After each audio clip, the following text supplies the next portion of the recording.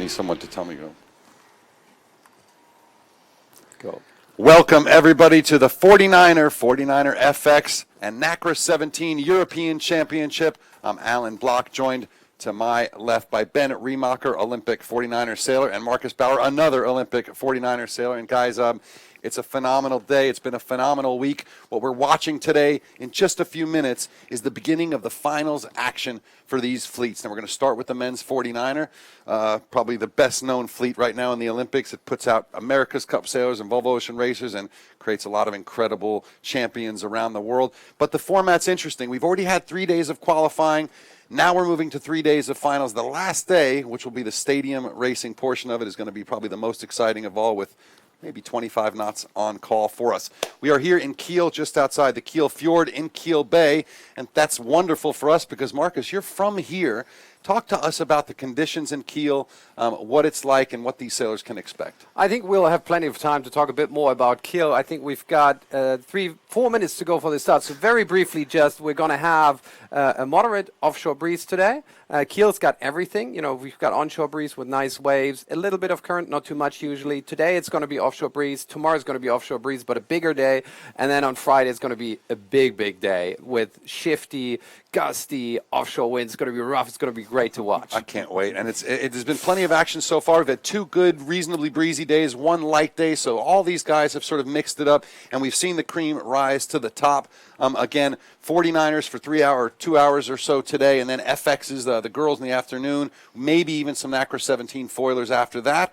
And then tomorrow we'll have more, but you'll have literally 4 or 5 hours at least of racing every day to watch for the next 3. If you want to go back and look at some of the highlights, some of the interviews, we've interviewed dozens of sailors, done some great photos. Head over to 49er Sailing on Facebook or Nacra 17 Sailing on Facebook. And, of course, please be sure to share and like these streams if you enjoy what we're doing. We want to do this as often as we can for you going forward. And, Ben, you know this fleet very, very well. You've raced against almost all of these guys. There are some new ones in the mix, but obviously the Brits are really the standout so far, with 4 boats in that final 20 that have been whittled down from 95 boats.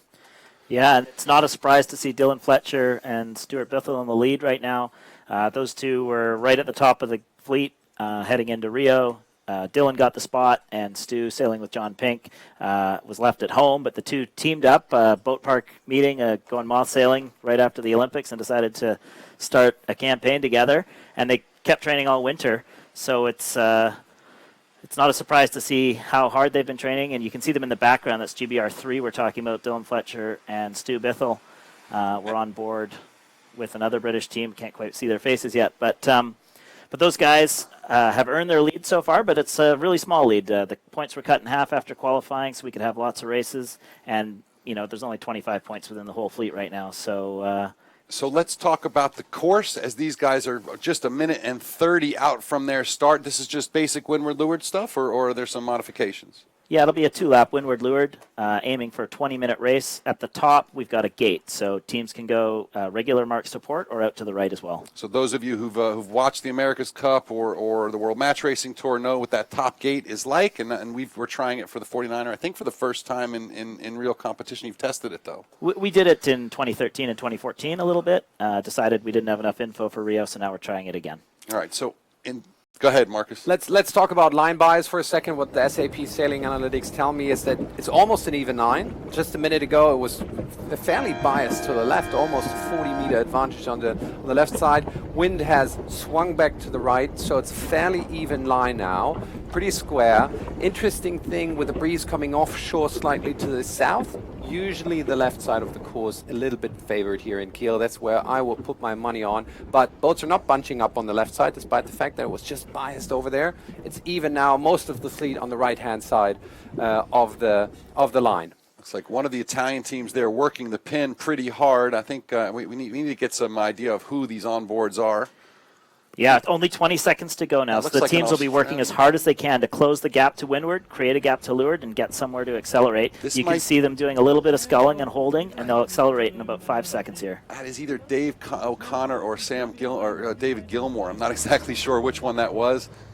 But Spain working deep there at the pin as well with just 2 seconds to go. It's going to be Spain that gets the pin.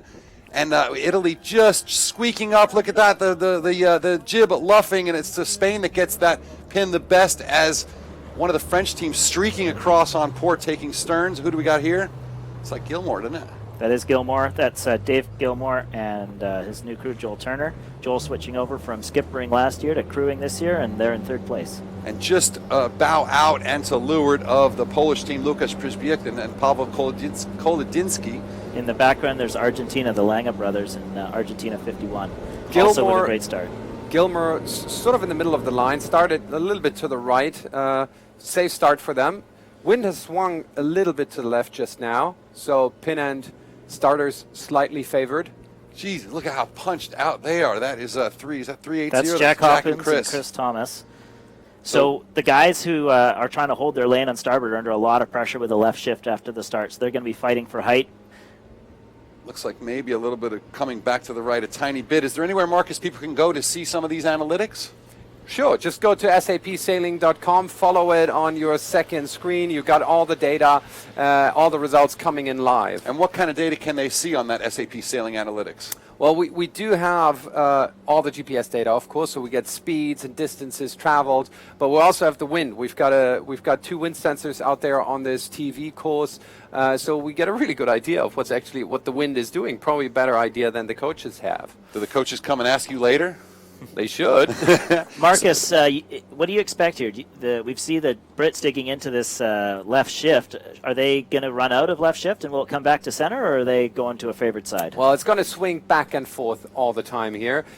Usually, I think it's filling in a little bit more fresh from the fjord, the Kiel fjord. As I said, when the wind comes slightly to the south offshore, I usually favor the left-hand side, but you still got to work your lanes. You got to work your patches upwind.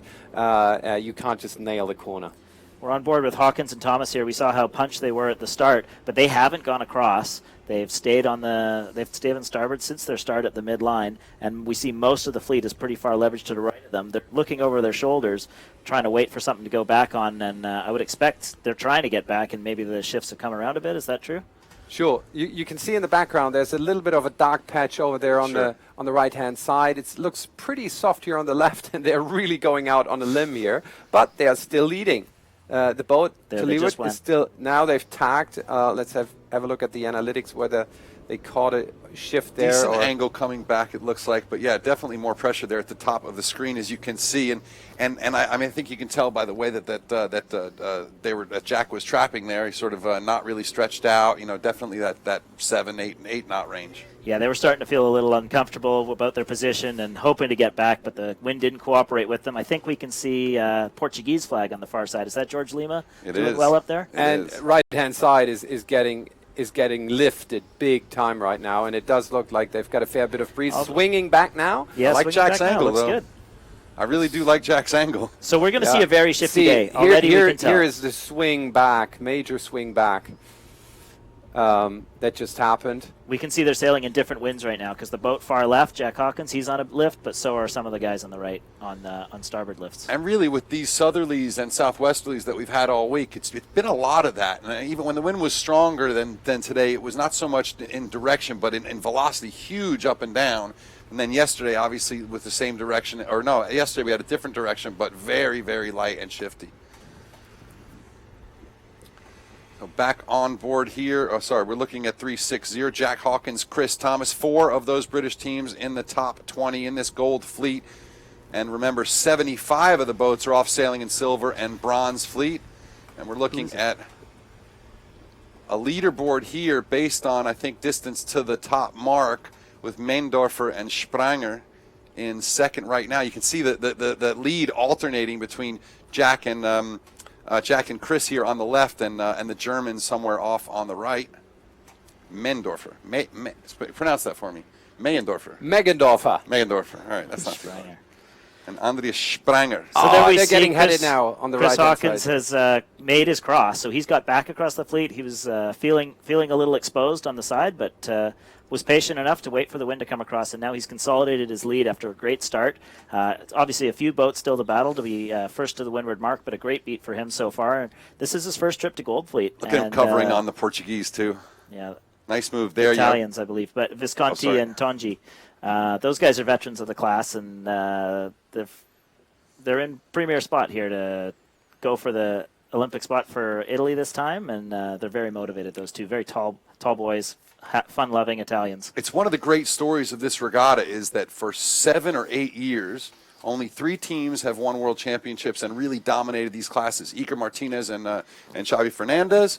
Next up, it was Nathan Outeridge and Ian Jensen. And finally, of course, Pete Burling and Blair Tuke. We know what happened to them. And before that, in the Stone Ages, it was Chris Nicholson who dominated the class. That's right. But let's not forget Draper, but that's literally all the people that have been doing any winning, and none of them are here right now. So lead to Hawkins as he rounds the left gate, and both teams favoring the sides they did well on up the beat. So you see Mergendorfer going back to the right side upwind, and Hawkins going back to the left side downwind, facing upwind, and they've got a split.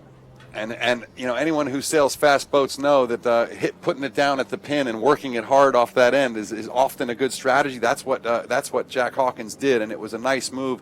Around second was Vicante. We saw him working his way up there, and then Peters and Stuart right after them. They're sitting second place going into today's action. We see everyone favoring the port exit from this mark, though. Which even looks the guys like the far end, to be honest. But fresher breeze on the right-hand side of the course, left side where they're sailing towards now. But you can really see the darkness from the drone, and obviously downwind, that difference in wind speed really multiplicative in boat speed. You want to get into that pressure. Yeah, Chris Thomas has done really well in his straight set and then jibe. They rounded almost simultaneously, and he's got a decent lead now on Mergendorfer. You see about a 38-40 meter. That's about 4 boat lengths. More than that. Nice lead. Breeze looks great. It really does look nice out there. They are we were flying. worried it was going to be a little too light today. Marcus? yep, current boat speed is, let me check. What, 16? 15 knots. 15? 15 knots on the leading boat, 15, 16 knots. And There about it is. 10 knots of breeze. It's up on screen. Now, these boats changed quite substantially a couple years ago, didn't they? Explain to me the changes from the old rigs, the new rigs and wings and everything else. In 2008, we brought in CNC'd hull shape, so it was the same shape, but with the computer control necessary to make them all as identical as possible. And then in 2009, we brought in new rigs as well. So that was new masts, new mains, new jibs, and finally this year we upgraded the spinnaker sail plan to a more modern shape. That gives the guys a little more range of lanes they can choose on the downwind. And brings the bow up so they can sail on bigger waves. So they're loving the new sail shape. And the boats remain exciting. 5 knots, 25 we knots. We got a close cross here, They right? really remain exciting. This is a great battle here down there. There's the jibe. Let's see how clean they can do it. They're not going to get through there, I don't think, no matter how good. Not a great jibe. No, but tough spot to get through. Let's see what happens. Unfortunately, they've got pressure from behind. That's Peters and Stuart closing the gap behind and into the leeward gate. So Mergendorfer did slide through and was able to carry low and is going to get round his favorite side first. Almost simultaneous roundings, upwind and downwind. Close racing. Well, there's not a lot of wide racing in the 49er fleet. We've seen, like in the Nacra 17, a brand new boat, a brand new design. They're all over the place. You know, the distance from first to last is a long way. Not in this fleet, though. Fairly square gate, by the way. Right-hand side was maybe slightly favored. Again, looking upwind now, we can't see the left side of the course very much. It does look good on the right-hand side. So gate favor was good. I think right-hand side is a safe bet at the moment. They all headed that way on the downwind, so that's usually an indication of better wind speed, more so than angle. So if there is better wind speed over there, it's pretty hard to ignore. Meanwhile, Hawkins and Thomas sending it out to the left again. It worked for them on the first beat. They're going to go roll the dice again and see if that coffin corner is going to be friendly to them one more time. One word, it was great to see the Lang boys here. The most incredible story in the Olympics, possibly 56-year-old Santiago Lang taking the gold medal in the fastest boat in the Olympics. Amazing stuff, and now his boys here doing well, headed into finals racing, and what a wonderful thing to see. Yeah, Santi's still sailing his Nacra 17 down in Garda right now, doing some practice, and his boys, Iago and Klaus, one of the contenders, almost certainly this quad. They haven't been super active this winter, but getting back into it, and they'll dedicate themselves for the next 3 years to be sure. Now, this is the first major change. Everyone talks about the Europeans. Europeans, because of all the competition, especially in this fleet, they're probably the second biggest or most important event for those boats of the year. But is the pressure in a European Championship like this not quite as high as it might be later in the quad? Is this sort of a more mellow time, or are these guys always going full bore? This is a really important championship, especially for the teams that are trying to make their way out of the middle pack and into the elite group, both in their eyes, their funders' eyes, and ultimately in reality. So even though it's going to be the first championship of the quad, there's things that are important. Ultimately, whoever wins this championship will be the one that's remembered in 4 years' time. But it's a springboard of such to what they're hoping to accomplish. Let's have a look at the wind and what it did since the start. This was the start time at the start, and it's picked up a little bit. It's up 15 knots at the moment. It's gone up slight drop right now, but let's have a look at the left-hand side. That's winning at the moment. Look at this good stuff. And you can see nobody's working up the middle right now. 2 boats in the middle, everyone else sending it out to the corners, one side or the other. Is that because of the speed of these boats makes tacking just a little too much of a penalty, or is it just to stay out of the middle in that chopped up air?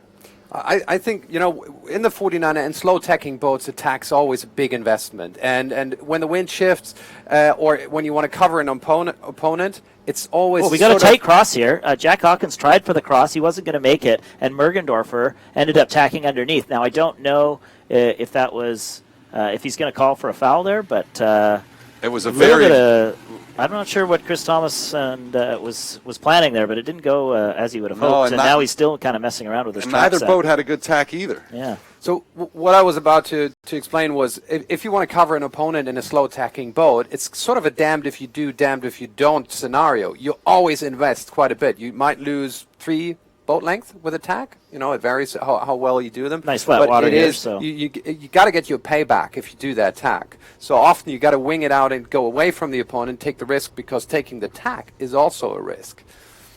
I don't think it was a foul, by the way. Well, look at the leverage that Viconti has over on that right side as well. Tons of leverage all the way down up on the beach almost, and Peters going pretty well though. Hawkins going pretty well. Just to continue that discussion, there are times when guys will tack 8-10 times up a beat, but that would be when the angle changes are really severe, and you'd be auto tacking on a lot of shifts. Most of the time, the guys are aiming for 3-4 tacks in a beat, pick their major shifts, pick their major covers, and just execute their boat speed from there.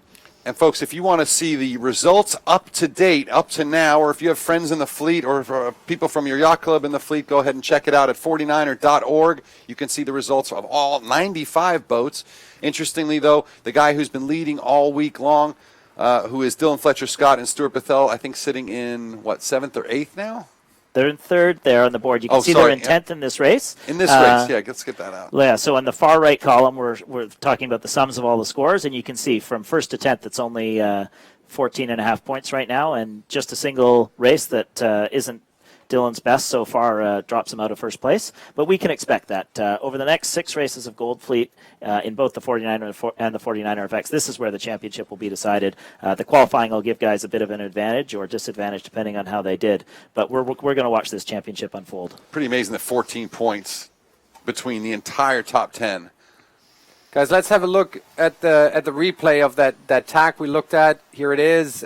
We see big shift there. The British boat tacking, and I don't think they fouled the German boat. They decided to go below, and really interesting battle that unspun afterwards, where the German boat went a lot higher than the British boat. If you saw, Hawkins took a big header right there and kind of into our camera boat and decided to tack on it, and it didn't seem like that shift had gotten to Mergendorfer yet. That's why it looked so funny on the TV, but they both just tacked over and headed on what would have been a bit of a lift back.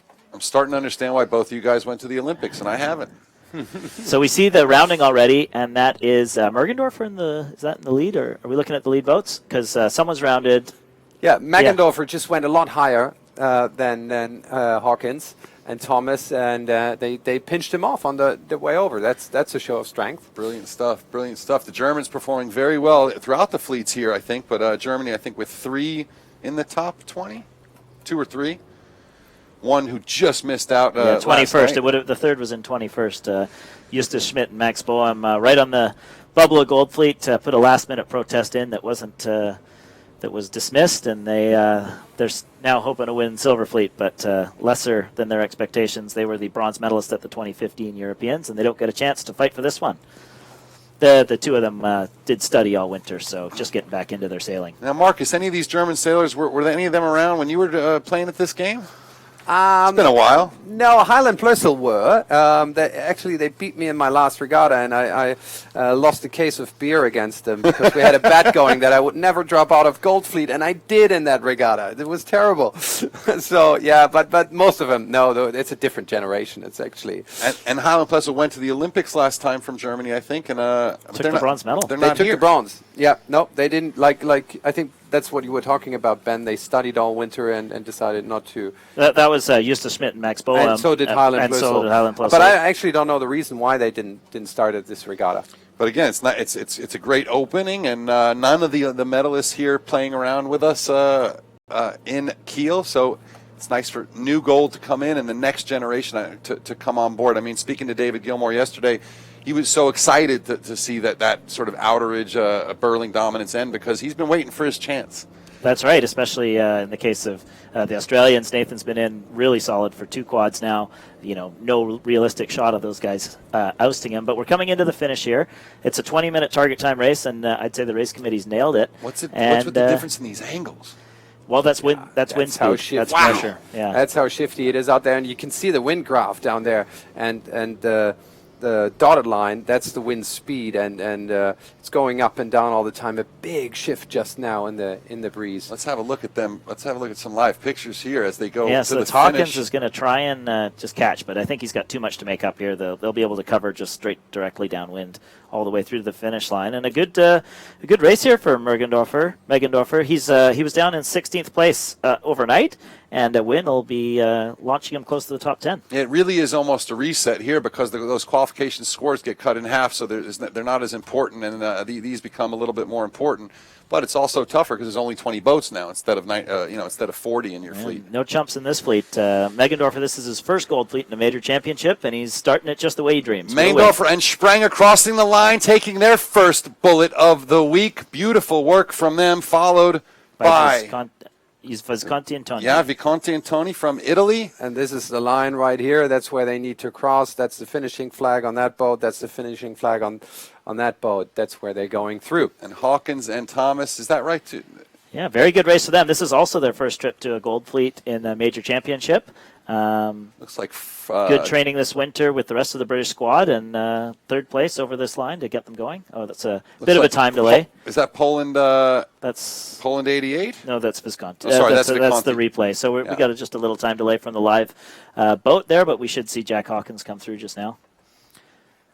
So when Hawkins had come through, according to the scoring there, fourth place looks like, is that Holland in fourth place? No, it wouldn't be Holland. Or Maybe France. it was Austria. Do we have? Can we extend that leaderboard down, or?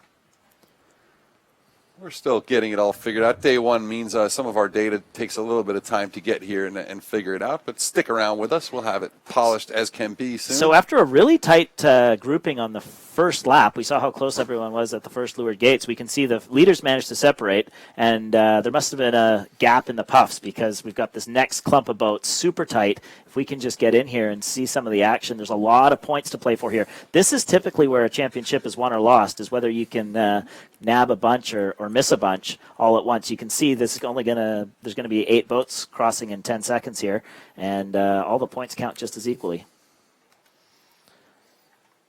I can't. I'm having trouble figuring out who's who here. We'll have to rely on the GPS from SAP Analytics. Everyone reaching for that line, trying to surge in. We see the orange kite there trying to beat the... Oh, look, 3 abreast, 4 really close. 4 abreast overlapped, and unfortunately we don't know who it is. But you can find out over at SAP Sailing Analytics. And we'll figure out if we can get some of this stuff set up so we can call it for you a little bit better. Gilmore, though, with a 5th place. He was sitting tied for 2nd after that first round, so we'll see how it all goes. Lange, a lot of guys suffering from OCSs, UFDs through the course of the week. It makes a big difference when you pull one of those, and these race committee officers are very quick to go to that UFD flag.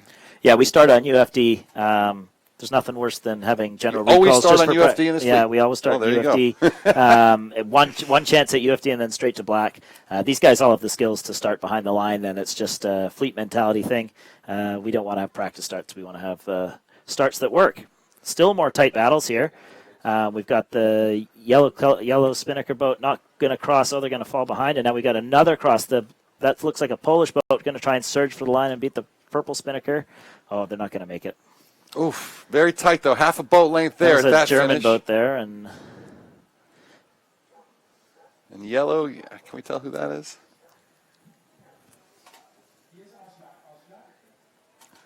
What I haven't seen yet is Peters and Stuart. Did they cross yet? Let's look at the analytics data for a second, and it's looking at the overall data. It's surprising how close the correlation from place to speed is. I mean, that's something that stands out. The winning boat, Meggendorfer, wasn't the fastest, but from there on you can see very clear correlation from average speed to place. Distance up and down a little bit. Maneuvers is interesting. First two boats didn't put in that many maneuvers, and we did talk about the investment you make in a maneuver and how you're damned if you do them, damned if you don't. That is so difficult in this class. Boats where you can tack easily and don't lose much. You know, you play it safe. You just stay in the right spot where it's low risk. In slow tacking boat, you always have to take risks, and you have to be even better at anticipating what's going on. But speed seems to matter today. I think to me the most interesting thing about these analytics, Marcus, is that those top four are all crossed within a few seconds of each other. And look at the variation actually in what we're seeing. You know, from 10 to 15 maneuvers. Speed similar overall, but look at the difference in distance. The most local boat of those five here, obviously sailing the least distance, so maybe sailing the smartest course. Yeah, the graph's a little exaggerative, so there's only 130 meters difference between the first and the last in 20 minutes. That is a fair bit, but not too much. And here we see the overall leaderboard.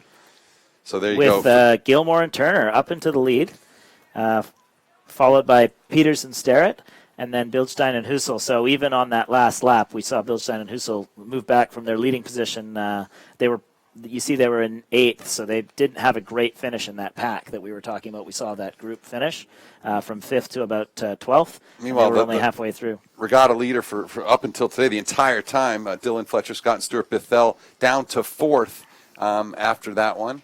And Vicente and Tony moving up overall. Taylor and Batten, the third UK boat, and Meindorfer and Spranger certainly with a nice jump in the results there. Alongside Hawkins and Thomas. So the winner, first and second, move up from 15th and 16th all the way into the top 10 and striking distance to the lead. Although Gilmore and Turner looking good there, 5-point lead on second place overall. Lange and Lange, but you know, what we really need to emphasize is just how close this battle is going to be. With 6 Gold Fleet races, one of them will be dropped. You know, anyone from here can go right to the top or right to the bottom in these next 2 days before we go into the final, which is only for the top 10. Kann ich nicht. Sollen wir oder wie läuft's? Geht los. Geht los? Ja, ich kann Ahnung schon.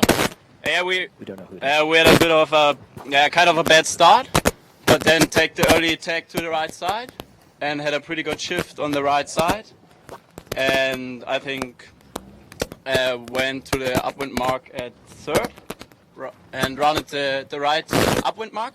What are you talking about? Yeah, then took a pretty good downwind, read good the shift, and second upwind we went to the left side and with a bit more pressure than the right side, I think, and on the top of the second upwind we managed to overtake to take the lead, yeah, and then kept it till the finish.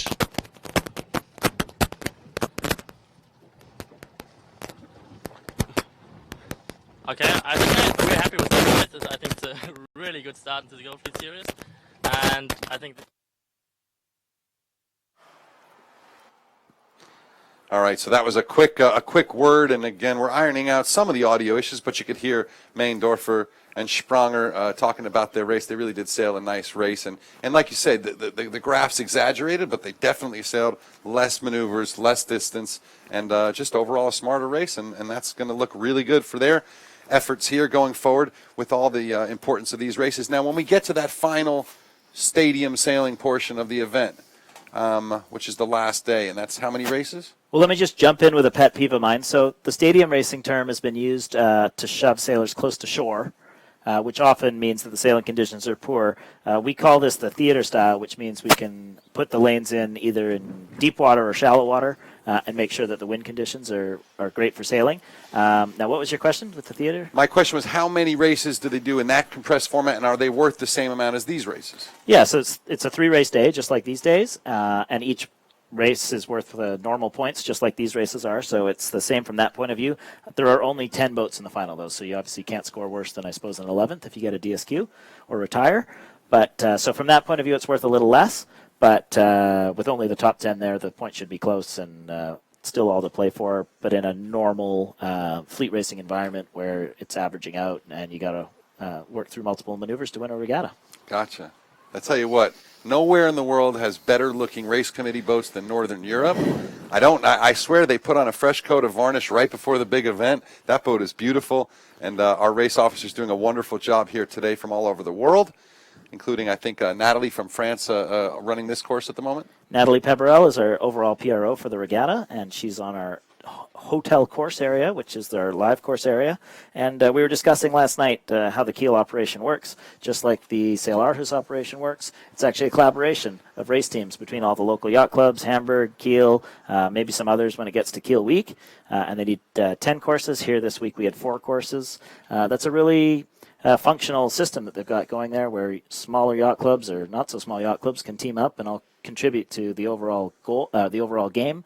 Sail Aarhus, where the overall Sailing World Championship will be next year, and the first Olympic qualifier is the same model. The 11 Danish yacht clubs all in the local Aarhus area team up, and they've been able to attract a lot of big championships in that way. So a showcase for the rest of the world's yacht clubs and how to do it right. Yeah, seriously, if you're watching from America or Italy or one of those places where all the yacht clubs seem to fight over these events, take a lesson, man. Maybe one of the reasons why sailing's so much healthier in Europe than in North America is because these guys get along and work together to promote the sport. At least outwardly. So now that's one of our onboards there. I think, was that, we'll have to get those names so we can know who those guys are. Yeah, so what's happening now is all the guys are getting a drink, trying to have a chat with their coaches about what the coaches see working and what they think's working so they can all upgrade their strategies for the next race. So debriefs between every race with the coaches, and that's allowed? It depends, obviously, on how not confused, but how sure they are of what's going on. We just see over the radio here that we're facing a 20-minute delay. Is that due to a wind shift, Marcus, as they reset a course? Can you see on your systems? No, not sure what the issue is, but it gives you can see the mark boat has picked up the leeward marks there. So I think they're shifting the course for some reason, probably due to a wind shift. It gives us a little bit of time to go back into the finish and have a look at the finish that we just saw.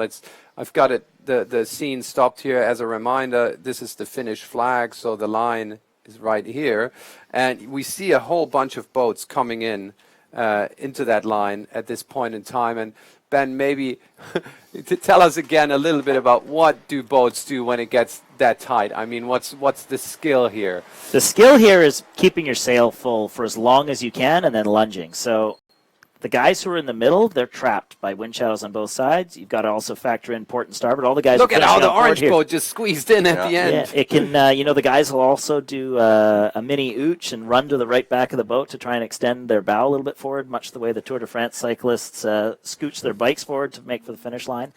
So every inch can count, and no doubt the race officers will be coming back to SAP Analytics for a little help if it was too close for them.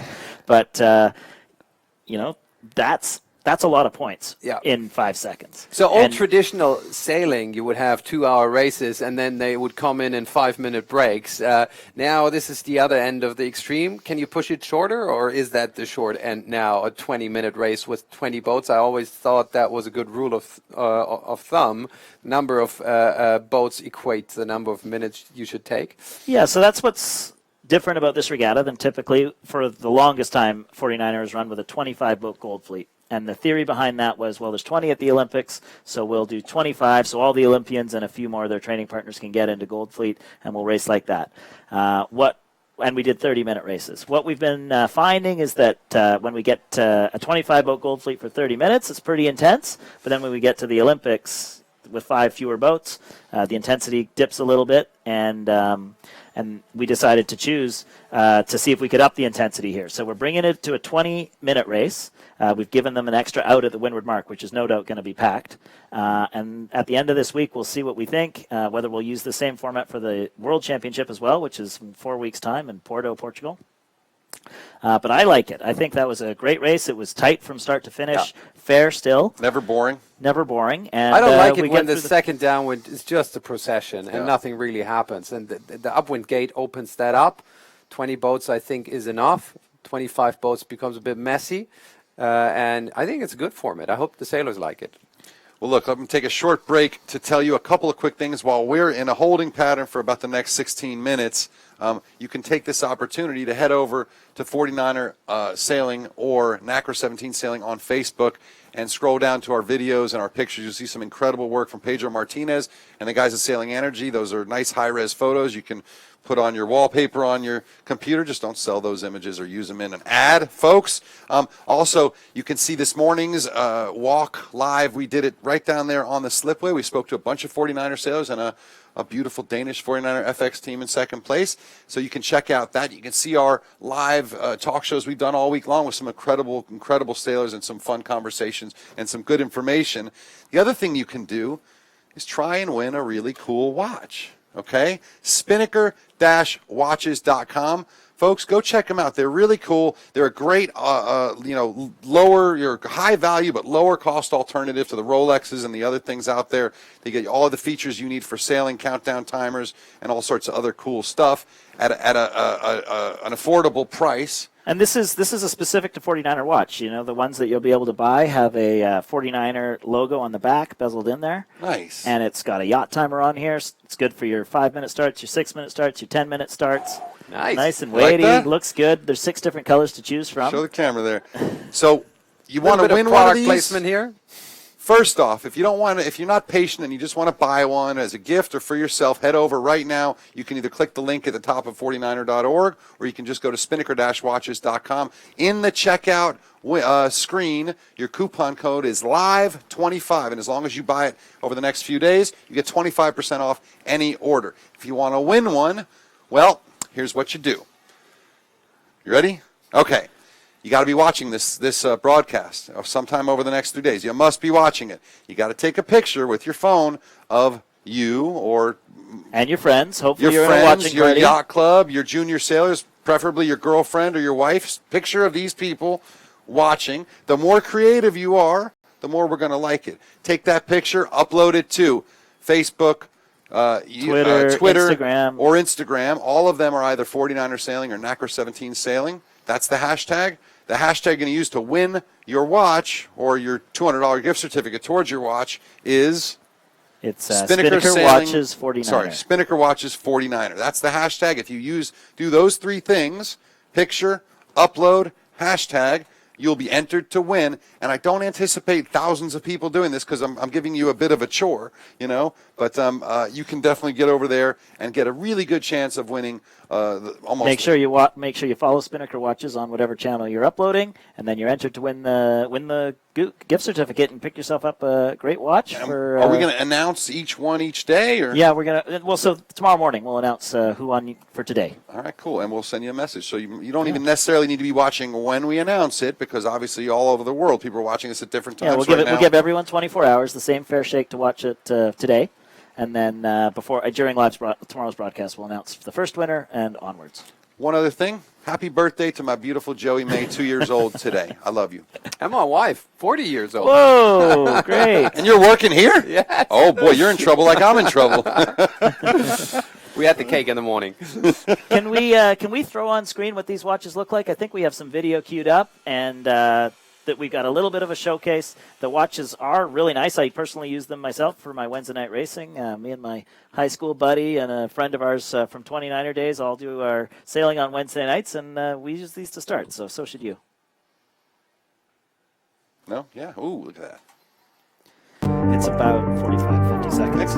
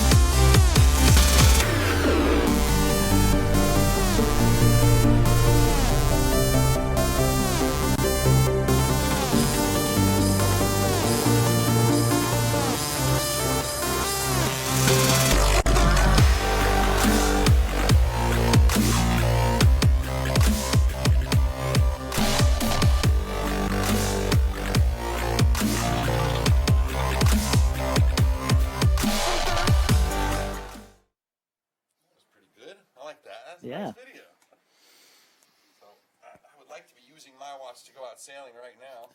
It's a gorgeous day right now. Day. Sunny, shifty, flat water. The guys can really let it rip out there, and but it's not a one-way track or anything. Gonna have to keep your heads on your swivel and figure out where to go. It's gonna be a good day of sailing. It's going to be a little bit rainy tomorrow. You can't come to Kiel and not get a fair share of rain. But we might want to bring our an umbrella tomorrow, especially you. Especially sitting out me. there I've at the end got of the the balcony. cheap seat, don't I? This is your office, isn't it, Marcus? You know, I got to say though, I mean, doing my research before this event and reading all about the history of Kiel, and you know, I mean, this was the Imperial War harbor since like the Kaiser days. Yes. You know, this was it, and every picture, almost every picture you see of Kiel is rainy and cloudy. So I was expecting this to be my week in Seattle. It turns out every single day since I've been here almost, it's been gorgeous. We've had rain too, but we've had lots and lots of sun. So I don't know what this guy's talking about. Maybe global warming is helping Kiel out. The Kaiser actually sailed a lot in Kiel, and there's an art hall in the middle of the town where there's a little balcony that was entirely built for the Kaiser to step out when on opening day, and all the people were standing below. They were waiting for the Kaiser, and it was a day like today. Kaiser didn't show up. He was out sailing. Too good to miss. Yeah. Well, I think Wilhelm II was also the Commodore of the Kiel Yacht Club at one point. So yeah. Back then it was called the Kaiser Yacht Club. KYC was Kaiser Yacht Club. That's one of the things you find out here in Northern Europe is so many of these yacht clubs, not in Germany where things changed a little bit, but so many across the way. There's so many patrons that are kings and queens and princes and stuff, and it's great to see, the leaders of a country, or at least the ceremonial leaders that are still so interested in the sport. It's a tradition we've gotten away from in many ways in other countries, But just back on Kiel for a moment, Kiel Week, probably they advertise as the biggest regatta in the world, and certainly was when I was doing it, and I came almost every year. It's such a fun experience for a sailor. You go out racing in loads of classes, usually 3 dozen classes over the week, and then you come on shore. There's beer gardens everywhere. There's so many parties in the city that people come here to party so much they don't even know it's a regatta, and it's the biggest regatta in the world. It's like 3 million visitors, and it's a huge festival. And I actually think it would be a good World Cup regatta. I think the World Cup should build on and leverage on those existing events, which have been around for more than 100 years. But that's a different theory than they've been operating under for a while. I agree with you, too. I think, what you want is not a quiet place where you can do everything you need to do. What you want is so many people that, it's going to be tough, but guess what? 1 million people are going to see it instead of 0. I think every World Cup regatta should have a quality score, and that should feed into an overall ranking. You need to take the quality of an event into account. Are there really good people in that fleet? not generally the event has a quality score. The fleet has a quality score. Are the top guys there? So you get a healthy world ranking. And then I think we should have a big splash final every year where the best sailors come together in a blue water venue with secure wind conditions, and that's where you battle out the trophy of the World Cup. But these are good feeder events for the World Cup, big festival events like Are you Kiel. lobbying me as the Olympic classes member on the World Sailing Events Committee and quote-unquote qualification? It's a big topic right now. People are very worried about how crowded the calendar is. There are a lot of regattas. People are very worried about what should be the biggest regatta of the year. It's typically the Classes World Championship. A lot of people feel like, oh, there's so many of them, which there are. There's probably 130 Class World Champions every year. It gets very confusing for the public. Sailing's got a lot of work to do to sort out to the public, how to communicate with them, what's important, what's not as important, what's fun, what's serious, and where sailors go on their pathway. But World Sailing's taken a couple steps forward this year. Last couple of years, they've really professionalized their media focus and attention, making sure that their products, the World Cup and the World Sailing Championship, are going to be broadcast to the world, making that a priority, not just great racing. So that's one step, recognizing you got a problem's the first step. So I agree with you 100%. I've been known in my life as a journalist to not be the biggest fan of what the sports leaders have sort of done with it, but I think starting this last November in Barcelona, I think a new page was turned, and I like the direction it's going. I don't think it ever moves quick enough for us, guys like us who like to see it move. I mean, look, you're a 49er sailor, you're managing one of the most interesting classes around. You're embracing new technology. We're all relatively young compared to sort of the last 4 presidents of World Sailing, you know what I mean? And so we're embracing all these things. We're never going to be happy that it's moving fast enough, but it is moving now, and it's good to see. So we hope that World Sailing can continue to be innovative and not get sort of stuck into the mire of large organizations like that. The president of World Sailing, Kim Anderson, came and visited this. He was hanging out. He was hanging out with us earlier in the week. He was on the Daily Show, so you can check that out, the Day One Daily Show.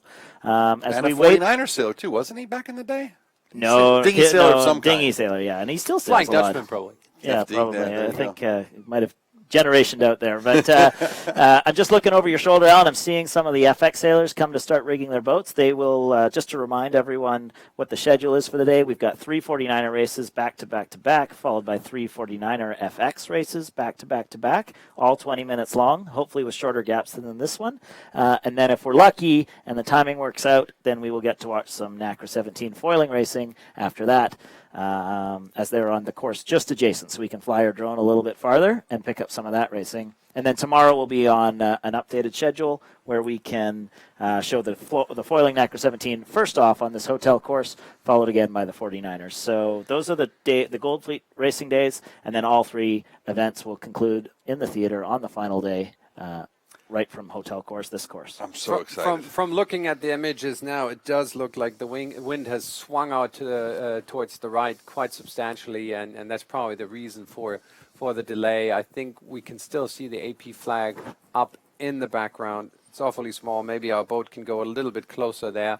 I think we're still in for a little bit of a wait. No sign of the next start. I think they're very diligent in setting up a good course. So they take their time. That's fine. Well, it's just to go back to the FXs, the 49er FX, that women's skiff. It's basically the same boat that we're looking at now with a slightly smaller sail plan for the generally smaller average size of the female teams. But a fascinating fleet full of some of the fittest women I've ever seen in my life and unbelievable sailors. We've got Jenna Maya Hansen, who's in the Danish boat. She's headed off to the Volvo Ocean race.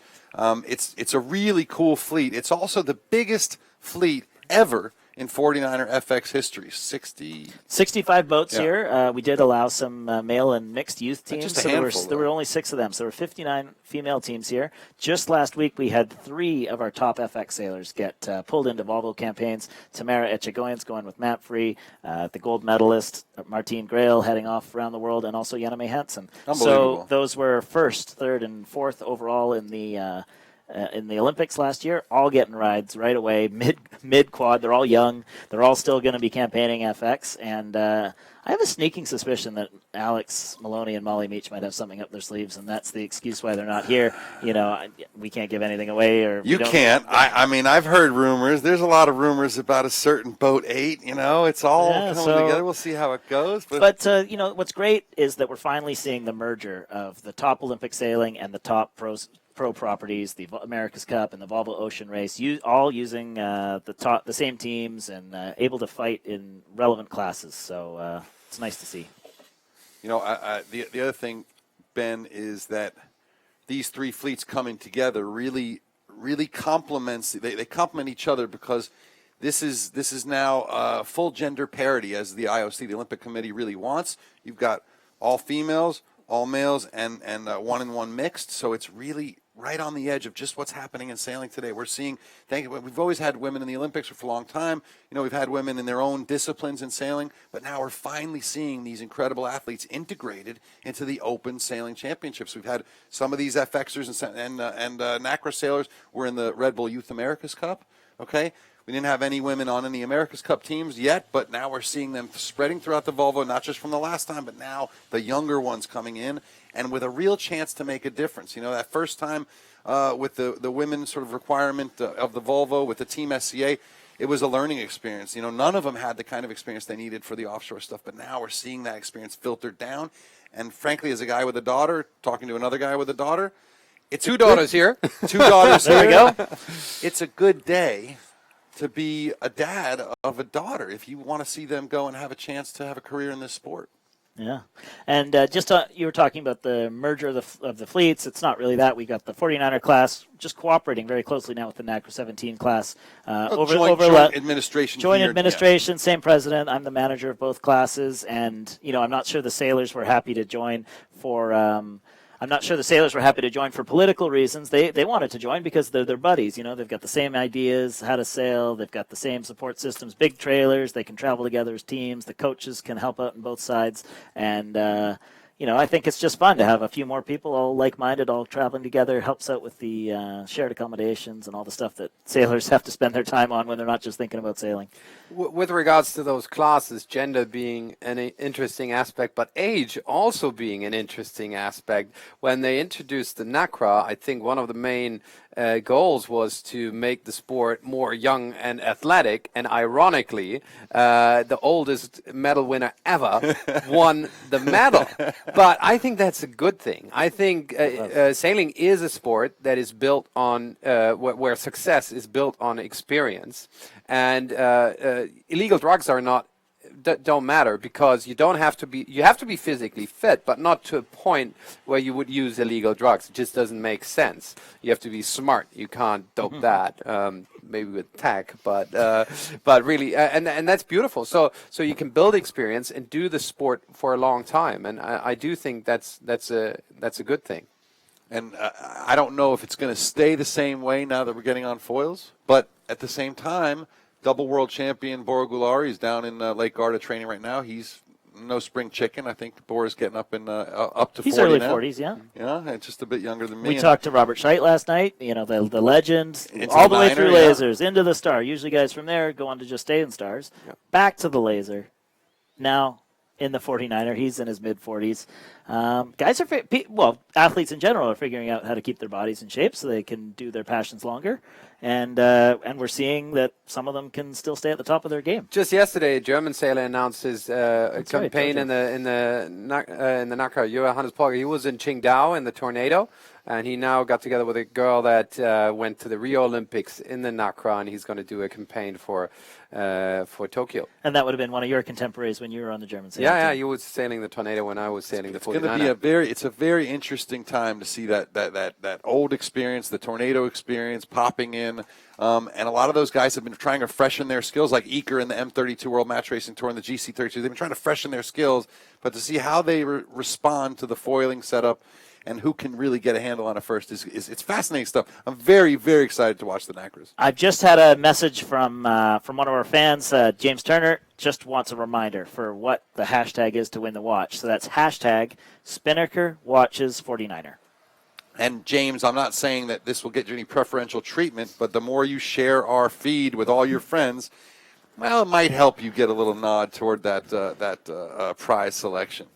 So thank you guys all for watching, and feel free to send your questions in via Facebook. Probably the best place is at the 49ers Sailing Facebook page, which has the most fans, and we're monitoring under this live feed, so feel free to please keep sending in your questions. We will get them answered if we can, and if we can't get them answered now, we'll go find out later for you. We still have interviews to put up after racing, and more media for you all week, more than you can handle, hopefully. But if you have something you want specifically, let us know. We're pretty responsive, I think. Yeah, we got Dan there at Aquarius Sports. 20-minute races are awesome. Close finishes are better to watch. Thanks, Dan. We appreciate the feedback. Just looking at the SAP Sailing Analytics, it does look like we have a start scheduled for in like 7 minutes, roundabout. So it seems to have stabilized out there on the race course. It does look good from here, to be honest. Can I, Ben, question for you.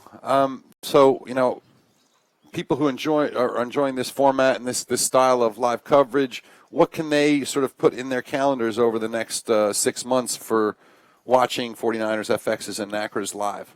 So obviously there's this week. We got the 3 days this week. We're also going to be broadcasting to you live from our 49er World Championship in Porto, Portugal. That's right on the bridge between August and September, finishing on September 2nd. And then immediately after that, back-to-back, we've got the Nacra Championship. We weren't able to combine the World Championships this year. They were already attached to different places before we took over the classes. But we'll be going to Le Grand Mot in France. And there'll be French language coverage just for the final day there. We'll try and get that out for the Nacra foiling sailors. And then the only other opportunity this year, there'll be the Shanghai Cup, which is a Nacra 17 only regatta in the middle of Shanghai. That'll be broadcast live. And I believe World Sailing has planned live coverage of the Japan Sailing World Cup. The Nacras are not going to go there. No one has enough boats to ship to Japan yet because it's new builds. But the 49ers will be there. The 49er FXs will be there, as will some of the other Olympic classes. Now, obviously that's the location for the Olympics in 3 years' time. Well, ish. Well, this year they're going to a different place in Japan. Okay. They're going to Gamagori, and Enoshima is as going they to rebuild the Enoshima race harbor. So in future years, they'll be racing in the Olympic venue. This year they're in Gamagori, Yes. which it'll be a lovely place to sail. It just is a different location. Gotcha. All right. Yeah. Any additional challenges that sort of come from a place like Japan where not a lot of sailors get to spend time racing in? I mean, is there going to be a lot of racing in Japan for these fleets over the next couple of years? Yeah, the world bodies have actually come together to recognize that the sailors want to spend time at the Olympic venue. Every year there's going to be, or in 2018 and 19, there'll be test events. There'll also be World Cups at the Olympic venues, and some of the classes have World Championships, although they're not in the Olympic venues. But basically, that was the findings from Rio. Other regattas were trying to be organized around the world, and the sailors just wanted to go to Rio, and we'd put up some coaches regattas and even broadcast them, or last-minute South American championships. Did you ever review afterwards? Was there a correlation between people who trained a lot on the venue and who succeeded, or were there some fresh faces basically on the venue who just did well in that week without that major preparation over years? Well, obviously in the 49er, it was a dominant performance by Burling. He won every regatta, no matter where it was and when it was. Course. So about halfway through the event, though, Nathan wasn't doing so hot, and I think people still thought he was going to get the silver, and he did. Did he train a lot in Rio? They spent their time there. I mean, maybe the Austrians spent the most time, and they actually didn't have their best regatta. I'm talking about the 49er here. Those guys did really well at the test event and just didn't have their best regatta. It's really competitive. I think they finished 12th, even though they won the silver medal at the world, or the silver at the Worlds just a few months earlier. Those guys. You raced against Nico and Nico. So correlation, really tough to tell when it was such a dominant performance. And then the same thing in the FX. We had those four teams were winning the championships all through the quad, and those four teams were first through fourth. So I'd say the correlation was more with big championship wins rather than track to the days in the venue, but all the teams spent their time down there. Now, Tokyo has the chance of producing some real wins and waves as well, right?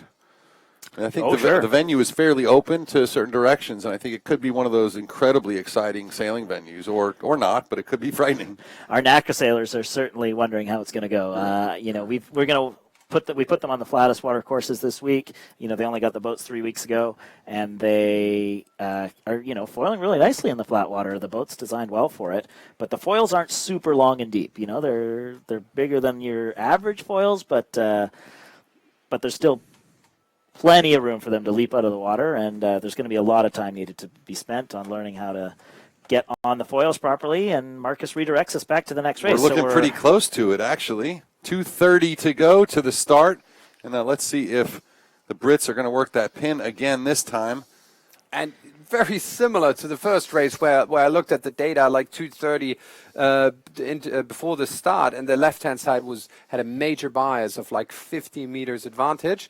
Now the fleet seems to go for that. Yeah, nobody at the boat end. Yeah, everyone's fighting for that pin. Winning on a pin-favored start is one of the most challenging starts for a sailor. There's really only about 4 good places to be. You can either win the pin or be the guy beside that wins the pin. Anyone else who's on starboard is really in a tough spot because they got a pinch. Or you can be the first guys to punch through on port and do what's called the port tack option, where you come through underneath. Everyone else feels like they're having a bad start in that situation, and that's why the guys fight so hard to be the boat that's lined up at the pin. We're on board here with Visconti and Tonji.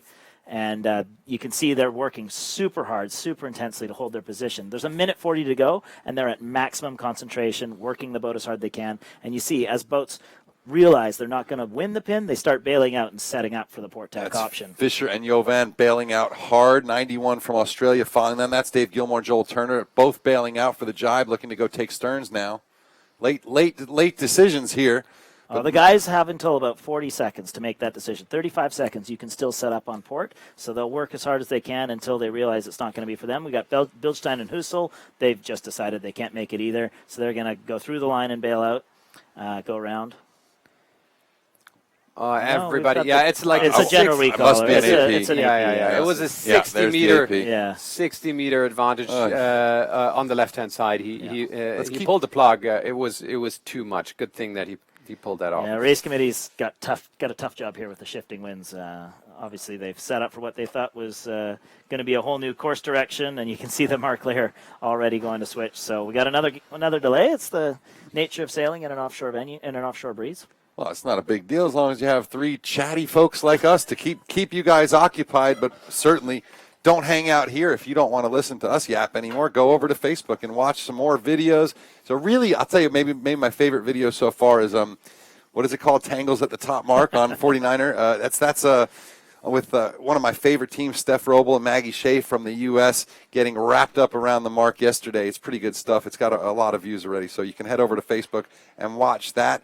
And I think my interview with Bundy, Darren Bundock, was also excellent. A great story to see him, the double silver medalist and many times world champion, who got in the Nacra 17 when his skipper that he's coaching got injured and couldn't sail. So that was a very cool thing to hear from such a legend like Darren. Didn't Darren win gold in Sydney? Who won the gold in Sydney in the Tornado? Stone Ages all again. I know is double silver. I don't know if we could even look that up on the internet. Did the internet start back then? But the you know what's interesting? bubble burst. What I was going to say is actually the level of talent of our coaching fleet here is outstanding. Oh man! So the fact that Darren Bundock, the coach for Australia, can just jump in, and I think he had 19th in his first race, then a 10th, then an 8th. It didn't take him long to get right up to speed, and it's like that with a lot of our fleets. A lot of coaching talent helping these younger sailors or the older ones too just get up to realize their potential. Well, it's what it's all about. It's just like you see in NBA basketball or Premier League soccer or football, whatever it is. The way you can extend a great career is turn into a coach. It's much less effort and pain in your body and your joints. It's you get to sleep in a nicer bed usually, and obviously you have the chops to do it. Sometimes great sailors make great coaches. Not always, but sometimes. So on board here with Visconti and Togni from, I think, Ravenna, Italy it might be. I think that's what I remember. But some great sailors here. Yeah, they've been trying to get us to organize a regatta down in Tuscany. And we're trying to carve out enough space, enough real estate to get everyone stored down there. It wouldn't be the worst, would it? Well, it's not the best place to sail, but it's the best place to eat and the best place to drink. Since we have a little bit of time for those people who are new to sailing, let's explain the start line once more. It's obviously an invisible line defined by two flags. Here is one, that orange flag that defines the left-hand side of the course, and then there's another orange flag here up at the starting boat on the left-hand side, and we've got that invisible line that boats have to estimate, really. You know, as you close into the starting line, you've got to make sure that you're not over the line before the gun goes, and that's really an art. Ben, maybe we could talk a little bit about that, what that art entails. How do you manage to be on time with maximum speed? Yeah, so the guys, the teams will mostly look for what we call a line sight or a transit, where you use your eyes to look through either the pin or the boat onto a marker on land. A transit. Transit. You maybe have a German word for it? Peilung. No doubt there's a longer version as well. But basically what you're doing is you sit right next to one end of the line and you look through the flag at the other end of the line, and you memorize the noticeable points on the land so that when you are approaching the line, you can calculate in your head how long you think it'll take you to close that gap. And, of course, one person on the team will be in charge of keeping track of the time, and then you hope the rest of the way. What I used to do was I basically plotted the line onto the water in my mind, a sort of augmented reality where I thought that's where it is. I can see it right there. And then I looked at the time and I plotted the time in front of my boat onto that line. We've got an onboard image of one of the teams picking up the new transit. So the pin's been set and they just went up, stood right beside the start line there and started looking down, getting their transits. In this course area, because it's a fjord, you can look both ways. So there's bits of land both ways. Most of the time the guys prefer to look from the boat to the pin because that's the way they'll be facing on starboard. But if you're planning a port start, which some of the guys might be since it's been right favored, then they'll pick up both ways. Now, Ben, why is it that those of you who are watching who race other kinds of boats, perf boats or IOR boats or ORC boats or sport boats, and you've got your little Velocitech box that tells you how far you are from the line, it costs $300 and you stick it on the mast and you're done. How come we don't see that kind of thing in these fleets? Well, for one thing, the technology's banned, so you're not allowed to have anything other than a compass on board. Typically, that was to use or to keep costs down, although the cost, like you say, is pretty darn reasonable. That's sort of why I'm asking. Is Yeah. It seems like is it just to test these sailors' skill and not give them that handicap now? I mean, sort of not give them that little tool, Honestly, because obviously $300 now is half a coach's day rate. Yeah, I mean, one of the I don't think I've used Velocitex before, but mostly for keeping track of the shifts. They've got a wonderful new product that keeps track of things very well on board. But I think the sailors get so good at it this way, and it's so intense. You saw how hard both the sailors were working the boat. No one's got time to look down and say, 1.5 boat legs to go. And the margins are so small. I'm not saying it's not accurate enough, but the guys have, like Marcus said, a picture in their head of where that line is after they set all this up, and that's what they prefer to use. It's more dynamic, I suppose, for the real-time action that they face. When you say that's what they prefer to use, because these things come up for a vote every now and again, and they continue to vote to not want to add electronics, correct? Honestly, I've never had someone ask for it. Really? Yeah. Interesting. Maybe that'll change as Dinghy the technology keeps improving, but you get really, really comfortable. As you can see, the lines aren't massive. It's not hundreds. It's probably 200 meters here, and you say you get really comfortable here, but I mean I've seen UFDs and many of the top UFDs in many of the top teams here. So they may be comfortable, but they're also wrong sometimes. We also saw Bithell with a few UFDs. I mean, and that was with every piece of technology possible. That's so the best technology. when you're pushing, you're going to get every inch, and sometimes you take one more. Oracle software is apparently not the best thing in the world for starting a race. Ooh, we didn't say you should say that. But I think it would be interesting to have super accurate tracking and identifying early starters for the benefit of the ones who didn't start early. Because if you have someone ahead of you who just went way early, he ruins your race. And pulling those guys out easily by showing them a red light would be awesome. But tracking has to be super, super accurate for that. And the units are too expensive and too heavy still. Might change in the next 5 years. There's guys working on it, yeah. Little plug. useful plug, folks. Sailing Anarchy podcast, the most recent one. We spoke to Stan Honey about this very subject and about the costs and about what it would take for World Sailing or some of these classes to get together and do exactly what you're saying. Super accurate tracking first for the race committee and then maybe for the competitors or maybe not. That's a different discussion. But head over to Sailing Anarchy podcast on iTunes, Stitcher, and back to the racing. 2 minutes to go to the second race of the day after a long delay. Looks like the breeze. What do you think, Marcus? How's the line? Well, first, Line's the looking breeze is not much. It's similar to what it was in the first race, maybe slightly 11 knots at the moment. And line bias still a little bit to the left, 20 meters, full boat length, not too much. Boats not bunching up at the left-hand side yet. They're fairly evenly spread, jizzing around there.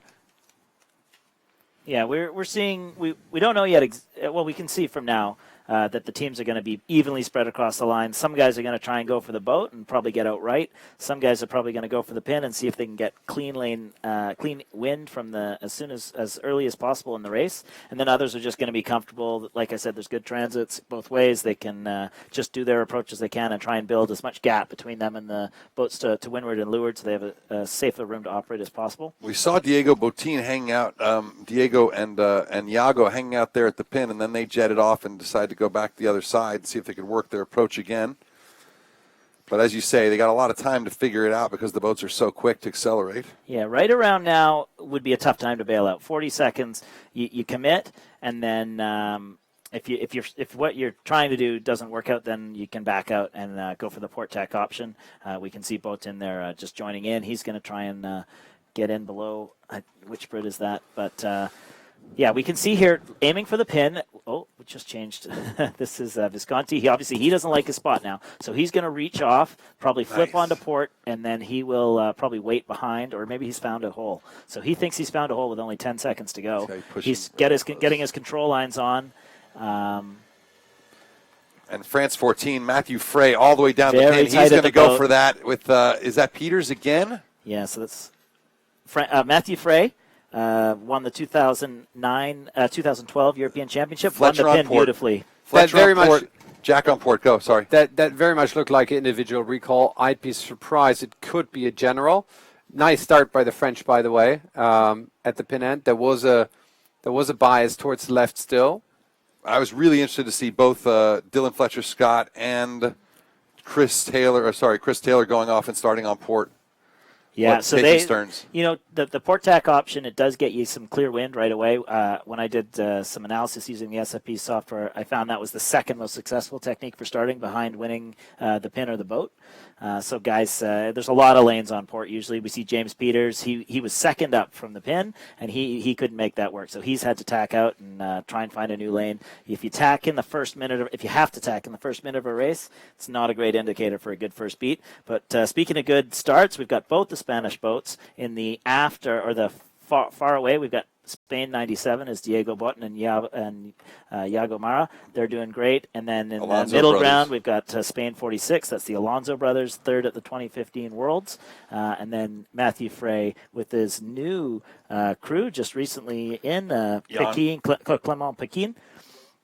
I zoomed back to the start, by the way, and Botín was far behind the line at the start. No risk of being over. So very impressive how he pulled out of the bunch. It's nice working to see him. What does the trapping tell you about the wind strength here? Still not full power design wind. Slightly below design wind. They're still not easy too much. These are big boys, too. That's a couple of big boys for this 49er fleet, I think. Sorry, we've lost that on board for a moment here, but it looks like 46 tacking off. Yeah, what Marcus said there was how Botín was deep in the hole and looked to be getting a great start. But the right has paid off. So the Lange brothers, Argentina 91, or 51, they're the last to remain on starboard with the lead. And Botín had to go behind. Tough Maybe angle here for Frey. Right. Yeah, we see on the tracking it's been pretty steady. So for Frey hasn't held his start at the pin. He'll be in decent shape. He's going for a cross here. No, he's going behind. Is he? Yeah.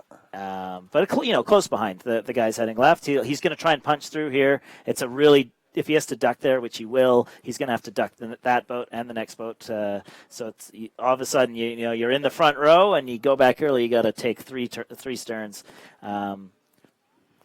Try to get them a little bit of zoom on this. So we see the boat closest to us is the Lange brothers from Argentina. They've still got 2 boats on their hip. Australia 184 is Dave O'Connor, and then Poland 42 is Lucas and Powell. So probably Lange is now trying to pinch up. He really wants to be able to tack and cross. He doesn't want to have to get pinned out by Dave O'Connor.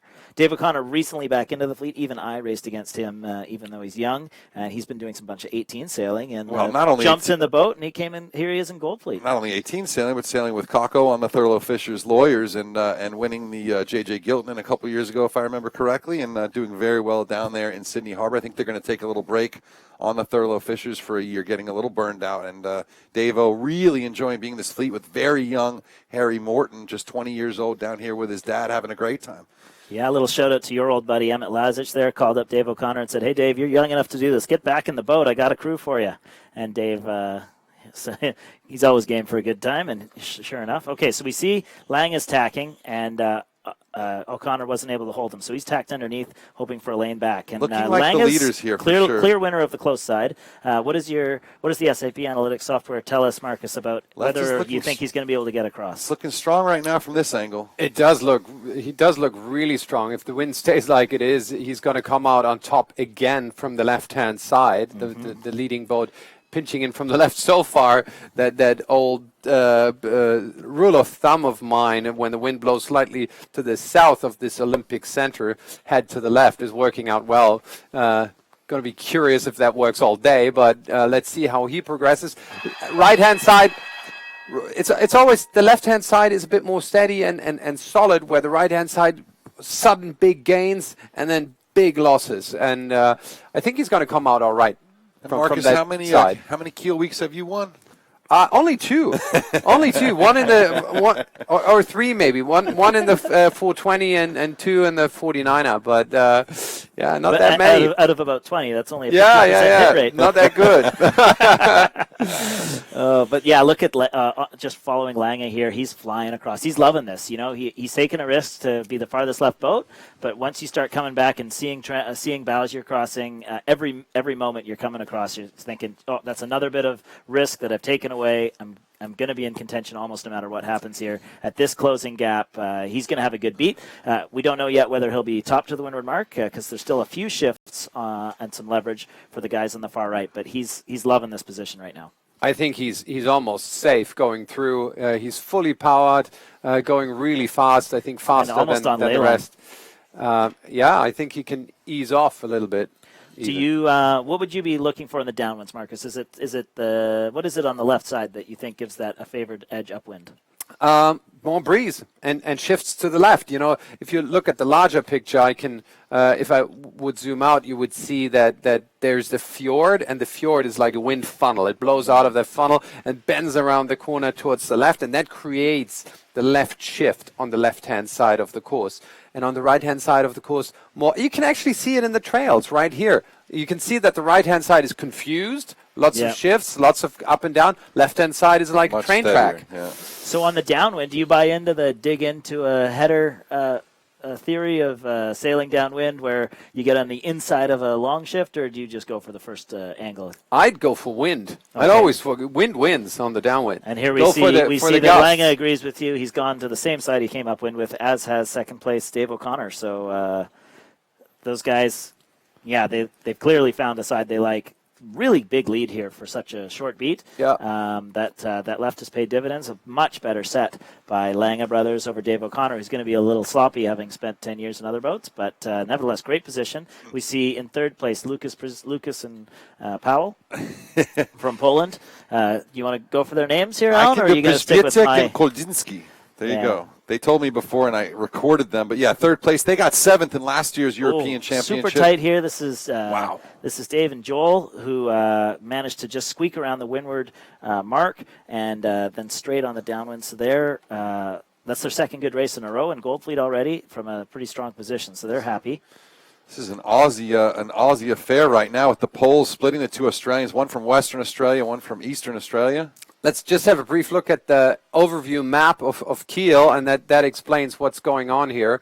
If we can get the analytics up, This is the fjord right here, where the glacier used to push into the inland 10,000 years ago, and the wind's blowing out that direction now, and it sort of bends around the corner and hits the left-hand side of the race course right here a little earlier than on the left-hand side. More confused winds coming towards the right-hand side of the course. So it's really that effect, the wind bending out from the fjord, that's favoring that side, I believe. Keep this up for a second, Marcus, and then we saw, or don't worry about it, but we saw that the big current on the course yesterday in the light air. Where does that come from?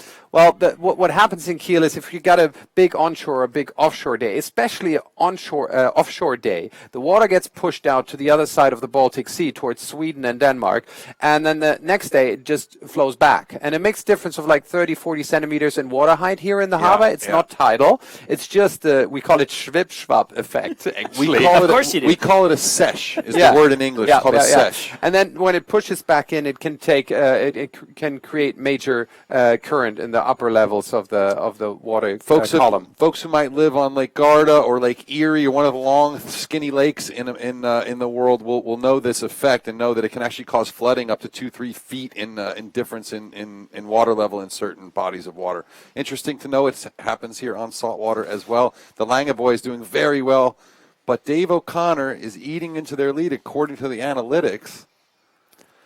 Everybody hating the right-hand side of the course now, by the way. Everybody, even the ones who went around the right-hand marks, shifted, jibed straight away, which heading is out the to the total right. opposite of the first race. You know, the first race, everyone went to the far side. The guys are very quick to pick up on a trend. Any advantage is used to eke out every little bit it can. So the Langes will have done a very typical strategy, done 90% on one jibe, then come back to the center, and then I'm sure we'll see one more jibe, if not one more jibe round, and then they'll try and do the same thing they've just done on the first beat. They'll try and repeat that on the second beat. So they'll come down for a clean rounding, good speed. They'll have a few bits of bad air to duck with the kites. Oh, but good battle here for second. Right behind is O'Connor. Cole is just behind O'Connor, and coming in just behind is Pavel. Yeah, so O'Connor there, very tight turn. He's coming out slow, trying to hold his lane over Lucas and Powell, and Lucas and Pavel will be trying to also. Everyone is going to want to stay on starboard here and go left. So very important how well you can round that mark. Because if you can't do it, you've got to do 2 tacks out. And we see here in 4th place the same thing happening again. Everyone needing to keep their lane. Now, for certain boats following so close, like the Polish team just did to Dave O'Connor, is that possible in these boats, or do you have to dig out and find a lane? Well, you can see here. Typically, it's not possible, but the other thing that's also not possible is to do well if you do 2 tacks, what we call that bottom triangle, where there's so much traffic. So you're just choosing the worst of 2 bad options. And you'll see most guys will clear their wind unless there's a particularly bad bunch of kites coming down. Is the gate a bit skewed because no one's going around the far gate and doing a tack over top? A little bit. I think it's the herd is tending to the left now. They're getting religious about the left. I think there's opportunity there for people who keep an open mind to the right, because there could be big gusts coming in towards the right. You definitely have to play the left-hand corner really well. Don't just nail it. As we can see, the Langes are on port now already. So we've seen a big shift in the overall fleet. They've sailed very little distance on starboard, and they're already almost on ley line if this wind holds. So they've decided that's such a big shift that they're going to have to flip over and just go towards the mark. So the race committee really having a tough time with these broadly shifting winds. I think if there's one thing that one problem with these shorter courses, it's not necessarily a problem, but there's one major difficulty. It's that changing marks becomes very difficult because there's just not enough time to do it. Yeah, I mean, already we would never change a leeward gate. Too tough to get square. So the leeward gate gets set for the whole race, and we still have the ability to drop a new windward mark, and we just immediately discard the gate system and use the regular single mark. But like you said, the race committee's got to be right on the ball to do it. Yeah, I think it's interesting to see the Australians doing so well, the British not in this race. But I think that's a great battle always, is that international battle, the ashes, between the Aussies and the Brits. So I think we're going to see that throughout this cycle, especially with it opening up so much after the retirement of Outeridge and Burling. Yeah, we can see the top 10 of this race. Top Brit being Peters and Stuart, who are overall leaders. And, well, we have new overall leaders, as we can see. The good race so far of Gilmore and Turner's launched them up into the lead. So this is if it finished in the order right now, correct? That's right. Yeah, Got it's it. Okay. live preliminary results. So, Excellent. So we see the Lange brothers launched up into 4th place if they can hold this win. But we don't see Dave O'Connor, for example, who he knows in 2nd place in this race. He's got to work his way up from 19th overnight to, 16th overnight. So he's just closing the points gap, but still only 20 points between 1st place and 10th place.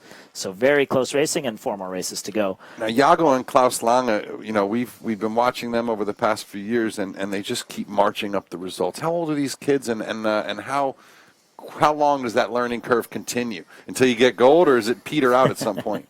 Well, Jago's 25 and Klaus is 22, or roughly thereabouts.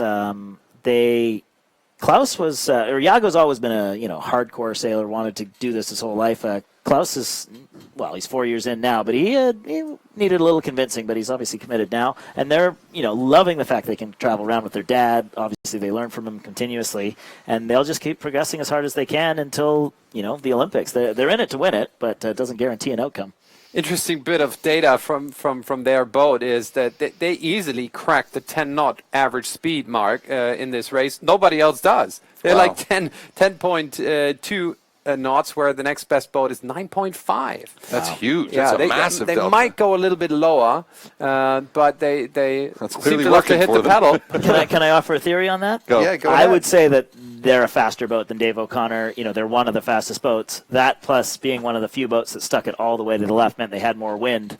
So the combination of being the fastest boat in a small group going to the most wind would have let them really extend in this race. And we saw how big their lead was at the first mark. Another thing that sticks out with them, they only have 5. That was just their 6th maneuver in this race.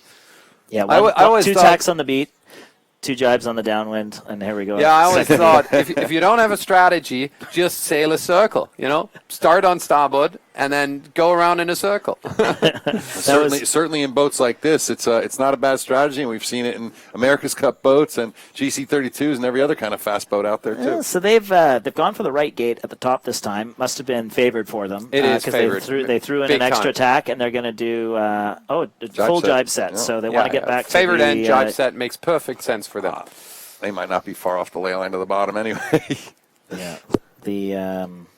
We've got a tight battle here. O'Connor looks like he's going to have to, just ducks Prisbatek, but he's going to have inside at the starboard mark, and Prisbatek might be forced to go to the quick tack unfavored back. mark of the windward at the top here. Oh, here's Dave O'Connor. That was Dave Gilmore. Oh, Match Racer, who's going to Gilmore be just got working this. inside. Yeah, Gilmore's going to be working the starboard Yeah. mark rounding better than anyone else. Junior match race world champion, Australian match race world champion. You're not going to get in on him. And he's gone for the jibe set as well. Did both the other boats? Yeah, both the other boats had Went to go to left. the unfavored mark. So that little bit of work on the starboard ley line and using his match racing skills probably did he gain a bunch there, Marcus? Can you see yet on I the think tracking? so for sure. And It now, looks good, and now the poles are stuck behind O'Connor on the other side. Look so. at that athleticism there. Walks right into the boat with a really low head to see if he's going to foul anyone, who's going to come up. That's one of the big dangers of this starboard mark rounding is you end up rounding on port and don't have rights when you're on port, and then you don't have rights when you jibe again and are leeward or windward boat. So he went and cleared his view, made sure he wasn't going to hit anyone, and now will be sailing as fast as he can. Meanwhile, not only did he get inside the poles, but he was able to leapfrog over his other countrymen too. So going around that favored right mark gets him into 2nd place. That's a huge move for Gilmore. He may be cementing his lead in this regatta right now. Poles have jibed out, I think. No, still behind there. Oh, here's a great view of Beautiful the shot. battle. So there'll be 2 boats. They'll be trying to sneak up on his wind here. The wind does come from just ahead of 90 on the downwinds. But if you can get far enough out, you might be able to affect it. It does look like he's going to hold clear wind here, and if he's probably faster than Gilmore. Gilmore, Dave O'Connor's trapping a little bit higher, and the boat's a little bit less steady. You can see they're putting a little bit more curl into the chute. I think the guys are tending to sail with their chutes flatter in these new spinnaker shapes. So I reckon Gilmore's going to do fine on speed. Guys, here. I was looking at the analytics, but I don't know if you've talked about it before, but O'Connor has a UFD, and so does the Polish boat. Oh! So these guys... That's why we don't see him in the leaderboard. So these guys won't know that. Yeah. Well, we see O'Connor's on the leaderboard. Maybe we can get them to drop him off. Yeah, right. But he's definitely scored UFD in the sailing analytics. Okay, so is he scored UFD by the PRO as well? Yeah, we have a tablet on board, so they're able to get that wow, information well, accurately. that's huge for us here. Okay, so all that great work that and they Dave won't know Gilmore this, did, right? No, they won't know this, and they'll be disappointed when they go through and see their number below. But we did see you called it at the start. The wind. You thought there would be you thought there'd be individuals who would be over at the boat end there, where it was really crowded, and there were. All this effort, and these guys are going to be gutted. They're not going to find out until the very end when they cross the line, take down the kite, go look on the board, and then they watch their spirit fall. Yeah. That's so depressing. You know, there was a time when race committees would pull boats out at the windward mark. Yeah. And then the allowance for redress, and guys would try and fight to get reinstated based on their own coach's video evidence. So now we let them sail the whole race. I'm not sure it's the best look for sailing, but I'm not a huge fan of it, but until the technology's there, I think if maybe guys in the booth can try and hold the rib back and see if they can focus on something else. At the windward mark, they used to have a boat that pulled them out, and or they would even come up to them at the start, after the start. Starboats still do that. You had to get pulled, but the guys chase redress almost every time now, and that's not a great look either. Not a great look. That's the bell for the FX, probably? Yeah, so the FX fleets are all heading out, and every time they do, we get a big bell, so everyone knows when they're allowed to leave the harbor. The pole's definitely UFD as well, is that right? Marcus, what else can you see on our sailing analytics now that we're looking at well, these still guys that amazing speed difference from Lange to the rest of the fleet. It's going up and up and up. They're almost a knot faster than the rest. And we've given up looking at them. They're going to win the race by so much. I've never seen anything like it, I must say. That big a difference. You know, you get a tenth of a knot difference and a very clear correlation that speed wins. Well, right through the line they go. It is Lang and Lang, who are so quick, they're gone already, but it's they'll take the bullet. Gilmore and Turner will take second, and then we'll have to figure out who's coming in after the UFDs, which we still haven't quite updated our leaderboard yet, but we'll do that shortly. Well, our live race leaderboard shows the boats which are actually in the race. We saw Mathieu Frey and Pekin Clement. They won the pin, and they went to the left side, and they've had a good race here. Alonso brothers, we also saw them have a good start. What we don't see is Botten, who had a good start and held his lane too. He was sitting 7th at the top mark. Okay, so he's in for a good race. It's a great result for Mathieu Frey and as you said, Pekin Clement. And first British team across the line, Taylor and Batten, who were I think the lowest scoring British team in the gold fleet here of the 4 teams that made it in. So in this race, it's going to be a third place for the Alonso brothers, as the Polish and O'Connor and Morton drop out. That'll be a great result from them. Just looking back to last year's, David Gilmore was 20th in last year's European Championship. And Visconti and Tony were 21st, so nice move up the leaderboard from year on year. Yeah, the Australian teams had to retool. Yeah, I think it's pretty common knowledge now that Nathan Outteridge is not considering coming back.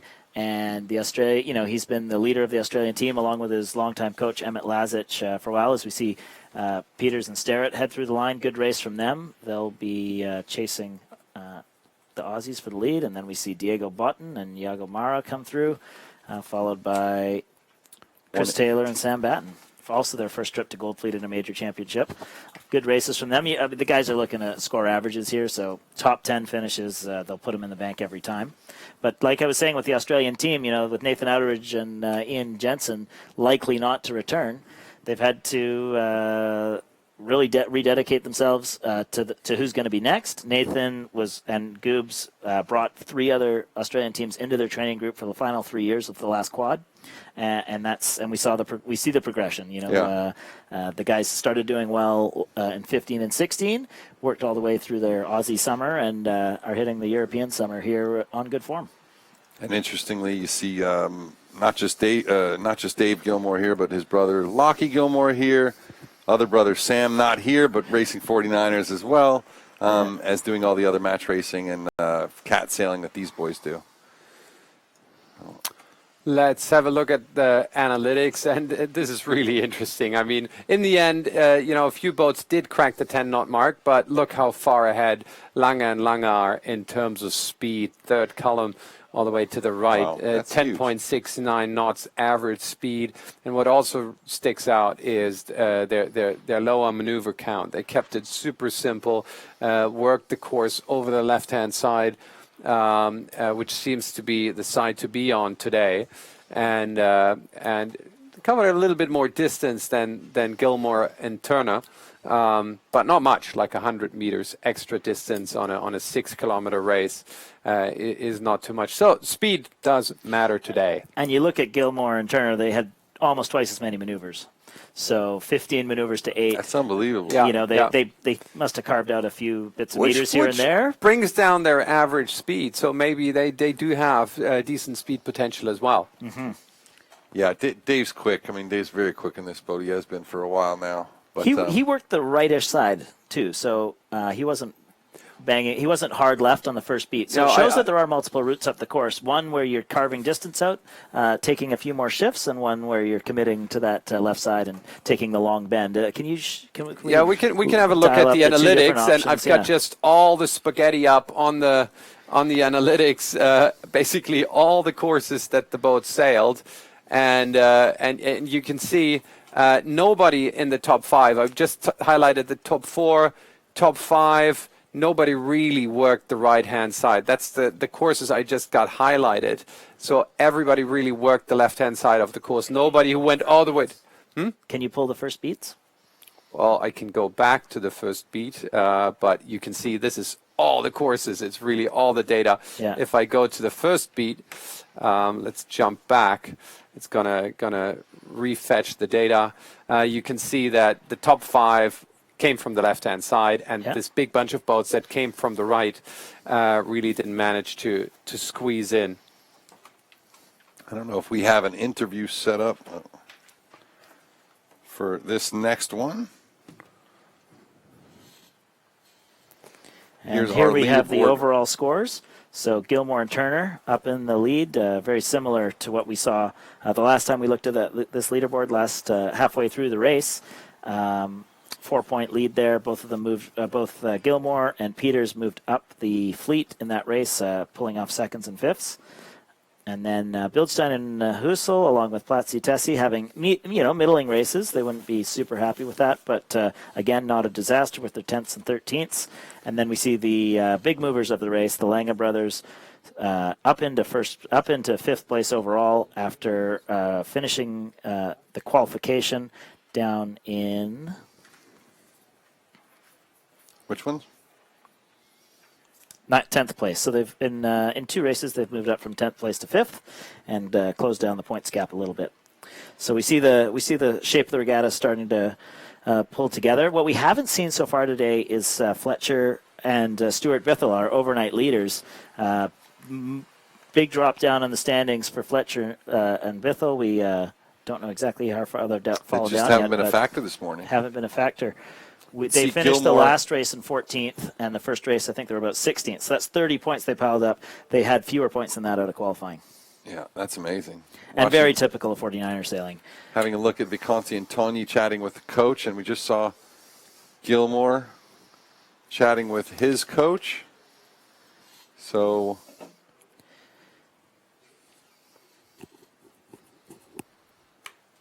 I wonder what they're saying here. I mean, what are they going to talk about? They're going to talk about, hey, you had a bad tack at the top mark, or is it more general weather stuff? You should work that right side. You should work that. It's often very difficult for the sailors to figure out what's working best from their perspective, because unless you are in the group that's made the right decisions, you're battling in your own way, and that's what a good coach will do. A good coach will say, well, I saw you were doing whatever you were doing with your bunch, but here's what other successful options there were in this race, and these are what other options are now available to you in your future races. The left side was clearly favored. I don't know exactly where the Italians were in that race, but the coach will be saying what other successful routes there are to especially the first windward mark.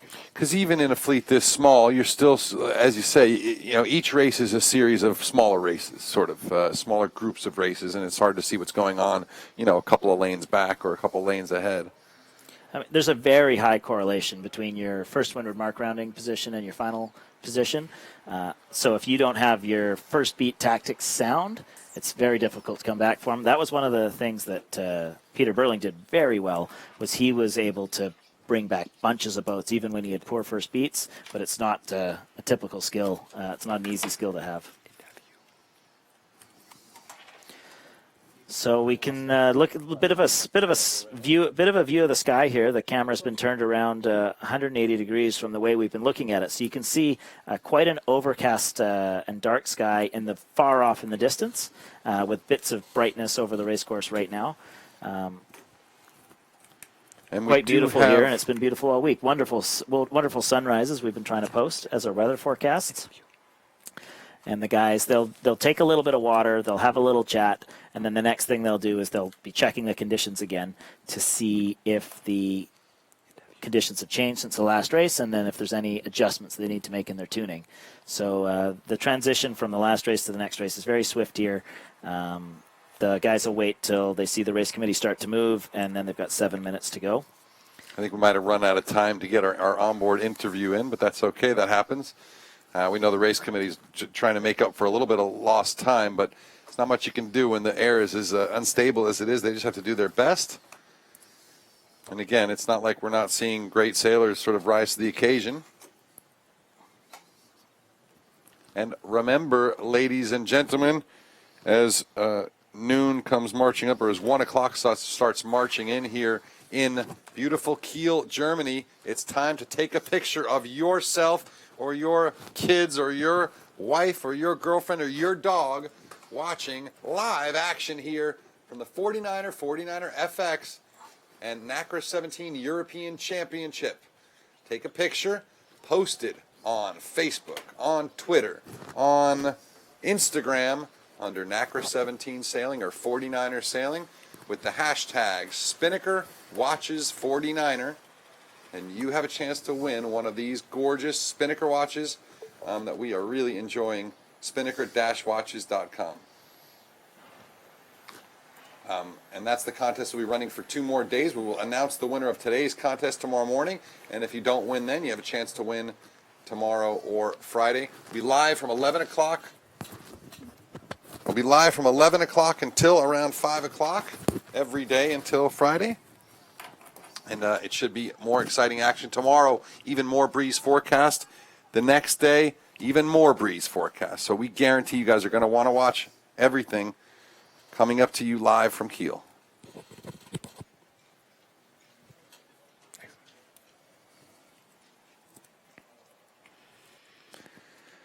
So looking at it from a high shot, looks like it's, we don't see any of those really high pressure patches like we saw in the first race. Maybe it's evening it out on the course. Not too sure about it. If you want to check out results to date, head over to 49er.org for these fleets.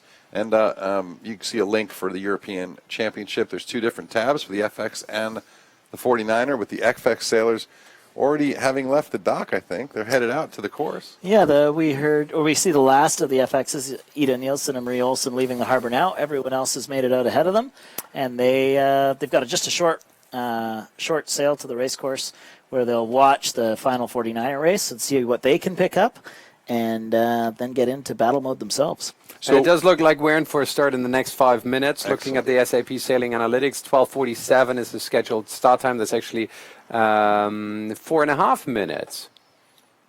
And so the FXs will race on the same exact course we've been watching, correct? Yeah, and that's is this right. the course that we'll have all week for today and tomorrow for this racing? Yeah, this is the hotel race area. For those of you who've been to Kiel, it probably hasn't changed for 100 years, and it's the closest to shore. Our drone is flying from our building out to the course, and that's how it's able to get changed batteries, and we're able to get so many overhead images. It has changed, actually. And I know that because there was a song by a sailor about that course, and he was singing about a girl, and she was called the Course Delta Queen, and it used to be called Course Delta, not Hotel. They've moved down the alphabet a little bit, I guess. Must have been a few committee meetings to get that through, I'm sure. So 3:53 to the start. And but with 4 minutes to go to the start, teams will be getting those transits and making their final decisions on which side of the line they are looking to hold some real estate in. The fleet will typically fill in the line from about 3 minutes to between 3 minutes and 2 minutes 30. Teams will want to try and get a spot on the front row without too many hot shots around them, without too much crowding in the area they want to start at. And then after about 2 minutes to go, the only place on the front row will be a spot that opens up to seek for, and then guys will have to either hold their spot or seek to... They don't behave like they're getting ready, though. Are we sure about the start time? There's a bunch of pleasure boats on the water as well. It's amazing how many boats just sail around here for fun on random weekdays here in Kiel, you know? It's holiday time. It's holiday that's right, season. It's August, isn't yeah, it? everybody's Europe in out August. sailing. No one works, except for Marcus Bauer. Yeah, but you're right. The flags are in sequence, so we've got... I would say... I don't see the... Ben, I've got a question for you. It's one of the stories I've been chasing all week is sort of how closely the national squads actually work together and how much rivalry there is under the surface. I know everyone puts on a brave face, but you know what they tell me and what's reality is not always the same. In pre-starts like this and in between races, are all the British guys talking together about what's going on, and do they kind of set a group strategy here, or is it every man for himself once the morning bell sounds? Certainly there's no group strategy with starting. Every team will be trying to look out for themselves from this point on. There might be, if you're really efficient, a way to share some knowledge for what's going on the race circle, probably through the coach. There is no real way for sailors to communicate directly with each other in an efficient way. But yeah, there's no love lost between teammates when it comes time to racing. Those bits of helping each other out happen in training and in general setup and in equipment and the big picture stuff. But on a race day, everyone's out for themselves.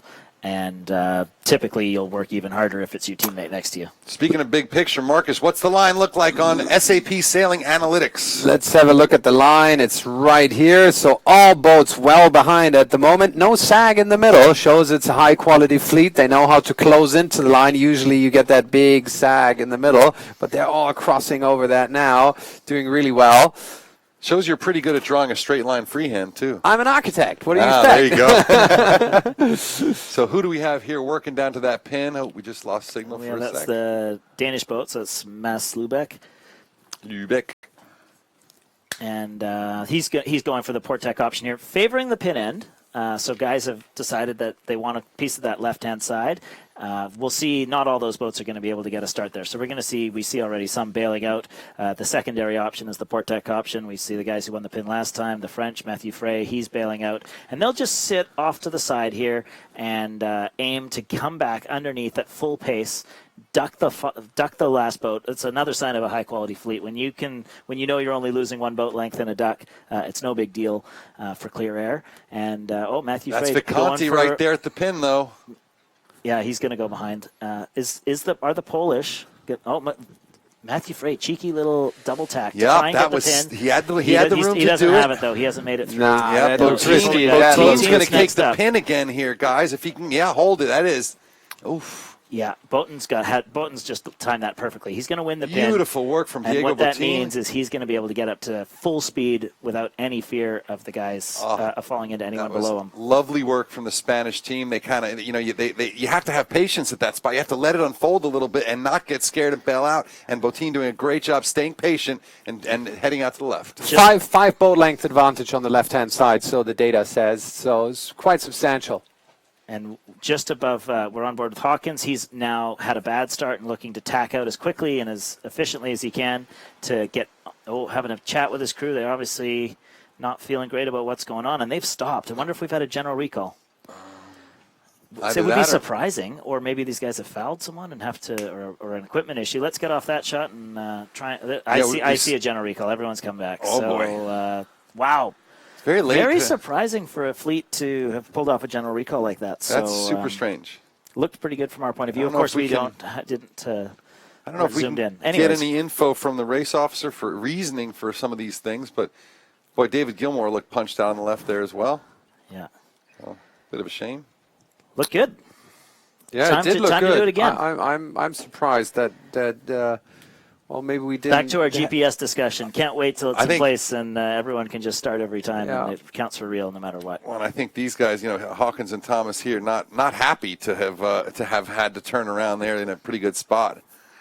So there'll be some frustration in the fleet now. Yeah, we'll do it all again. And I'll tell you what else. I mean, the final race of the morning for these, or of the day for these guys, and is fatigue mental or physical? Does it ever start to become a factor this early in the finals or in moderate breeze like this, or is that only when it gets really heavier?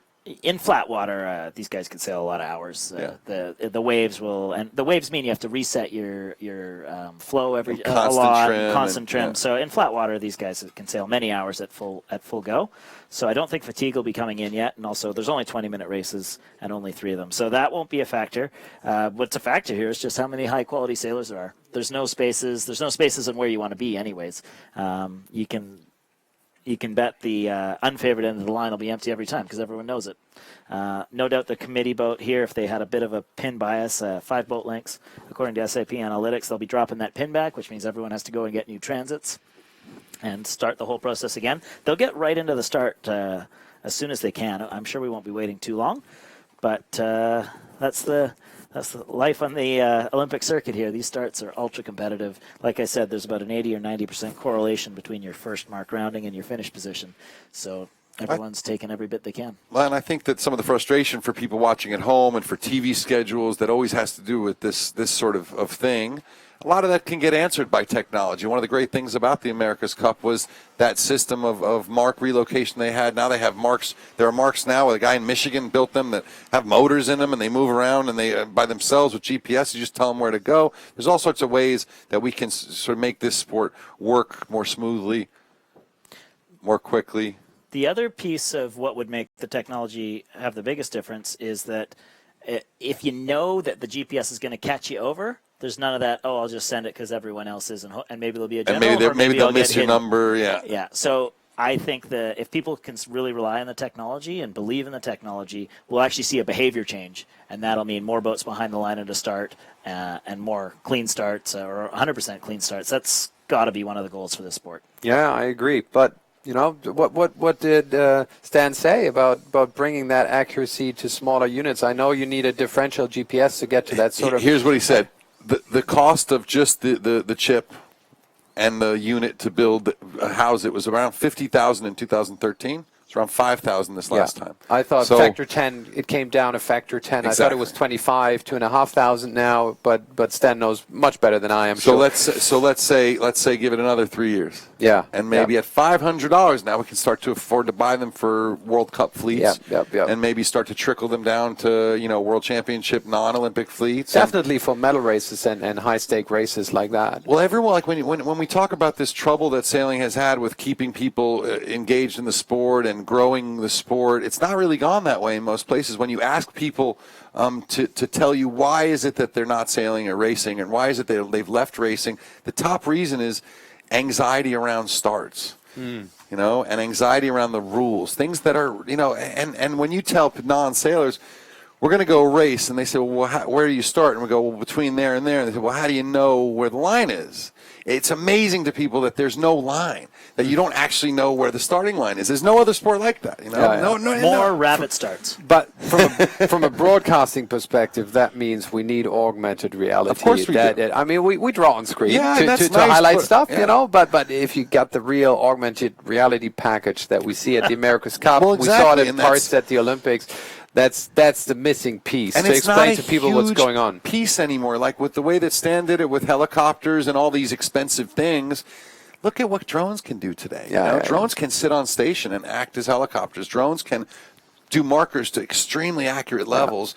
We can set those lines, the distance lines like what's it called, Live Line uses, like Stan's system uses. And we all know it absolutely works for TV coverage, and it works for people who don't don't necessarily go racing every week, you know? Yeah, Well, it I'm raises excited. It's a good understanding day. dramatically. And at the America's Cup, they used super accurate GPS to position it, but you can use computer vision. You need smart software and great developers. In fact, we're running a program with SAP to build that missing piece into the overall system. That makes it understandable. I think it's cool, though, for the sailors to not have it and to actually learn that skill of seeing the invisible. That's what sailing is about to a large degree, where you have to anticipate what's going to happen next. You have to be able to see the invisible. It's one of the great places you can go these days without your phone bugging you. Yes, True. True. It might still bug you, but at least you're not able to look at it when you're on the start line. No, it's exciting days, and I think one thing that's even more exciting than just that technology is the technology that we use to distribute this stuff, and for you guys to see it. Right now, you might be watching it on YouTube, you might be watching it on Facebook. It wouldn't be much more work to put it out on other channels. There's so many different ways to watch it, and for a sport like sailing that's weather dependent, just like surfing, where we can hang out with you for 6 or 8 hours if we need to. Okay, because we don't have to pay a TV company and TV producers and all this stuff. We can kind of just keep rolling. That's what this sport needs. We have to be able to roll with the punches. And this technology that we're using just to broadcast this, for instance, this didn't exist 3 years ago either. Yeah, it's cool stuff. Not with that price tag, at least. Well, I've been streaming Sailing Live for 9 years now, and we had to just invent stuff all the time, and now it's getting to the point where it's worth it for commercial companies like Blackmagic, like all these other guys, to invent cool toys that we can use to do non-network television broadcasts. Because 10 more years and there's no more network television broadcasts in the first world. I hope. I haven't had a TV in 10 years, like a broadcast TV. Yeah, my kids don't understand the concept of television. Yeah, change the channel. What does that They're mean? like, I can now speak to the television and say, show me a video of cute dogs, and then they get it. I didn't speak to a television when I was a kid. Heaven forbid a commercial interrupt their show too, because they don't understand that either. No. Straight to streaming. You get 3 seconds of a commercial, and then you can skip it. So, look, folks, thank you for joining us. If you are just joining us, I'm Alan Block, your host for the week of action here at the 2017 49er FX and Nacra 17 European Championships, joined by Olympic sailor Ben Riemacher and the class manager, as well as Marcus Bauer, a 2-time Olympic sailor, and one of the guys who created this whole SAP sailing system that we're playing with right now, learning all of these analytics. And Marcus, it's been a long, interesting road that you've gone down, and we as geeks of the sport, we love looking at this sailing analytics. I love going back and replaying the races and watching all the lines. But what about for the coaches and for the sailors? What kind of tool is it for them? Well, it started as a live leaderboard. That was the starting point. We just wanted a live leaderboard of the race that feeds into a live overall leaderboard, so we know what stakes are up, what's happening, so we can tell the story straight away. Turns out, great coaching tool. You got a replay, first of all, nice big timeline. So you scroll through the race back and forth. You get all the situations, and you can review the strategy and tactics. When we added wind sensors, it made a big difference, because we get a fairly good idea of what the wind field is like out there, because we've got more than one, usually, sometimes 3, sometimes 4, and we interpolate the wind field between those wind sensors. So fairly accurate wind field. And then it collects a lot of data automatically, like it counts attacks. It knows what attack is and what a jibe is, and you get the numbers, like who did a lot of maneuvers, who did little maneuvers, and lots of data in there. It's beautiful to dig in and find out stuff. You can find out with one view whether boats went to the left or went to the right, like the winning boats. There's a value called the cross-track error, where you can see whether it was the winning boats were left or the winning boats were right. Lots of beautiful stuff in there. Even a simulation.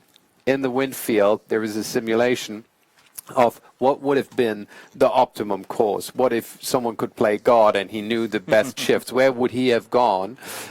Obviously, it's just an estimation in the wind field, but mathematically it's correct. There's so much stuff in there. It's amazing. All built, by the way, by a guy called Axel Uhl, amazing developer at SAP. Without him, the tool simply wouldn't exist. Well, what about these individual Olympic teams? We know some of these national. I remember going to Rio, for instance, the year before before the Olympics at the test event, and going up to the Sugarloaf Mountain, and all the coaches are sitting there up on the mountain, or the weather guys for the teams. They're up there sitting on the mountain with video cameras, just shooting, not the racing, just the wind, for days, okay? And so obviously these teams spending hundreds of thousands of dollars on data acquisition, on all these things, on travel.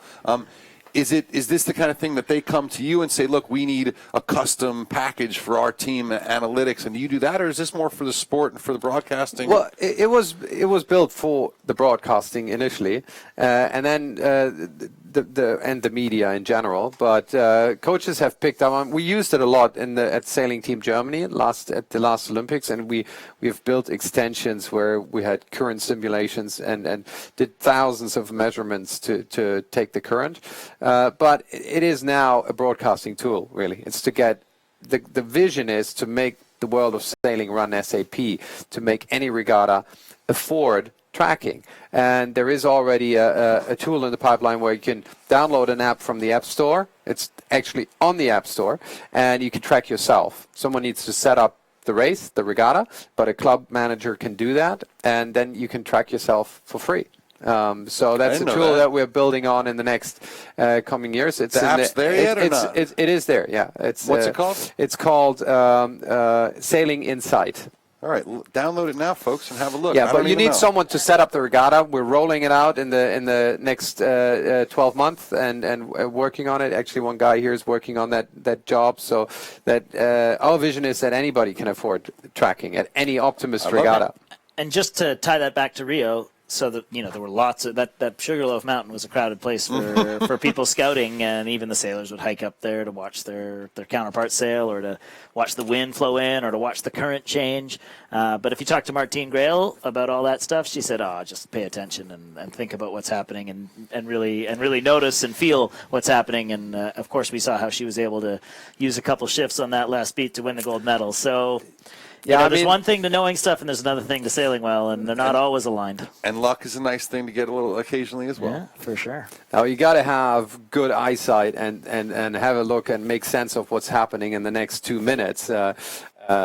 Big data statistics don't always show you the full picture, but they're good at disproving theories which are false, and sailing is like a black art, and it used to be much more than it is today, where you had these coaches having one theory, and then you got another guru coach having another theory, and with data you can easily find out that theory makes sense and that doesn't. And I think that's good for the sport, and it's good for the kids.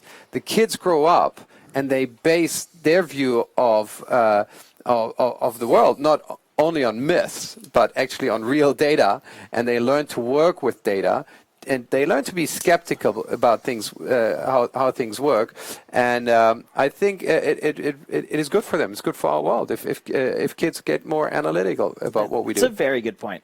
Otherwise the loudest coach is right. Yeah, and that's rarely true. And needs to be dug into. I think sailing cultures like New Zealand, which are very condensed and very small. If someone comes in with a false theory, he gets laughed at. But if it's more diverse community, like in Germany, for example, you've got all these lakes and little clubs. You've got all the little gurus all over the place, and they can have all sorts of strange theories about sailing, which are plain wrong. And the kids pick them up and they run around with them forever. And I think it's good to have a good grasp of reality in every regard, Well, there's also an old saying, which is art is only art until there's enough data to make it science. True. So, a lot of the things that people always think, trimming a sail, calling a line, until you have the data and the math, guess who's going to be faster trimming a sail? Well, the guy who's the best artist. But when you have the data, who's going to be the best trimmer? It's the guy with the best data. Think about Blair Tuke. Well, we've seen that transition in sailmaking really come to a head the last 15 years.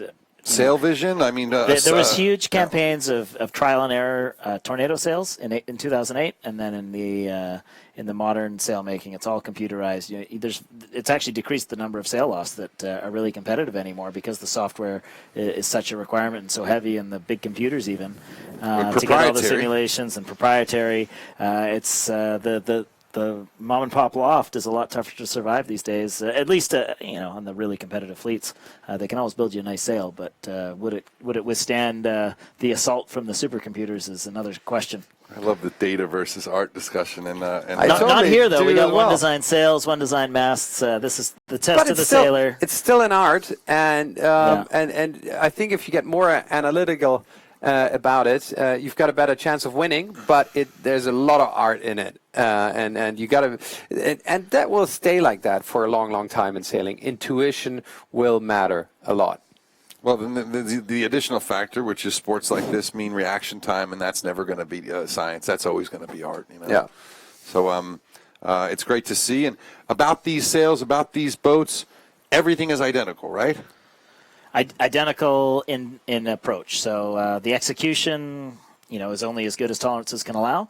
But what's the difference, say, between the lightest boat and the heaviest boat before you put in corrector weights in a 49er? Couple of kilos? I mean, no, less. They're coming out of the factories at 90.5 kilos. Within they actually get weighed up to 90.5 kilos at the factories. Then guys apply as much grip tape or as little grip tape as they want. They're allowed to come to a regatta at 91 kilos at the minimum, and then we weigh them all up to 94 kilos, so that people who have boats who have put on a couple kilos or had a repair or a little bit older can all sail at the same weight. So everyone's here at 94 kilos, except for maybe some of the younger guys in older boats. And then you actually mount corrector weights to the base of the mast. Is that right? You just sit the weights right on the base of the mast, which is almost the center point of the mast of the boat. That's a little after the jib cleat, but then the guys would trip on it. So they come here at the same weights, and but that's not really what would make the difference, anyways. The things that make the difference are all the sails come out of a single loft. Computer cut everything, pre-tensioned luffs to the exact same tensions, climate controlled to hold all the material.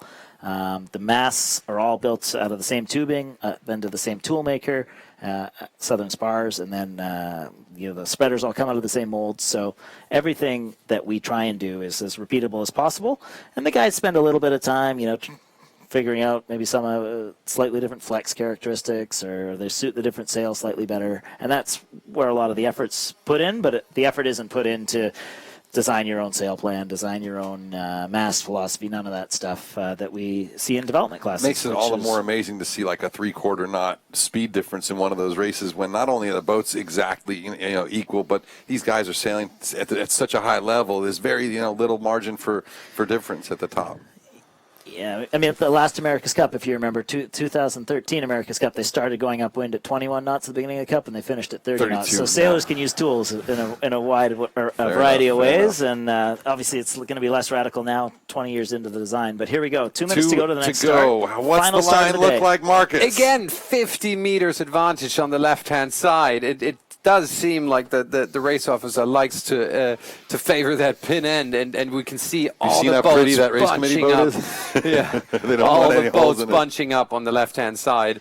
That's going to be a difficult start. Did you say 50 meters or 5 boat lengths? 50 meters? It's 10 boat Wow, lengths. so the guys are not, there's That's no right. hiding that for them. They're gonna go for it every time, and that's going to Everybody's cause there. trouble. And Bildstein and Holsel down here deep, looking for that pin. Interestingly, the farthest back boat we see is GBR3. That's Dylan Fletcher, who hasn't had the best days so far today, and he's not committing to the pin end. He's one of the guys that's usually pretty aggressive on chasing a pin, so maybe we'll try and interview him later and find out what his philosophy to the day is. Bildstein, by far the most aggressive, really working to keep the boat in there. We saw him throw 2 tacks in already, holding place nicely as the 1-minute gun gets ready to sound. Both Spanish boats down here as well, with Botín kind of in the second row there, right bearing away just now with the Alonso brothers caught up there in between Bildstein and the Poles and another German boat just to windward. Yeah, so we can see almost all the boats in the fleet, except for the ones that would be over your right shoulder if you were pretend you were holding the camera. There's a bunch of boats that will be on port waiting to duck these guys at the pin, because it's the only way to cross the line with a range. And we see the fight now. 34 seconds, another double tack here from Bildstein and Hüssel. They're trying to gain every little bit they can to be able to make the pin when they accelerate. And to be honest, they've been given a bit of a free pass. It must be really biased now. There's almost no one on starboard. Everyone's trying to start on port now. There's a couple guys who pinch over the line here and have good starts on starboard, and everyone else will be starting on port. So you can, there we go, our cameraman's panning back to see the guys all sitting. It's a very tricky thing to have so many people on port, because just a single starboard boat can affect everyone, and the rules require room given. You can see Dave Gilmore just ducking behind the Spanish. And there's the start there. 2 British boats, 3 British boats all over the line. Great start from Team Britain. And you can see how fast they were able to start on port compared to Bildstein and Husel here from Austria, who are having to pinch, and now they're stuck on the pin. So the guys who started on starboard are all stuck. Everyone is starting on port, and it's a general recall again. It is AP up. It's AP up. I assume he had black flag up, and he pulled AP to avoid having to disqualify anybody. That was too biased to start. Yeah, so but it was obvious at 3 minutes out that it was too biased to start. Yeah, the race committee will have been hoping the wind will have shifted back, and then they put the AP up to, like you say, avoid anyone having a black flag. So we'll wait again, folks. Shifty conditions proving difficult to set a square line. So, wow. I'm just looking over at the SAP analytics, and you can see just how biased it was. 20-degree bias. you could almost not make it over the line on starboard. Yeah. So challenges today, and you know what's really frustrating is every bit of delay here decreases the chance that we get to see the Nacra 17 foilers on the course afterwards. But we'll see them tomorrow. We'll see them tomorrow. They'll be do you want to just review the schedule again for everyone, and then maybe we'll get the chance to see that Spinnaker watch one more time. Yeah, and folks, well, let's hold off a little bit on the Spinnaker watch. I mean, we don't want to give them too many chances to win, right? But yeah, schedule pretty simple. 49ers today, one more race if we can ever get it off here properly. 49er FX is immediately following the Niners with a really short break, I think. And then if we have any time at all, we'll squeeze in a Nacra 17 foiling race. And then tomorrow we start off with the Nacras, I believe. Is that right?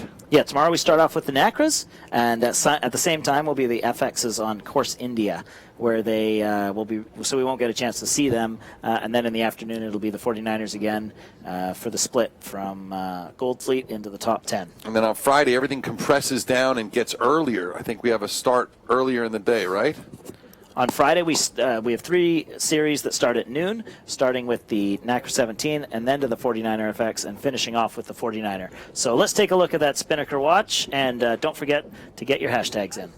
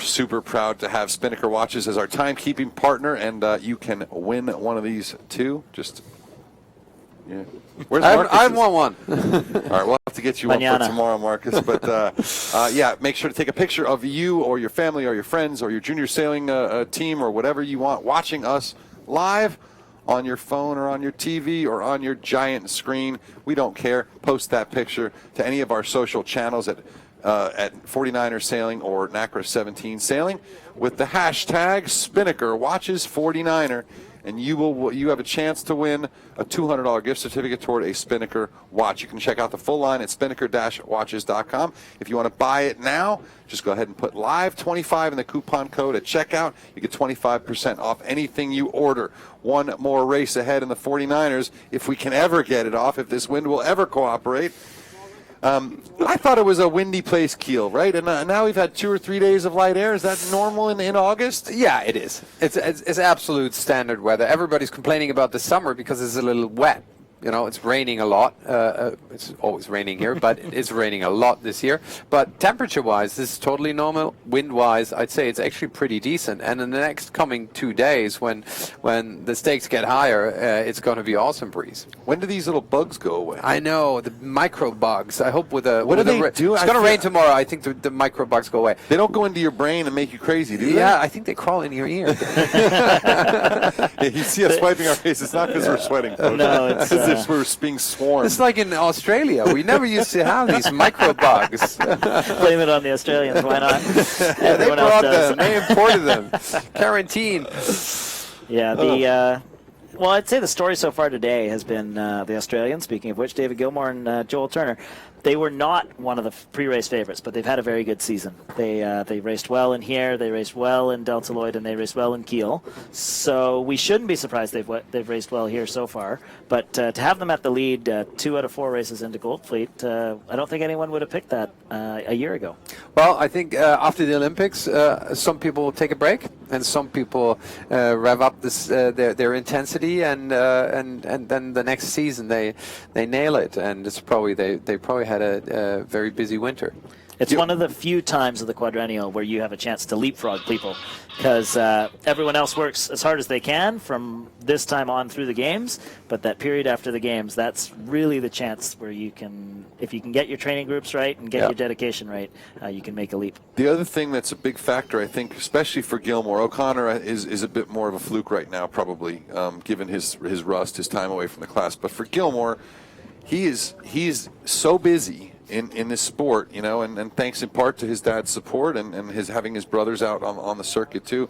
But World Match Racing Tour in M32 catamarans, other match races in fat old monohulls, you know, doing all sorts of dinghy sailing, sport boat sailing, 18 foots, you know, everything he can get his hands on, he does. Moths, he just, anything he can do, he does. And cross training and sailing does wonders for all of your racing, right? Because you know each different style of boat teaches you something else, and it's great for your fitness and for your mental acuity, and just having all of the scenarios ready to play out in your head. Obviously, the match racing helping too. Yeah, as we saw him take the starboard mark better than anyone else in that group around him. And then the final thing that's changed for him is his partnership now with Joel Turner. So Joel was helming last year, or for the last quad, and he's a big, tall lad, and obviously decided he could put on the muscle to do it.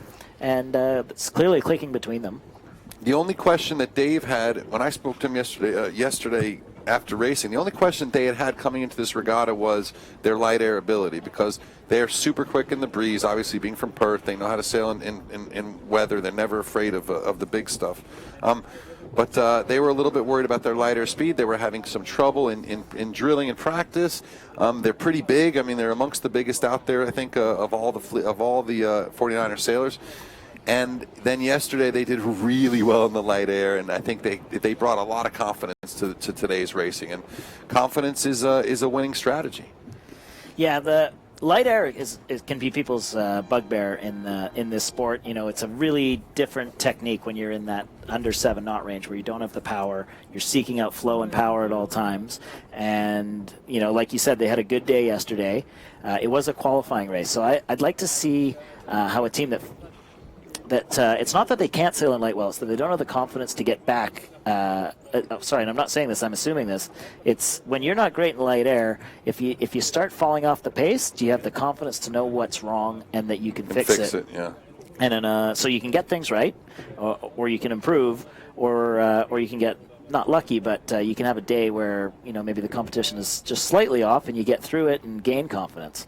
But I'll be interested to see in a Gold Fleet race where there's lots of really good light air teams, if they've got through it, or they just had a day, and every day they do well in a qualifying in a condition they're not as confident in, will change their psyche about it. Looking at the forecast, that next upcoming race, probably the last lighter wind race that we're going to see at this event. Friday looks really big, and I think even the Gold Fleet, if the forecast is true, even in the Gold Fleet, we could see boats pitch poling or capsizing. I'm ready for that. It's a bit of I'll tell you, the one thing I'm a little sad about is that yesterday we got to see the first ever light air race for the Nacra 17 foiler, with the foiling boat. The spinnaker for the old Nacra 17 has been recut to be very flat, And right before the start, we saw the spinnaker flash out from Gemma Jones, and it was clear after she rolled 2 boats in about 20 seconds, and the rest of the fleet, bam, all went to the spinnakers. And it was really cool because, you know, in 6 knots of breeze, they're double trapping upwind with huge power, and I thought it was a great look. It also meant that at the top mark, they were already foiling by the time they made the turn around the top mark. It was very fast racing for the breeze that we were in, and it was really exciting. I don't think we're going to get to see that again on TV, unfortunately. There's a little bit of it on the web. There's a few pictures, but it's great to see sort of very new things developing here as we get ready to run the final race of the day for the 49er men's. Yeah, as we talked just about how difficult it is to broadcast light air racing in an exciting way, those spinnakers were one of the answers. You know, it gave a little bit of tactical options to teams. It made it more colorful. I was watching from shore, and it certainly was more interesting than the typical.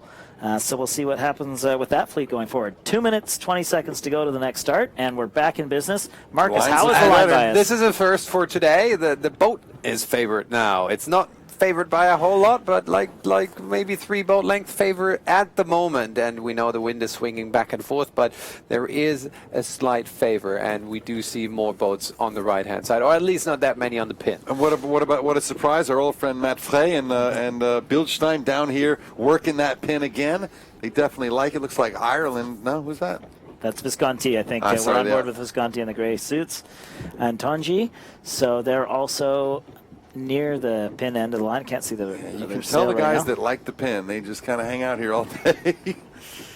But working up at the far end of the line, looks like we to can be the see poles. the intensity is not as strong as we've seen in the last starts, because more boats are going to be able to work their own areas and just have to. You almost collude with the guys next to you to keep 3/4 of a boat width between you all, so you know you've got a spot, and then you only have to fight in the last 30 seconds when no one else can slip in and take your hole. So the guys here, you can see there's much less working of the boat than we see when there's fewer spots available that are going to be good, and then we'll see the intensity ratchet up from about 40 seconds to go. Amazing how long they can hold basically stock still in breeze and in moving water, and these guys just they're barely moving. And that's with almost no centerboard in the water. Like, these are very high aspect ratio boats, foil setups, so it's a very difficult skill. Teams will typically spend 1/3 of their practice time working just on these maneuvers, these low-speed maneuvers. Wow. And that's what we see when we go on board, and that's definitely an art part of the racing here. Yeah, so we're seeing a couple teams bail out, so they don't like where they are, and they're looking for new spots. We're down to the last 30 seconds. Everyone here, you'll see the guys working their boats to try and just gain 1 foot or 2 to windward, an extra bit of separation so they can accelerate on board with Hawkins. Look at the little ooching around. I mean, every movement is so efficient and has its own targeted purpose. 15 seconds to go. We're seeing another boat bail out, but the Austrian and French still working that pin, seeing who's going to get it and if it's going to make a difference. Frey's in a tough hole to make that. We'll see what happens. 5 seconds to go. And I think the winners are going to come from Lange. Lange's got a great hole in the line there if he can get his timing right. Much lighter than we've seen. Right in the middle is the Lange brothers. And we see Matthew Frey really having to pinch to make the pin. He's going to make it, and Bildstein had to bail out. But his countrymen, Kevin Fisher and Jan Joven, able to go straight over top. Looking very good. Diego Botín just up second from the pin as well, and they're disappearing. Is Bildstein going to take some sterns? It does look like it's fairly light at the moment, and boats which can head out to the left, I think, are in a better position, because the likelihood of some fresh breeze filling in from the left is just higher. So getting spat out to the right, probably not a good thing at the moment. Best start we've seen today for Fischer and Graf. And we're looking at Visconti, kind of sort of second row a little bit. Yeah, he's trying to hold on. He was just waiting for the guy above him to go. Now he's going to bail out. But like you said, Marcus, if you're now bailing out, going to the right and then also without a lane, it's a tough spot to come back from, at least in theory. But this image is slightly misleading, because actually the boats who started at the boat on the right-hand side came out all right. This time around, the right-hand side did actually work. It's more about holding your lane right now than it is exactly where you started. Yeah.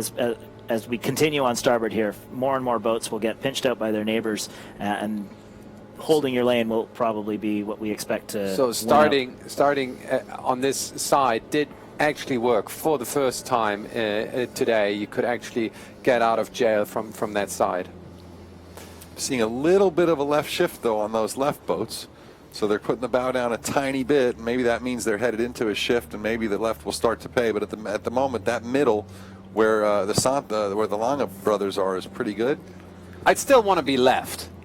I'd still be happy if I could head out to the left-hand side. And we see that Matthew Frey there, so we didn't think he had the best start. He had to pinch to make it around the boat, but just his ability to crack off and sail the exact lane he wanted has kept him in the front row, and he's surging into the top group here. I think if you look, though, just ahead of that green and red flagged boat that just tacked Lima over, and from Portugal. yeah, I think that's Dave Gilmore all the way yeah, up you there. can see him in And the far. he is looking. He's looking I mean, super sweet. He's 3 boat lengths ahead of anyone. Yeah. He must have. Wow. He must have picked a good shift and a small gust to pinch out like that. So he would have been a port tack option guy, possibly.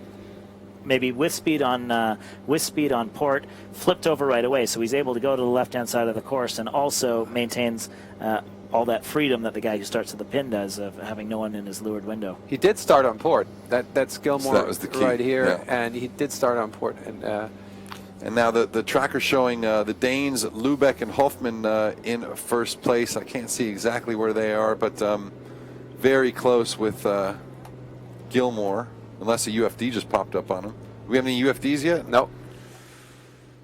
Gilmore So we just just got a bit disappeared. of a missing tracker on the. Okay, well, we know he's doing well because we can see him. We don't need a tracker, but I mean, that's the biggest lead this early into a race I've seen in a while. So good sailing from him, and he's been sailing well all regatta, so we shouldn't be too surprised. And this is the lightest air of the day as well. So, do we have wind speed for this one, Marcus? No, not at the moment, but I would guess it's around 9 knots right now.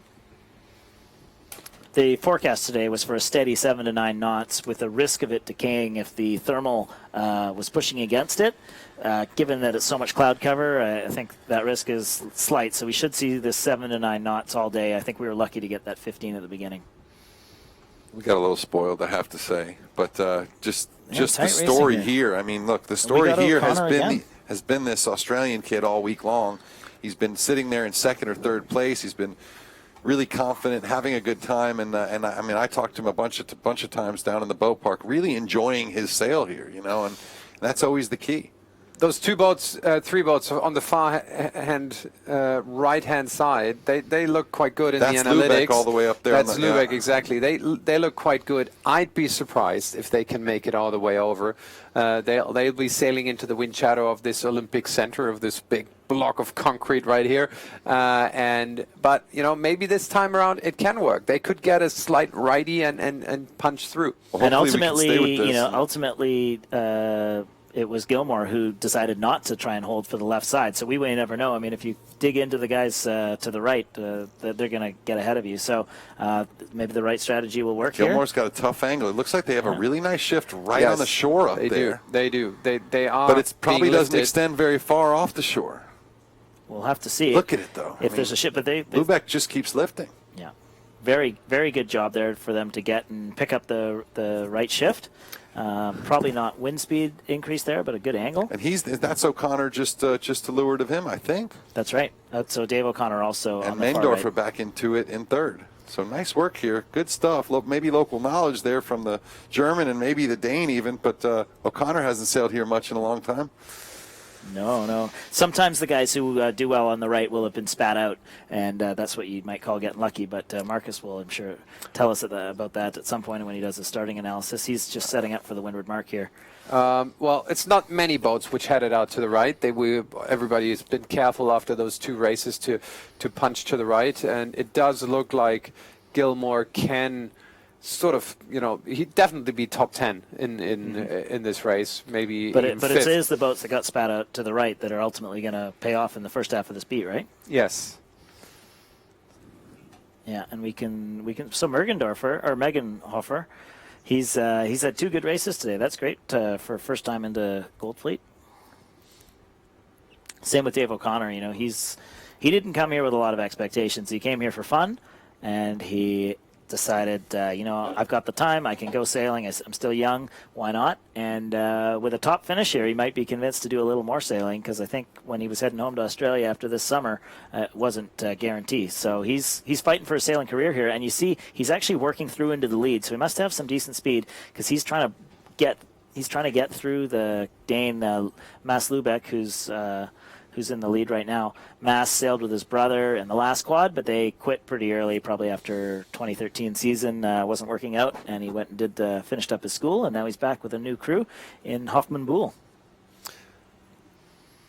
Gilmore is really changing sides here. He's heading all the way to the right-hand side of the course. The way I would recommend to approach the sailing on this course is ignore the rest of the fleet. Just basically look for your lanes, use the other boats to estimate where things are happening, just as indicators, but ignore them. Even ignore the dirty air and just go for the good lanes.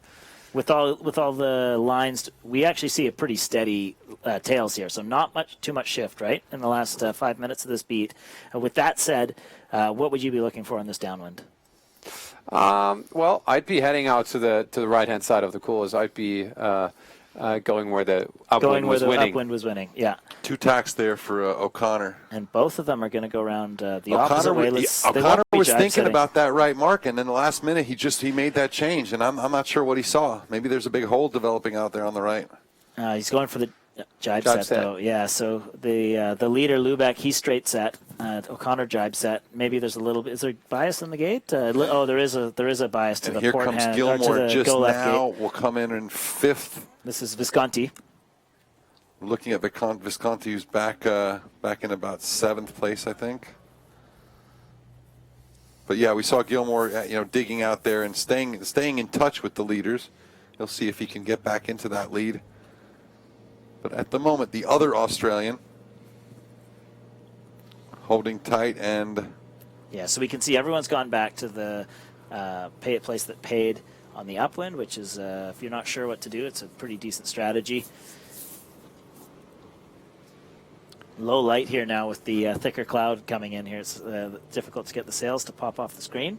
It's funny, too. Oh, but it's light. The guys are not confident at all. You see the leader here. I think that might have been, I don't know who it is, so that he's already jibed back. So the guys who have straight set must be looking okay. Possibly what we assumed was going to be the dominant strategy with a tiny bit more wind funneling out of the fjord. But for a leader to jibe in that spot with a few teams following surprises me. So I think the left-hand side upwind must be looking good to that lead. I think it's getting patchier and patchier as well. It is a dying breeze. Well, and now here where we are, just a mile away, it actually looks like the breeze is increasing. So maybe that breeze will filter out onto the course. But yeah, it's a tricky old day here in Kiel. Lubeck, though, converting that far right corner into a nice lead on the fleet. Can he hold it? It'll be a good result for Lubeck, who entered our round today in 18th place. Yeah, so there's an Italian boat, Italy 23, Plazzi, who headed out to the left-hand side and who caught a major right shift and made a substantial gain just now. Jacopo Plazzi and Andre Tesi. Part of the next generation of Italian sailors. All the Italian sailors followed the Sabello brothers for years, and now the Sabello brothers are coaching the next generation. So, well, one of them's coaching those guys, and one of them's coaching our friend Chris Rast and Trevor Bird. The American team failed to make the gold fleet. Rast, I think the oldest sailor in this fleet at 45, and certainly been in the 49er for as long as anyone since 1998. So fascinating tales. Here's a of really Olympic junkies. Really good downwind by the Italians, which came over the left-hand side. Nice angles, good speed. So they jumped from maybe 6th to 2nd here on this run, or 5th to 6th. Well, they could come second after that It's a speed. tight cross here. They rounded 6th, I believe. Okay, see if we have that cross on live. Now back to leader. Just behind him, there's a heck of a cross going on. I think we're going to miss it. Yeah, if we can get back to, but certainly to enough the breeze analytics for a comfortable double more, trap. It does look like the Italians, they're in 3rd position right now. That means I think they must have there they passed are. 3 boats. And that's going to be a really interesting gate rounding. Much very favored to the left-hand buoy. Yeah, if they can squeeze in there. get a little bit more screen real estate here and zoom in a little bit. Can they make it in? Is the left-hand side better on that lowest part of the course? Gate mark is definitely favored. The Italians look to be in good position here. The only thing is they're going to have to do a hook turn all the way around jibe drop. But if they can get a good line on it, they should be able to come out with speed and extend away from all those boats they're fighting with right now. Do those big jibe drops and 180-degree turns really kill the speed in these boats, or can they kind of keep a little bit of momentum through them? If you get your arc right, and if you get your spinnaker down and are able to set your two sails to get a little bit of reach and speed, then you can keep your speed. But if you have to pin turn, then you're really in trouble. So I'd say the left-hand side won now on the downwind, and I wouldn't be surprised if it's back to the left on the next and last upwind of this race and day, really, for the 49ers. Maybe we can have a look at some mark roundings live. And Lubeck certainly, I don't know. There we go. A little bit of action here. So there's our second place Italians, Plazzi and Tese, and O'Connor Morton holding on to third, heading out to the left side as well, which, as Marcus says, was looking good in the last run. So maybe it's still looking good in the beat.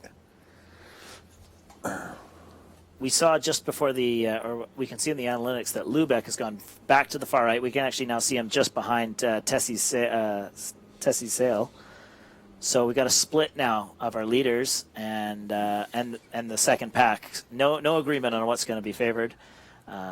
We saw on the downwind, the guys who came to this close side did well, but we saw on the upwind, the guys going to the shore side have done well, and we're going to see how it plays out this beat. Very steady lines. The guys it's not really shifty out there, but it does seem to be decaying the wind speed. Actually, as I say that, left. we got a left shift on the Italians. Big left. And not really seeing it extend across the whole course, but will the guys dig in, maybe the way we expected O'Connor to on that last beat, or will they get scared and head over to the far Lubeck right? might be very scared right now. If he's looking across and watching their bows come down, the guys on starboard, he's going to get really frightened because he's super steady on port. So yeah, I'm going to guess Lubeck's pretty dedicated to that right side. It came good for him in the first race, or in the first beat. Did okay on the downwind. He's just going to bang that corner and keep his maneuvers down. Sorry, I'm surprised the Italians don't tack. There must be something good happening ahead of them. There must be fresher breeze coming in. It might be that breeze that just came across our street here a few minutes ago, and it's finally reaching the course. So actually, looking out the course, I see a dark patch out there, windward of the boats. We can actually see it up here from our vantage point. That's gonna decide this upwind, and I think the Italians are heading towards it.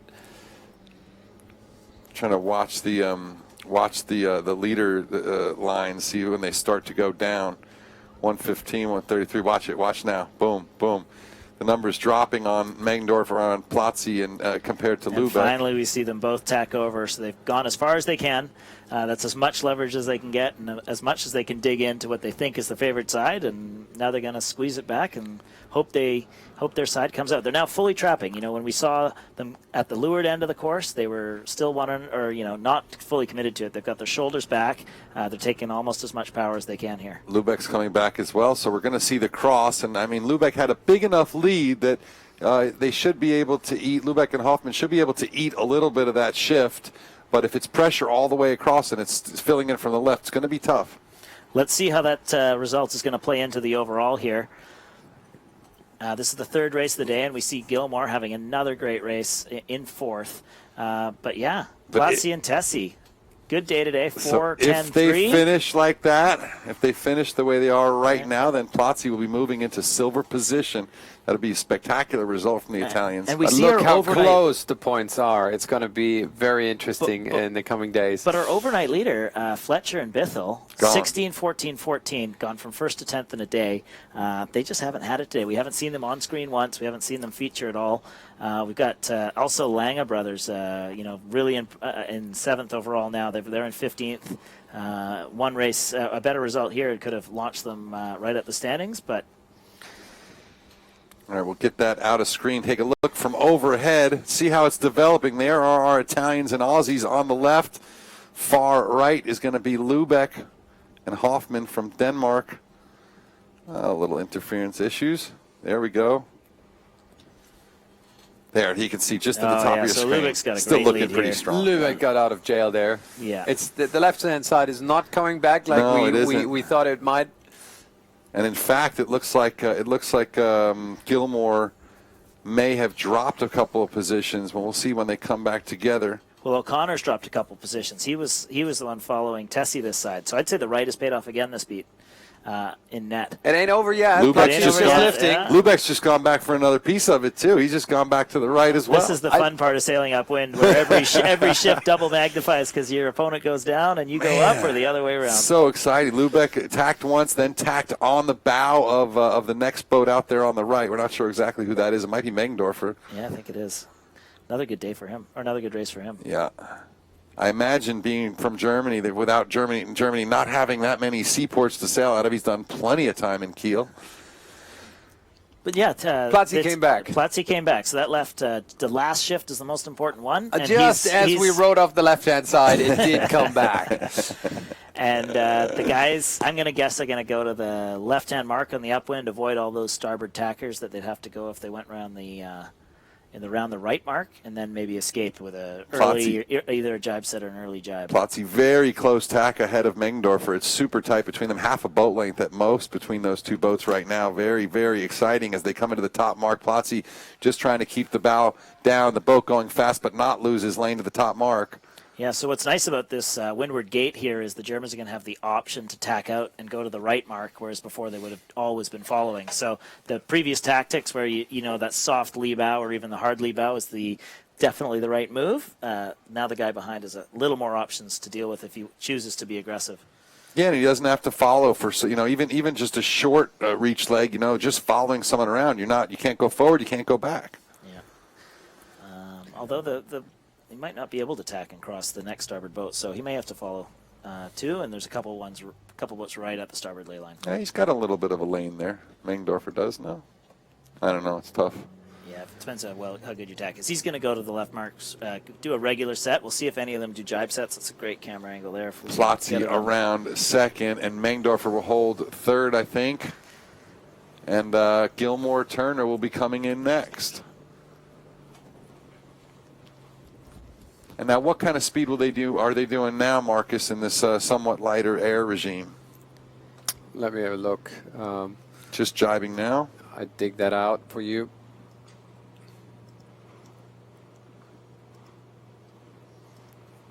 It's pretty precarious, though. You see they're coming in, they're coming out. Not a lot of breeze.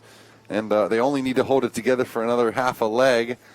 I think Lubeck and Hoffman are going to be pretty excited about the end of the day today. Well, Lubeck are doing 12 knots at the moment, 12.6, and the others are down. They're like below 10 knots at the moment. You can see they're crouched in their stance, so they're not feeling amazing out there, but nevertheless, crew's leaning back a little bit. So I bet they're feeling pretty good. but in that stance, they'll still be a little bit worried about is it getting patchy and light. But yeah, their positioning's great. They really should just be able to sail as they can all the way through the finish.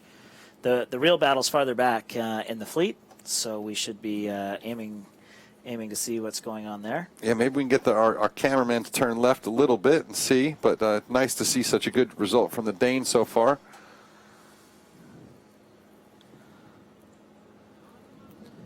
Yeah, so we can see the boats coming at us.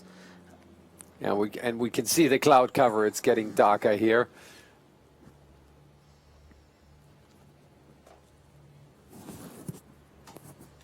Just got the Germans, Mengendorfer coming across on port. They're close to the Italians, so they still got to sail well.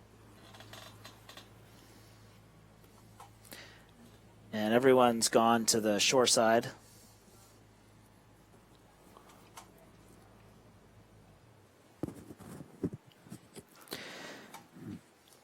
All right, so back to it. Lubeck and Hoffman, I think, are almost across the line. But back here, way more action. Purple kite there is Mengendorfer, I believe. And this is Platzi here, right? Yeah, that's right. Yeah, That's I think Platzi. so. Is this a lead change? No, Lubeck's gone and far ahead. And we've got Platzi listed ahead, so it must be the camera angle Sorry, just I catching up. meant the second place change here. It looks, it's pretty tight with these guys. Yeah, I think Mengendorfer a little bit to leeward. It's light again.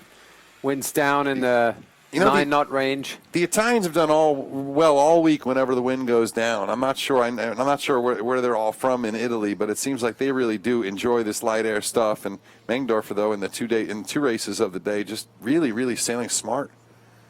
And I wonder if he's continued with that really low distance. That I just saw a bunch of birds trying to eat that drone. That was pretty cool. But really, the story of the day is actually Gilmore. I mean, Gilmore's featured in every one of our races. He's pulled himself back into 5th on this race and got himself a pretty solid lead from starting at 3rd place in the overnight. For sure, in winds that a conventional mind would say aren't at all their forte because of their size and because of where they come from. Yeah, that Fremantle Doctor doesn't look like this. No, not often. Not often. Not much. Here's the time leader, left. Lubeck, just There we going see the past gates. the leeward gates, and he'll be going through the finish line for his first win of his senior career in a proper championship. So Mass, happy fellow there. He's a real fit guy, and the Danes have had a very long skiff program, leading back right to the early days of skiff, including a bronze medal at the 2012 Olympics with Alan Norgard, now a Nacra 17 sailor. And, good way to finish the day. They'll be feeling great as they go home after just getting through the line. Look, they only were 18th going into qualification round, but first right now in this race, and that will move them well up the fleet. Great work from Mats Lubeck and Nikolai Hoffman. Beautiful stuff, and it was all about that far right going and hugging the beach and saying hello to their friends on shore and taking it in for the gold. What a challenging race course to sail on. Oh, Different sides paying off every time. That's why we yeah. do so many races in sailing, because... You can only have a rule of thumb. It's not always paying off. It ain't easy. You got to keep your eyes open. Very much like Sydney Harbour, to be honest. Good. It's a good. And very difficult to see in this overcast light as well. When you're sitting on the start line to know See where the the puffs breast and pressure is stuff. going to be is... Platzi saved their 2nd place. Good job on them. Yeah, good work. That was a tough race for Tesse and Platzi and Mergendorfer with a 3rd. Megendorfer and Spranger with a nice 3rd. So maybe winning the day a little bit there. Yeah. We'll have a look at the results shortly, but beautiful work here in 4th. It looks like is that another Italian? Yeah, Viconti and Gianmarco Togni. Nice And work we from them. should expect the Italian or the 2 Australian teams to come through next. Let's see if our cameraman can find them and see how close they are. Yeah, And, there's one. That's Gilmore. Yeah, it so sure is. Very strong day for Gilmore. Beautiful He'll work. be Gilmore, thrilled. Turner. I swear, every time I see Dave Gilmore, he seems to be taller, but shouldn't be growing anymore. And Dave O'Connor, the last He's guy gonna to be excited. faced elimination from Goldfleet in a pressure pack protest room last night. 2 hours including the call for very tight Close finish there. with Portugal and I can't. That see. was Poland. That Who was was ahead? Portugal. Lucas. I would have called it for Portugal, but Very close. yeah. And here's the Italians, the Austrians, Bildstein and Husel. And I think that was Lukas Brzbiet. Wow, where are we going to find Fletcher? Let's. We got Hawkins coming through the line with You know the what? onboard shot. I'm going to say even more than Gilmore, the biggest story of the day is the lack of performance from Team GBR. There we go. Peter's coming through, right along, and here's Gilmore. Here's Dylan. Wow, overnight leader, three places below what he'd hoped for, and he'll be very disappointed overnight. And all Now the Brits fighting for together, his life to be included in Goldfleet. One more Polish boat coming through. Marcus? Well, we can look at That's the photo Prismatek. finish we just had. Go ahead. Show us. Let's review that picture by picture to find out who was ahead. So was it Portugal? Let's go picture. What do you think? No, it does look. We don't have the like- angle. It does look but it does look like the far boat was I would agree ahead. with you. Yeah. Yeah, nice. We can replay it That was- and review it. That was the Buksak and Simon. Bukshak and Vizbietsi. Ooh, and the Alonso brothers. Tough finish here deep for them. after a good one in the second race of the day. These should really be their prime conditions too. So, and only one more boat through the France 144. Kevin Fisher and Jan Joven taking So down their if spin we before can they get get- through the finish. The analytics stayed up at some point. There might be something interesting. Let's to have a to look at it. the leaderboard. I think we have the results up, don't we?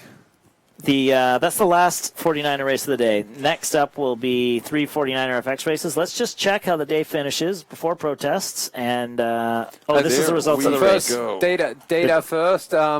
interesting reverse correlation now when it comes to Distance. speed. Wow. You know, the Gilmore being the fastest boat and covering the least distance. That's a bit odd. There must be a glitch in the data right there. You can't they you can't be the fastest boat and cover the least distance. And win. That's not possible. We got to delve in and find out what happened there with the data.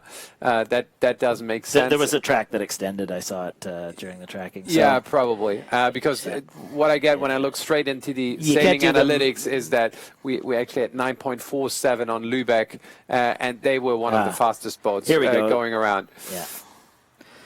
So let's get that off and have a look at all right, here we go. Results after the third race of the day. It is David Gilmore, not only with a little lead. This is a much bigger lead than any of us would have expected right now. Okay, if these results carry through after protests, that's ridiculous. That's a 10-point lead for Gilmore and Turner over Plazzi and Tessé. Peters and Sterrett in third. Just 3 points ahead of Visconti and Tony, who had a very nice race. Meindorfer and Spranger, we saw them before, 43.5 points, just 1 point behind the Italians. A great result for them today. And Bildstein and Hossel with 44. The Lange brothers, 49.5, decent performance on the day. And then the first Polish boat in that 8th position. With that 10-point lead now, what's the schedule like? 3 races tomorrow, and any more Gold Fleet racing on Friday, or just medal race on Friday? There's going to be 3 more gold races tomorrow, but they also have a drop race that factors in after tomorrow's first race. Okay. So overall, though, and here we go to the second page of the leaderboard. I mean, we saw Dylan Fletcher Scott, our leader throughout the regatta up until this morning, and he's well down to 9th place. And now what do we see on the second page here, Ben? So we've got Hawkins and Thomas, first time into the Gold Fleet here, and we see a very mixed day. You know, they're going to average almost exactly 30 points, which is a very solid performance. Keep them treading water. Matthew and Clement, we saw them take a lot of pin starts and do very well. So they've moved all the way up from 20th into 11th place with 2 top 10 finishes and one they'd hope to do better in. Alonso brothers, pretty inconsistent. And then we see, drops way back. If we look at Denmark 30, 17-6-1, 16-1, a very standard 49er result where you get one right and, ultimately they're falling behind on the math, but they'll be thrilled with that good way to finish. Botin, he's going to, the math is still close, but he'll be more ambitious. He's going to want to make the gold. He was the bronze medalist at last year's European Championship. Obviously, he's been coming on strong, so a bit of a surprise to see 2 deep results for Diego Botin and Iago Lopez. And then we see O'Connor and Morton, right? So they sailed well all day. That UFD set them back a ton. They'll have sailed well. They'll feel good about themselves, but ultimately they won't have moved up the leaderboard nearly as much as they had the potential to. Prisbatek and Kolodinsky, my call to take this championship. Terrible day for them. 12, UFD 16. They'll try and salvage back into the top 10 for tomorrow, but they've missed an opportunity here. I think those guys have the skills to really have taken this championship. You've had your eyes on the polls all week, and right. It is a surprise to see them have fallen off so much. But UFDs are not friendly, and can they drop UFDs? I mean, I see lines through some of these. How come the UFDs aren't draw? I don't know how it works. What you're seeing here on the left of the screen are the qualifying races. So there's one race that can be dropped from qualifying. Okay. We don't see all of them. That's why it's incomplete. Gotcha. And we also see the 0.5s because ultimately these races have all been divided in 2 so far. So maybe we really just need to see the total qualifying number tomorrow. Okay, we'll fix that, I'm sure. Yeah, it's the first time we put in place the this drop scoring will system. come in tomorrow, so that will mix things up a little bit, but really only Fisher and Jovan kind of hanging out where they were before this finals began. Everyone else seems to have moved around a lot. Yeah, it's all about the Gold Fleet racing. Next up, we've got 3 49er FX races. We'll try and get word partway through whether or not we'll be able to get any Nacra 17 sailing in after that as the day plods on. But, the 49er FX racing is going to be tremendous. So here we go. So we're going to let you know who's in this fleet. Yeah, Adam, you're on. Hi, looking for paperwork here. The 49er FX racers, they're none of the medalists are here except for one, Jenna Hansen and Katja Eversons. They got the bronze medal from Rio. other than that, we're missing first, second, and fourth, which means that there's lots of new opportunities for the teams that have been working on their skills in the off-season to move up.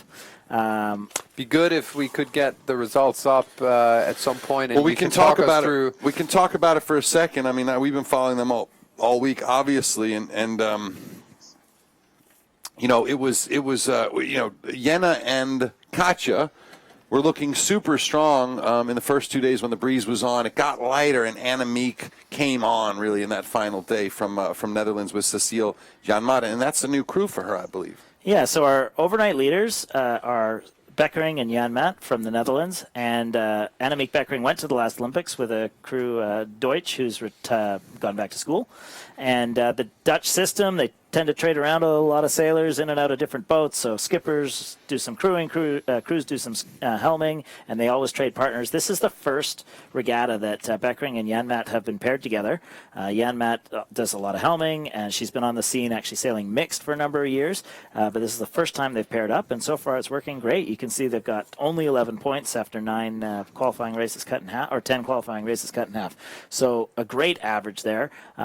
Hardly put a foot wrong all week, and we'll see if that can carry forward through the Gold Fleet racing. Tina Lutz and Suzanne Buch also kind of had a similar thing as Annemiek. Not the best beginning of the regatta, but as the wind went lighter and the local knowledge got more important, they did better and better. Really nice work yesterday in extremely tough conditions, including up to 2 knots of tide on the mark. It was fascinating to watch, but also we've got the British team that moved up as well, and one of the crew there, Sasha, I think was sailed for Ireland last time around. Yeah, so this is a newly joined together team. Both members went to the last Olympics. Charlotte Dobson sailed with Sophie Ainsworth, who we're going to see in another boat here, and they split up. But Saskia Tidy went to the Olympics for Ireland last time. Her helm retired, and she decided that she'd being able to sail for both countries would move over to the UK and join up with Charlotte, and they've been sailing really well this season. A bunch of podium finishes at all the World Cups, and they were in the podium until after the end of yesterday, and they're both tall, strong girls. They should be able to sail well in the breeze that we expect starting tomorrow. But that 16 that they picked up yesterday wasn't because they're tall. It was because they got caught on a mark, too. So hey, listen, getting stuck on marks is not going to be fast for anyone. No. The Agrup sisters did really nicely, and they're kind of a tough group, a tough couple of girls, too, from Norway. They're really young, so they just won our junior world championship in Kingston, right? Ontario. No, this year as well. Oh, wow. And they're both went to the Olympics.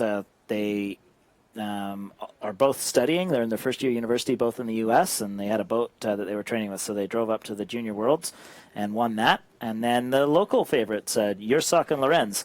So they've had a tremendous season. I think they won here, and I would rate them to do really well today. This light medium breeze is really what's up for them. They obviously have the local knowledge. They trained from here.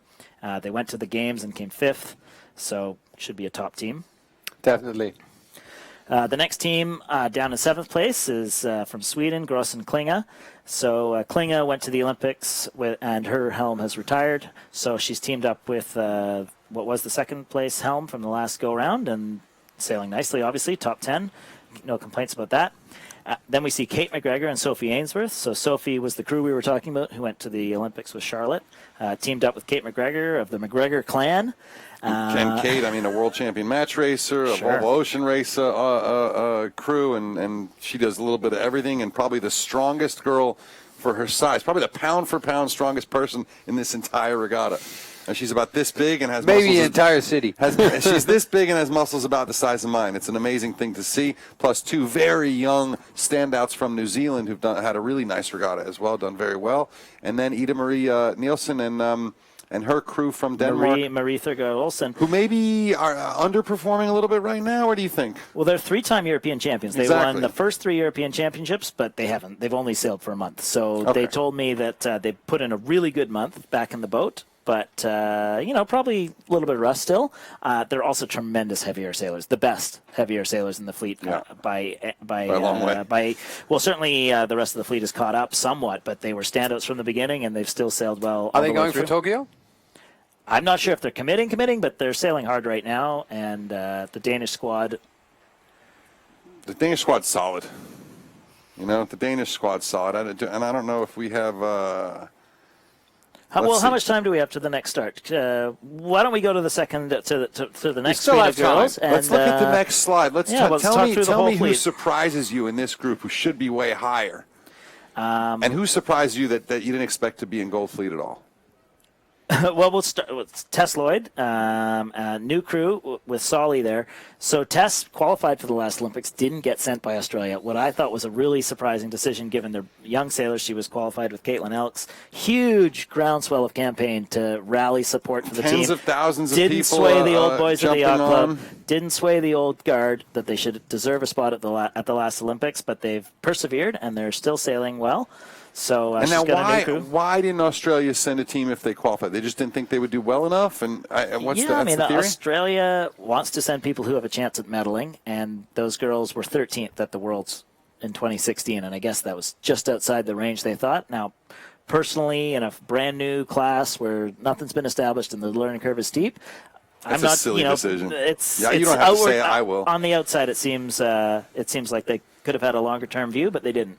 Obviously, we now see two Japanese teams in the next group, Yamazaki and Tanako, and then also Hite and Ikura. Yeah. So obviously, Japan's put in a big effort. Tokyo 2020 coming up. These girls will be inspired to sail well on home waters and no doubt be able to get a ton of attention. Speaking of attention, we had Odile Van Aanholt and Vander Velden on our morning show the other day. These Nicole are bubbly, Van der Velden. very bubbly girls, lots of fun. Listen, they're from Aruba. They're from one of the most beautiful islands in the world. It's always windy. They're gorgeous. They're great sailors. They're fun. They like to talk. Go and watch day one of our live show on the videos on Facebook, and you'll meet these girls. You can't avoid being fans of them. You know, they're just so fun, and they've really been having a good time here and enjoying their sail together. And what strikes me about this leaderboard right now is we're talking about 10 sailors, and they're only 5 points apart. We've got 32 points for the girls in 11th, and 37 points for the girls in 20th. So everything's going to be decided today. You know, we had a 10-race series to whittle down from 59 eligible female teams here all the way to 20, and every one of them's got a chance here. We've got really tough race course. We've got a new quad, so a bunch of names can jump out. Where's the Canadians? The Canadians, they're coming to Worlds, but they've been slow getting restarted. So Aaron and Danny, get training at home, and we'll hope to see you soon. Unfortunately, the Americans, both American teams here, failed to make Gold Fleet. Steph Roble and Maggie Shea, the front-running Americans, a new crew together, but front-running Americans, I think maybe 30th. They ended up with a really bad They were day in yesterday. contention yesterday and just had a poor day. So They got that's that video that we've told you about on getting caught on the mark. You can check it out on the video in our video albums on Facebook. And of course, if you're watching this on YouTube, please take a minute and head over to Facebook.com/49er. 49er Sailing, and make sure that you like what we're doing and share it with your friends so we can do it for you as much as possible.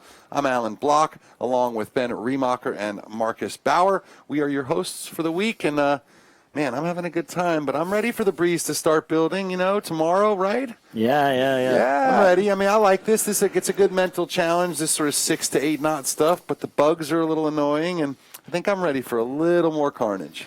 Well, we'll get it. With these Olympic sailors, they don't have a choice. They're going to have to. Today will be a very difficult and stressful day. We saw in the men's fleet, really no way to outwardly predict which side of the first beat's going to pay, and it means so much to get that right. There's nothing in it in the points, and the fact that you don't get to grip it and rip it and have to work hard and mentally battle shows that's a big part of sailing. So we're going to get to see that on display today. But what's the summary of those 3 races? I think we've seen pretty much left, every right. start except the last one. Left-hand side was favored at the start, so you sort of had to go out there. And then going left didn't kill you, really. I mean, even Gilmore in the last race, he managed, I think, top 5, didn't he? In the last race by heading out left where some boats squeezed in from the right. So if you want to play it safe, I think go a little left. Yeah. Clear lane off the start or port tack start into clear lane. Probably the most critical. You don't want to dig into the wrong corner because that's not going to work either. Yeah. But there is opportunity. I mean, if you can't make your way in the left at the pin, you can head out a little bit to the right, catch a good lane, and head out to the left. Yeah. The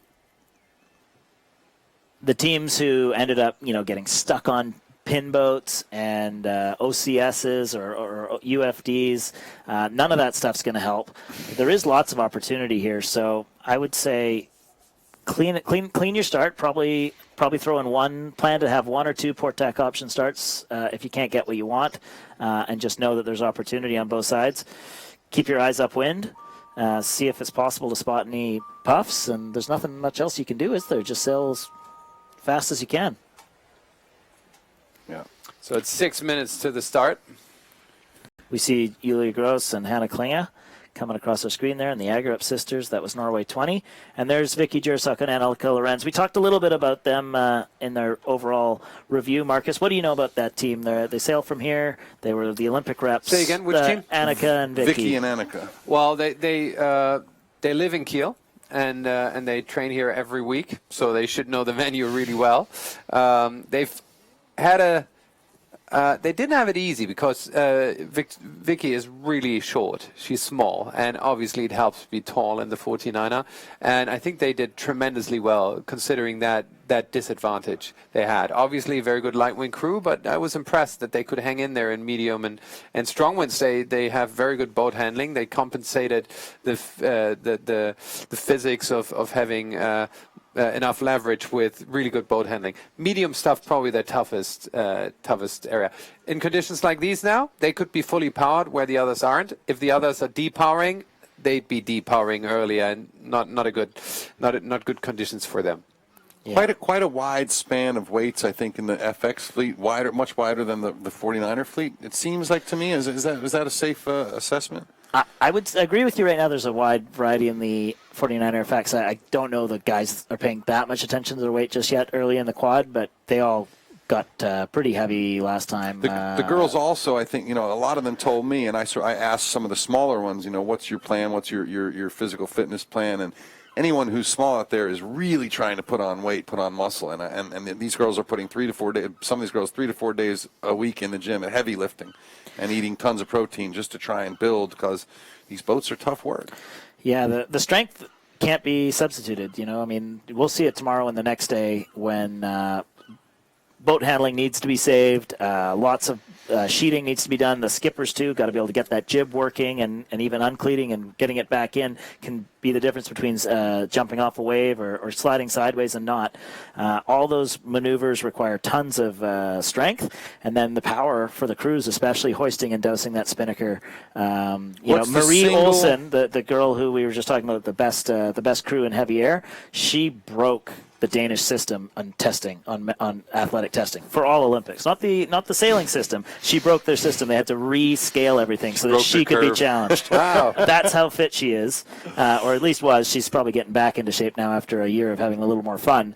But, these ultimate powerhouses for the crews, they can't get strong and fit enough. What's the hardest single thing that they have to pull on a 49er FX? Pull the kite up. Pull the kite up. Ben, and down to if it's a bad hoist. The jibe down. If you go fishing. If you go fishing, if you pick any up, the hoist to a quick jibe.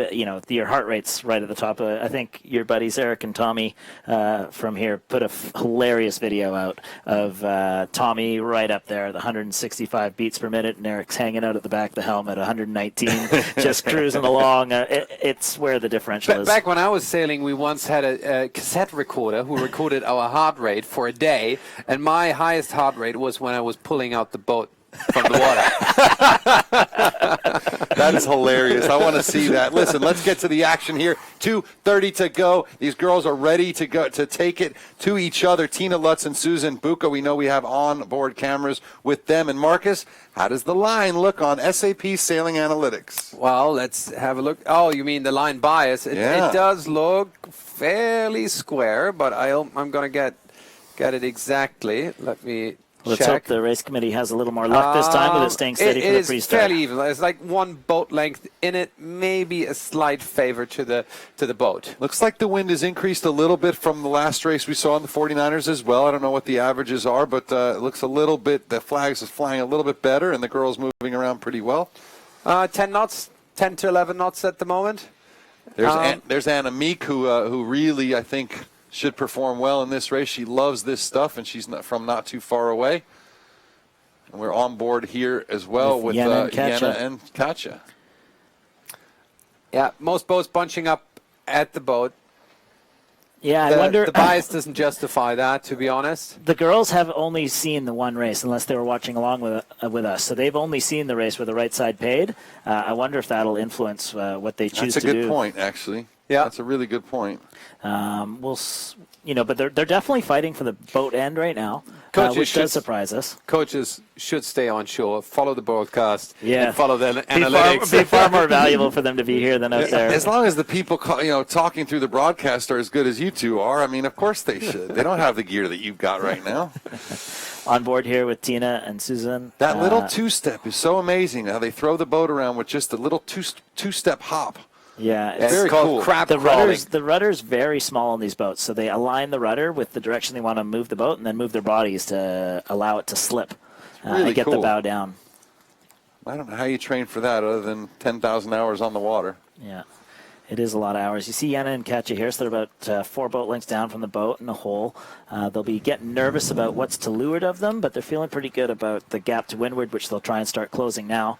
Give themselves a little bit of space to bear off to leeward and get some speed up. 23 seconds to go, and they'll be looking to see if they're in any danger before they put the bow down and try and get the speed up all the way to leeward. It is Anna Meek. She's going to go for the pin here. Line still square. And just above Anna Meek is the other Holland boat. That's Dewey and Jessica. Anna Meek's going to be setting herself up great here. If she can time the start here, she should have a wonderful runway, easy line at the pin, and we think the left is going to be at least solid. She's a little bit late. Timing's not great, but having a great start is Finland. That's Noora Ruskala and Michaela Wolf, recent convert from the 470 fleet, and you can see... nice start. And why is she trapping so far forward? What does that do for them? If it's light, that gets the bow in the water, increases your water line a tiny bit, and helps you get a little more stopping you of leeway, a little more boat in the water. Now you can see they stand back and get that knuckle of the bow out once they start getting up to speed. That's really where the advantage lies by getting a free lane, is you can keep on that planing mode the whole time. Don't have to go into a pinching mode. And they squeezed off McGregor and Ainsworth right after the start. Well, I tell you, just watching Katja there after the start, the athleticism is unbelievable. I mean, it's balance, power, knowing what you're doing with it. It's just confidence, I mean, never mind the power. She's obviously got that in spades, but nice work here for the two Netherlands boats playing the pin end. It looks like behind Jessica, they're going to start to duck and try and get themselves a lane. Anna Meek, she's fast and she's got the best spot in the course she's right fast, now. She's high. She's got the whole package. She's got a great smile. Plenty of teams on the front row, though. When we look at the analytics right now, we can see 12 teams all basically overlapped, even with each other in the tracking. So there's lots of teams that they're going to be grinding out a boat speed race here. Bunch of teams going right, bunch of teams going left, but a very steady amount of wind right now. Real boat speed contest that will ultimately be accented from either right or left by some pressure. Definitely looks like the right is falling off a little bit. I don't know if that's shift or if that's pressure, but that green boat there, is that Jenna showing a lead right there? This one? This one. That is. That's Hansen and that's Jenna and Katja. So maybe a slight lead to them. Yeah. But we'll see. I mean, the left looks like it's paying pretty strong. Wow, complete disagreement on which side's favored. Half the fleet going left, half the fleet going right. And I'm surprised the wind is that steady. I would have expected more bends and curves in the tracks. And it goes to show what we were talking about earlier with one design racing. You give them a steady racetrack, all the boats are going to go pretty similar speeds, at least, and it's only going to be minor differences that make differentiate the speeds. This is Dewey who couldn't hold their lane. They had to duck out behind. They're doing quite well for that, though. Considering they ducked out and went to leeward, still in the game. They actually went ahead. They're not ahead of them in real terms, but they managed to sail out of the wind shadow, which is pretty impressive. Yeah. I wonder if they practice that in training. That's a good skill to have. Alternating the lead constantly is the two Dutch sailors, and the Aruban sailors also kept popping up there into the lead, but boy, it's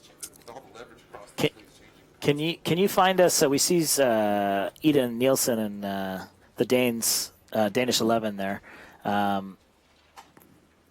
It was. Are heavier than most of the crews. Well, All the way to the right. Yeah, so we're starting to see some of the teams from the right side feature in our leaderboard, back and forth anyways. So, great race course here. Nice to see teams from both sides being able to compete in the front row. We'll see what happens when they all come together. Have we changed race officers now that we've changed fleets? No, the same race officer team stays on the courses all day. So it's the same group that worked with us this morning, and we can see Annemiek Beckering here flipped over. Jenna Hansen went underneath her, so the two of them didn't do any flip-flops, and Jenna's going to lead the Dutch back. These are 1 and 2 in the regatta, right beside each other, if we can get our cameraman to keep as close as possible. Great shots. Oh, overheads. Yeah, you can see how split the fleet is. Some far right and some on this close side.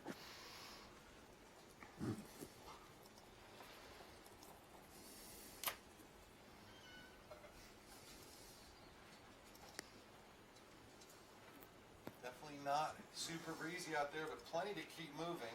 How much less power is there in this boat than in the men's boat we've been watching? Is it sort of kilos, similar power to aeration because the girls are lighter, or what? There is where you notice it is the crossover to full trapping, and I'd say they're about 3/4 of a knot behind. So the guys will get full trapping 3/4 of a knot sooner than the FX. But ultimately, we had to change the spinnaker because in the last quad the FX was a faster boat downwind in 16, 17, 18 knots. So so the small rig and the efficiencies that bring paid drag, off. sure. Yeah, paid off higher in the wind range. I'm not sure if that's still the case now that we've got a more efficient spinnaker for the guys. But yeah, I mean, it's not very different. It's mostly it's more the same than it is different, and that's why we see so many teams transitioning from 420 and 29er into the FX for a little bit, and then either staying there or moving on to the 49er. We got the left-hand side winning again, so it's a little bit 3 out of 4 so far. And, but very roughly even. This is the most even race we've seen, I think. But it is going to take it. We see that's which German is that? That's Boykin Lutze and sail number 9, if you can see them. Yeah, that's on the right convergence, at least on picture, between but the left is taking the first few spaces because we've got the finish there. Number 9, that's Jutzok and Lawrence. No, sorry, what's number 9? Number 9 is Lutz Boyke, you're right. Lutz Boyke, yeah. Yeah. Great racing here. So we've got both sides coming into the top. Good action. And let's see if we can follow the tactics up into this windward gate with so many boats close. This is perfect example to see if we can go to some overhead shots at the gate, at the windward gate. No, left-hand gate mark is favored. That's the closer mark. And meanwhile, really overperforming for their racing earlier in the week is the Norwegians, Nora and Michaela. So 18th, I think they got into this round on, and now sitting in 3rd. Nice work from them. Yeah, finish team there. Yeah. Sorry, finish. Yeah. So we'll see teams going around the right gates here. You can see that a couple of people have separated out.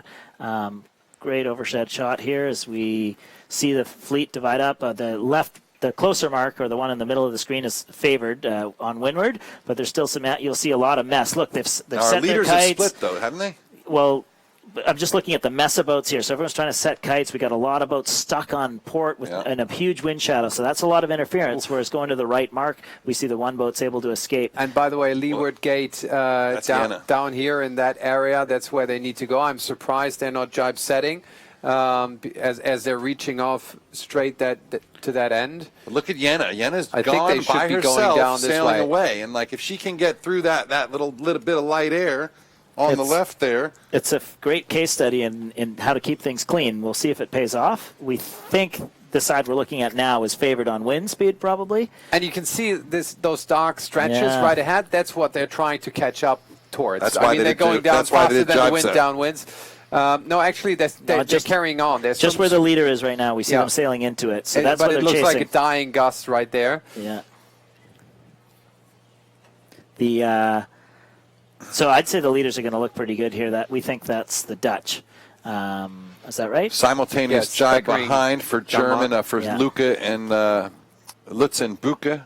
Lutz and Boyke. Lutz and Boyka, sorry. Thank And then you. coming through the middle of the downwind is our third place boat. Well, they've fallen back a little bit now. No, Dobson and Tidy. They kept things pretty clean too, and haven't joined the pack on the far extreme of the course. But like we think there's the most wind here, where the closest group are.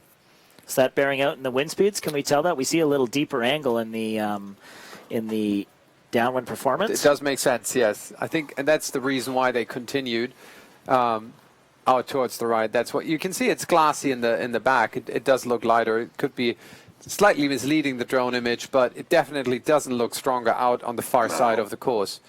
Annemiek's looking really solid. Yeah, extending here. Although they're sailing reasonably deep angles there on the starboard. So there boats. you can see Jena and Katja on the right there with the red kite, but Annemiek looking, I think, well ahead, at least at this time, and certainly double Got trapping. their Dutch Olympic spinnaker up, looking fantastic. I love those flag spinnakers, but they only use those. They're only for the Olympics. It's not They required in these things. get built for the games, yeah.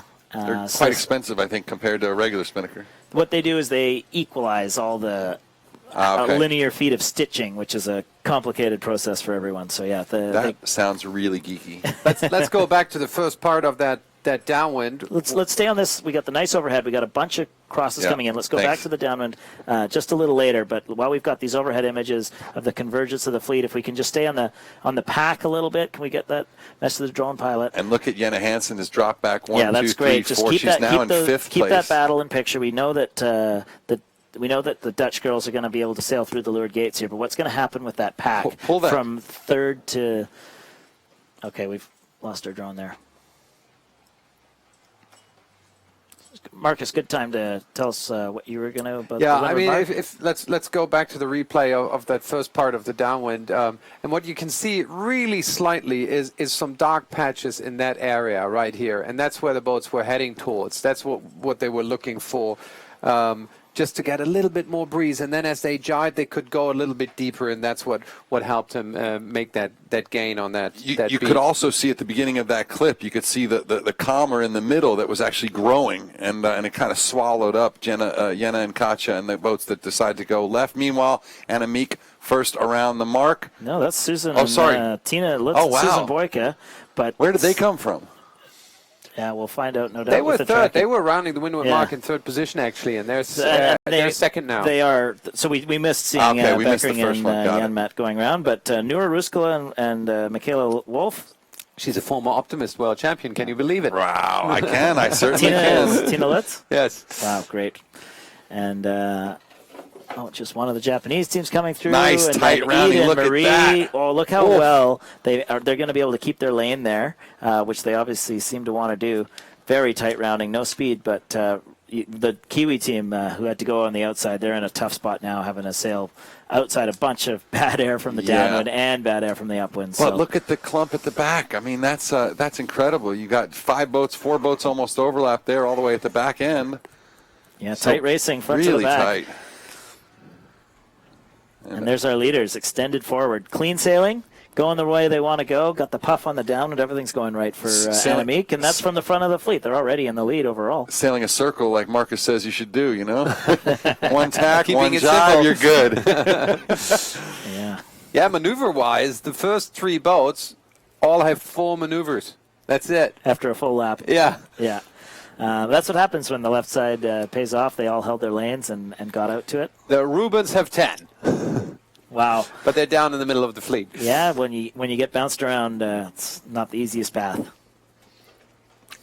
Do your analytics have the capability of showing lead changes mark by mark? Yes. Oh, that's cool Well, stuff, too. you can see the mark roundings after every leg right here. Can you display it with those cool graphs that go like We that? can you do know? that on overall scores, how that has developed throughout the series, and Okay. you can always see how it meanders out, and results get more stable. Speaking of overall scores, we've now got the leaderboard corrected as if this race were finished. And our leaders, Interesting. Beckering and Janmat, pulling a nice bit ahead. Susan Boyka up into second, Lutzen Boyka up into second, and Jenna Hansen and Kat Everson dropping down to third. Still very close, but not quite as close as the guys' fleet was. The spread here is all the way from 12 to 40 points already. Which is a little bit the opposite of what it usually is. Maybe because Berling's not here, the men's fleet was always pretty clear in the front, but the girls were always really close and tight. So there's a lot less experience in general in this fleet that we see right now. This group of people, we mentioned at the top of the show how the Olympic medalists weren't here.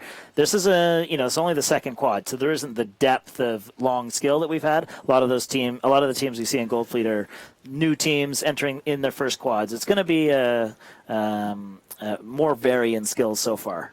And Marcus, now what kind of speeds are they doing now? It's a nice, useful comparison to the guys. A little bit different wind, but. Well, I can tell you the average speed, and that's actually the fastest boat is Beckering and Janmat, currently leading. They're at 8.5 knots average speed. I would have to get the current speed up. That's all right. Not a problem. No I worries. can get that up in a second. Nice positioning for the Japanese team, Hatai and Itakura. They'll be happy with that. It's good to see the Japanese taking such a handle on things early, so early, and getting two great teams here in Europe. Try and have a good showing at home in 3 years' time. That's going to be important. God, if you can win a medal in Japan, you are. One of your contemporaries, Marcus, Jyrki Järvi's done a lot of work with the Japanese skiff teams over the last couple of years, both the men and especially the women. So they're, getting in former gold medalists from the 2000 Sydney Olympics and working really hard to do just that and win a medal on home waters. If we can get the speeds up for the boats, that'd be interesting. Currently on Beckering, it's 7.5 knots. That's the rough range, but you can see the differences, how they go up and down. We also see Tina Litz and Susan Boyka cutting into the lead of Beckering and Janmat right now. The lead's down to only 36 meters, and I think we'll have to check on the tracking if they've fallen into them a little bit or if there's any chances here. The Beckering and Janmat are in a commanding position in terms of covering, but keeping it close, it won't be a sure thing on the downwind. No, and there's enough separation that Lutz and Boyka could possibly get a piece of them at the top mark. Yeah, and I mean the Dutch boat's already pretty close to the ley line, so they've run out of options. And if a slight shift to the left, and it does look like it at the moment in the analytics that it does shift. Sorry, to the right, that it shifts a little bit to the right. It's going to be good news for Lutz and Boyka. Yeah, they're looking really good right now. You can see Janmat's down, just coaching in front. Oh, so is Susan a little bit. But they're still ahead. But the way 30 very meters, far forward. They're not going to catch up on that last stretch, but I think they're still in contention and they can still catch them on the last downwind. Yeah. Annemiek Beckering out of the Dutch match racing program from Sydney or from London 2012. So with two boats going one-on-one, she'll have a little bit of experience, but skiff sailing's not going to be completely the same. And it's a good lead. Maybe a 6 boat length lead there for Beckering, Janmat. Nice clean hoist. Very clean hoist. Yeah, clean, but not pushing it too fast either. Yeah. No reason to go crazy here. Sani here, getting that kite up, getting it trimmed, and then you want to have a nice, smooth acceleration. Just taking a quick look around to see what's going on. Well, didn't get the spinnaker all the way the first time. Yeah, it's quite light now with the crew having to sit down in the middle of the boat. We didn't see any of that in the 49er fleet. So, do we have wind speed decay over the day, or? Yeah, well, it's gone down a little bit. We had 11 to 12 knots in the morning races, and now it's more like 7 to 8 knots. The calm before the storm tomorrow, so to speak. So there's Germany 9. That is Lutz and Boyka. And it looks like Nora Ruskola and Michaela Wolf have pulled into third. Yeah, so far, Lutz and Boyka seem content to follow Janmat and Beckering. So perhaps just satisfied with the second. A very solid result to kick off their Gold Fleet campaign. But not making it very difficult so far for the leaders, who are probably just out of picture there. No, and you can see from that graphic right there just how far the distance is, just back to fifth place. 300 meters back to fifth place. So yeah, just keep it steady. As boats go around the windward mark, you can see the distance is double, roughly. It was 33 before they rounded, and now it's 69. And they'll shrink again as they get to the leeward mark, right? Yeah, yeah. That accordion Well, effect. If they go back upwind, we're going to be finishing here on this downwind. Oh, 20-minute races leg today. 4. That's right. My bad. No worries. And the Danish solidly in 5th and 6th. So, we're seeing a bigger correlation between who's placing well overall and who's sailing well in this race. Maybe Marcus can tell us how. You can tell how light it is by how high they had to steer out of that Sorgen Lawrence jibe. in 9th place currently. Yeah. So if we can maybe give instruction to our leader boat to fall back to the pack and take a look at some of the action that we think will be happening in the mid-pack, maybe that'll be a little more exciting. Not later much in the is race. going to change here for Annemiek Beckering and Cecile Janmaat. They're a cheery crew, They jibe now. Yeah, very relaxed, these two. We were talking with them yeah. over at dinner last night, and they're just seem totally comfortable in what they're up to. Well, what we And- don't see currently is that Lutz and Boyka are on the attack on the left-hand side of the course. They continue towards the left, and if they catch a bit more wind there, they do have a chance of closing in. Leads going down, as you can see, 53, 54, not much. Just they gain 2 boat length, and they jibe. They're converging again now, so I think Beckering and Janmaat will be able to defend that. I think lead. Beckering and Janmaat just got caught in a little bit of a hole after their jibe, and pretty the quick Germans to cover. didn't have it. Yeah, pretty quick to cover, but it does put it back in as a contest a little bit. That distance is closing down, but they're in a really tough position. If you jibe, leeward lane directly Leeward on the below, bow. it's There's a tough spot to, not a lot especially of when it's options. skewed. Now. And looking at the speed data, average speed, Beckering and Janmaat are the fastest boat on the course at the moment. I'm pretty sure Annemiek has some significant match racing experience too. Is that right? Yeah, match racer at the London, the Yeah. Dutch group, who there were 9 of them and went on to the Olympics there. That'll help too in these slow downwind runs when it's all about positioning and all about where you put yourself in relation to the other boat and the finish line. It's light now where they are. They look really soft. And a bit more breeze with the boats in the background. Now they're just about keeping themselves between everyone else and that finish line. Yeah, and they're doing a really good job at that with regards to Lutz and Boyka. No chance for them to overtake them through any sort of shift. Now, I don't think we have onboard audio, but what kind of things do these crews talk to their skippers about? What's the conversation like in a race like this? Light air, you can hear each other very well, and how much conversation's going on? Well, honestly, the crew's spending almost all their time looking up. There'll be plenty of runs where the crew won't even know what path has been traveled, really. So, the skipper should be feeding information about what might be coming up if the crew's really in a zone, and then the skipper's spending quite a bit of time checking speeds and checking for wind pressure. Is that right, Marcus? Yeah, absolutely. I mean, the crew is concentrating on the kite all the time. Not much room for him to contribute to the strategy. I've known teams which both was very strategic sailors interested in the tactics, and one did the upwind and one did the downwind, but the crew could never do the downwind. No, maybe at the beginning or the end of a leg. If they can look around and see something while the skipper's busy with a bunch of tactics. Nice little high five from the team there.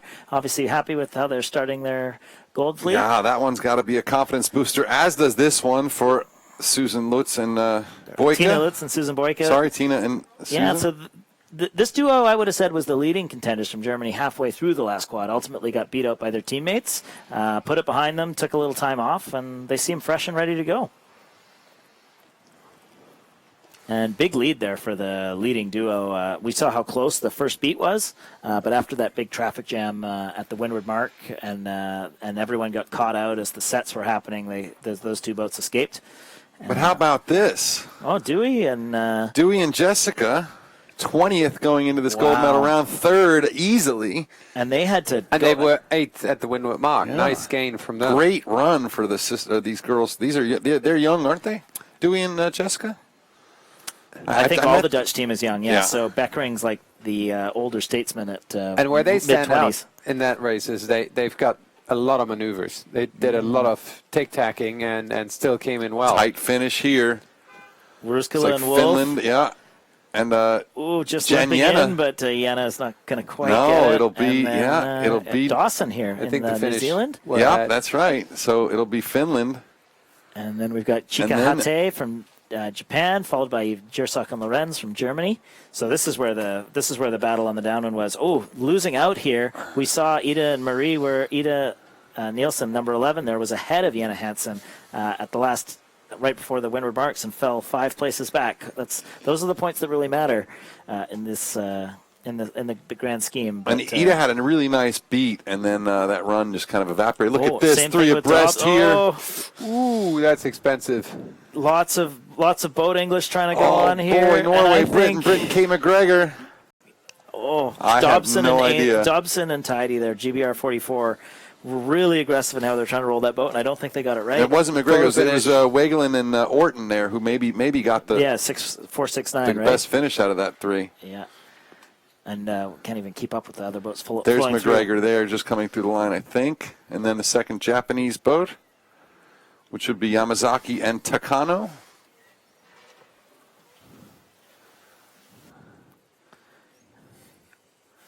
Back we come to probably Aruba, right? Lily Sabezi and Albane Dubois there coming through. Oh, sorry, and France France. 971. And finally with Australia. Australia 41, that's Tess Lloyd and Eliza Solly. I didn't see Caitlin and Haley come through the line. I must have just missed it. Yeah, there was a few that snuck through there while we were oohing and ahhing at the boat English.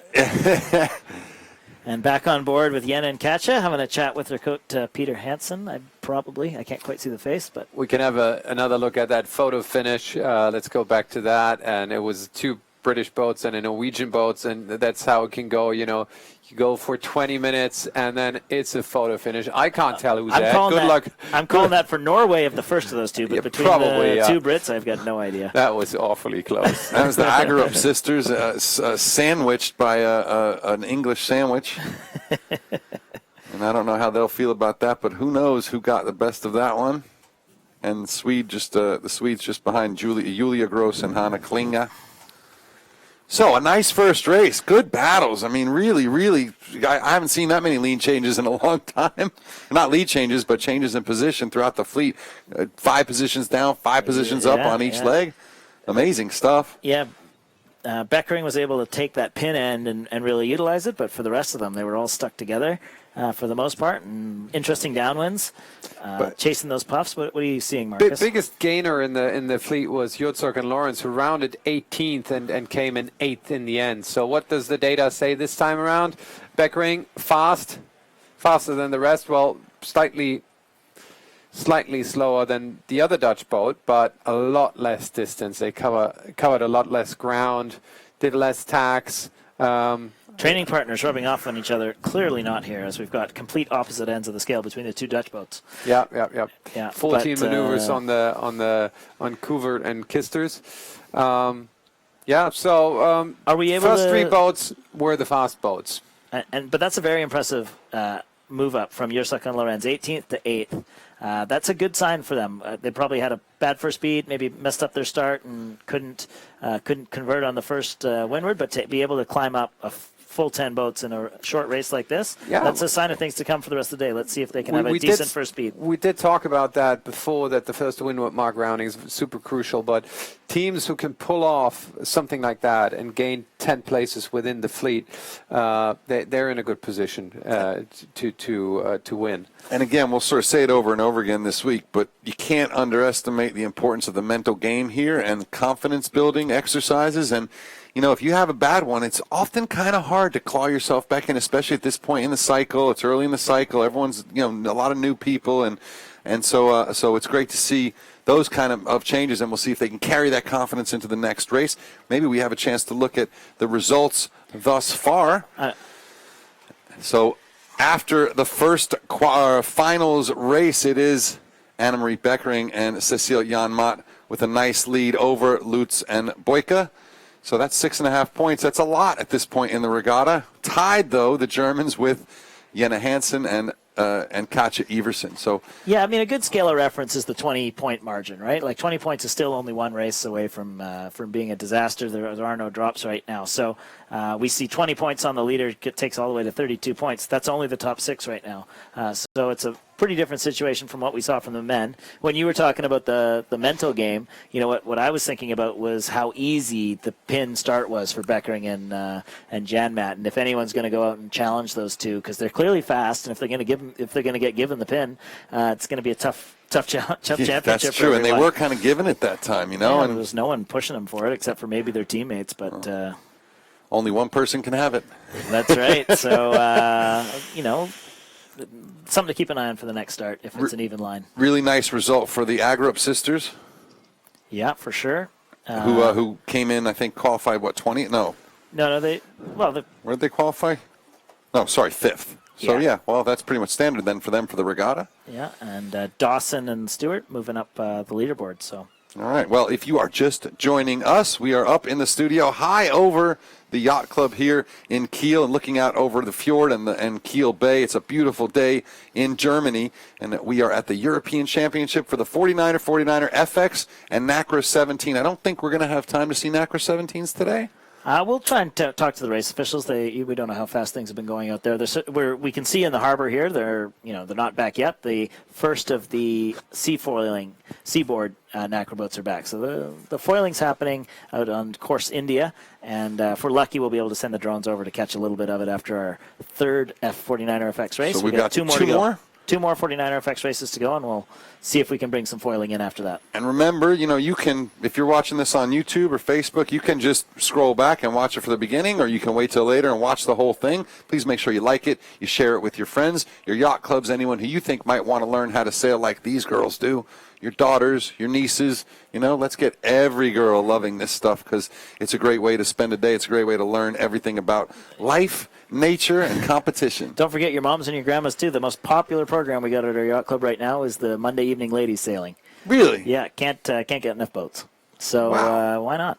That's in chance to get Vancouver, out right? Yeah, it's in Vancouver. Chance to get out there without the overbearing controllers of the boat that are typically there, and learn how to sail amongst your friends. And tomorrow we've got 5 more hours of racing for you. We start off, I think, with the Nacra 17s in the morning, and then 49ers in the afternoon. And then on the final day, it's all theater racing. Narrow, boundaries, constant tacking, constant jibing, attacks, lead changes, crashes in 25-plus knots of wind. That's what you want to see. Yeah, it'll be we expect the wind on tomorrow, so a really diverse bit of Gold Fleet racing, a light day and a heavy day, and then we'll also see a different set of skills, which is the intensity of the theater racing. None of this one tacking it off to the corner and boat speeding it. Although girls will have to make quick decisions. Everyone will have to make quick decisions and do it, right in the moment, not necessarily when you feel like it. So.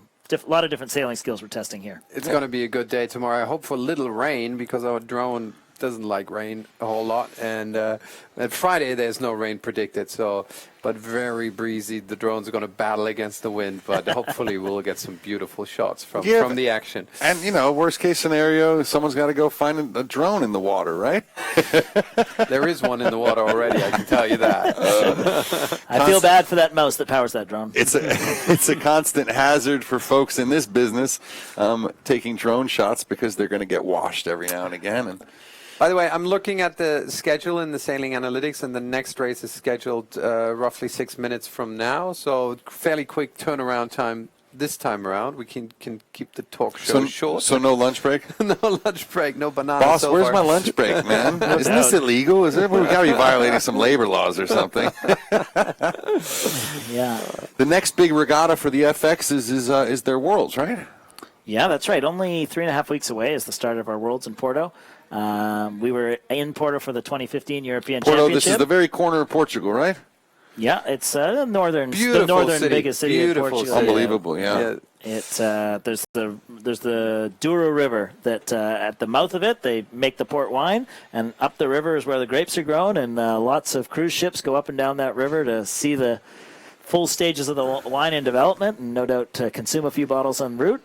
We'll be racing in front of the biggest beach in in Porto, right in front of the new cruise ship terminal. We should be able to have a natural amphitheater without interfering with the wind. And the main feature of that race area is the massive swell that we saw in the Big 2015 open Euros. Atlantic swell, which makes sailing these boats very interesting, right? Yeah, it makes the imagery wonderful. The sailors have a good time trying to surge them, and it's not quite as dangerous as the chop. So everyone has fun on that, and we've had loads of teams down there training already. It's a feature now of the Olympic circuit where you figure out where your worlds are. It's the one everyone's trying to peak for. Teams will spend a couple camp or two. I know the German squad went down there quite a bit in 2015, which was their trials area, and just sailing in a lovely place in such lovely conditions. That's why we're going back so quickly. Well, if you are anywhere near that corner of Europe, head over down there and go cheer these girls and guys on, and go get some autographs, maybe learn a thing or two about sailing. And remember, too, there's only one way to drink port, and that is not out of a bottle. It's out of a barrel. Okay, and I'm telling you this is true. The best port in Porto comes in a barrel, and you have to have the guy with this the spoon with the cup in it that goes through the little hole in the barrel, and that's how they pour you the Porto. I remember a little bit of that night. But that's one of the features you can do in Porto is you can go visit the port storage and bottling facilities, so and they'll give you a full range, the white ports, the red ports. It's something worth doing. I taste the entrecote and a little bit of port. Nothing wrong with that. Nothing wrong with that at all. Looking beautiful here out on the water. Not a lot of breeze, but certainly pretty contrast with those clouds. What do we have in the way of schedule? You said about 3 4 minutes to go. We've Yeah, got they've roughly got a 3 line minutes set. to go. Line set. Looks like a reasonably good line. L flag's up. What's that L flag for, Ben? I don't know my letters quite so well, but which one's the L flag? What does it look like? The black and yellow one. Follow Black me. and yellow, I think, Follow is the me. course boat. And the one you're seeing that's follow me, I think that's the U. U gets a For U the flag. U flag, yeah. All right. Yeah. And I'm a U totally flag for those of you colorblind, for those of you who haven't paid attention to the rule change last year, a U flag is like a black flag, but not quite as bad. Can you explain that? Yeah, so if you are over the line and the race is a good rate or the start is a good start, then you're disqualified. You can't go back, can't restart, can't go around the ends like some of the other options. But if there's a general recall, then you do get to participate in the next start. Unlike a black flag, where even if there's a recall, the black flaggers are out. So That's you sort of right. whittle down the fleet with black flags, and that's kind of a bummer. Yeah, I think the race community had a long-standing battle between the P and the black flag, and eventually some middle ground was forged. And the I flag caused all sorts of problems in terms of hitting volunteers' boats. So that one wasn't a popular one with the locals. And this seems to be a good compromise. We already saw how troubling it can be for general recalls watching the 49ers earlier today. Yeah. Everyone wants to just figure out a fair way to get everyone started, and we're just about getting into the business end of this start. I think we just saw Tina Lutz. A very different setup this time, Marcus. Can you just talk us through the bias? I believe we got a bit of a port bias. Yeah, a bit. Not too bad though. Let me get the numbers out. I think it's like 3 to 4 boat lengths. Let's have a look. I wonder if the line is bigger, and that's why no one's setting up as much as they typically would, because a lot of space on the line, very different from what we saw in the 49er fleet. It's actually almost 6 boat lengths on the port end. So And that's why we're seeing some teams set up for you would possibly expect. a port. Yeah, well, that's what the fleet distribution kind of reflects. I'm surprised some boats want to be up at the boat at all. They're really battling to start up there. Here's a view how the battle is evolving up there at the boat. Only 3 boats down from the race committee. Whereas I think we saw Annemiek and It was her crew at Dewey the setting pin. up for the pin, but they didn't make it. They bailed out right when the image left. Oh, yeah, but I believe that's Dewey. Yeah, that is Dewey and Jessica. Yeah, And actually, yeah, you can see the Dutch. No, that's a French flag just above there. yeah. I don't actually see our regatta leader right now. No. She may be down here a little bit, but 12 seconds to go. So we're seeing that sag in the line, like that you drew the diagram of earlier, and there's the overhead shot. 3, 2, going for the start, and really big sag actually. Yeah, Couvert and Kisters will get the pin, but they're not moving very quickly at the start. Japan poked out a little bit as the Dutch sisters get it going, or not sisters, but 4-6-9. Which one is that? That's Weglin and Orton from GBR here on the pin, but second row. I don't know. I got to say that Jessica and Dewey are looking pretty good. Yeah, we saw they have good enough boat speed, even with all those maneuvers they did last race, to sail well enough into the finish. We think the left side will continue to be favored, like it has been 3 of the last 4 races, and they've got a good start heading towards it. You can see just the boat above them on their hip in this angle, trying to pinch up, and Dewey's having none of it. Just bow down, go as fast as possible, not looking over my shoulder, letting her rip. That's a bit of an exaggeration given they're not trapping hard, but it's a tricky lane to sail if you're going to do the low road and it's not windy.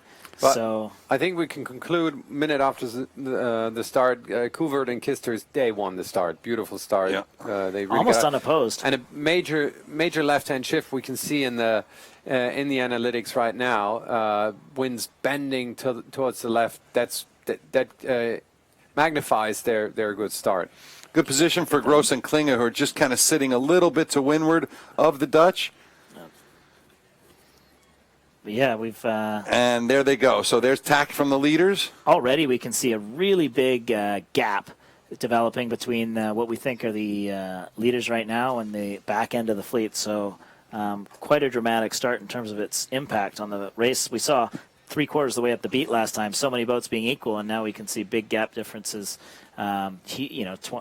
10 boat length differences between the front and the back only 2 minutes into this race here. Well, basically, we had 4 boats at the pin, and everyone else are pretty far away up from the pin, and those 4 boats all looking pretty good, although the Japanese team has dropped back a tiny bit. I think it's Sweden, Netherlands, and Yeah, so the far right teams are And yeah, here you have it. Here you can see the boats who started out on the pin end. They were bending left, and then they were tacking. and we can see actually Tacking they got over. headed again, so it's gone back to neutral. It is swinging, but they were it able is to take swinging some of back and it. They were able forth. to take some of that left shift and take it upwind, but it might not be as dramatic because it hasn't held. So those teams that won the left are now in the middle of the fleet, which is a pretty good spot to be if you can be that far ahead only 3 minutes into the race. I don't know where are our leaders. They're in the center of the Beckering and course. Janmaat. Oh, our overall leaders, yeah. Yeah. I'll highlight them. But they were nowhere near the pin. I sort of would expect them to be Yeah. there again. One- You got to get caught out by that. Nothing really changed that much. Overall leaders at the moment are Lutz and Boyke. Looks like it, because where's Beckering? second Beckering is down in second because they're 15th at the moment. Wow. And All right. they're way out on the right-hand Wow. side. That's That's where they are. To the They're- farthest right boat. Wow, from the farthest right, farthest left yes. boat to the farthest right boat. So that'll be an interesting question to ask him later after winning so convincingly the first race. But Corner girls? they the breeze looks up right now. They're trapping hard, which is not It's like what we said. 8.79 knots. Not that much, but it is closing in on design wind. Klinge and Gross holding nicely along with the younger Dutch team. I'm impressed with the Dutch speed, though. Dewey and Jeske Kisters look convincing in their speed. They took a really difficult route to a third place in the last race, and won this start. So good for them. Yeah, great news for anyone loving that Dutch team. The Dutch team had completely ignored 49ers for the entire life of the team until 4 years ago when they got into FX sailing in a big way, built a squad. They've got 8 to 10 teams. Either some of them have transitioned now into 49ers, some of the men.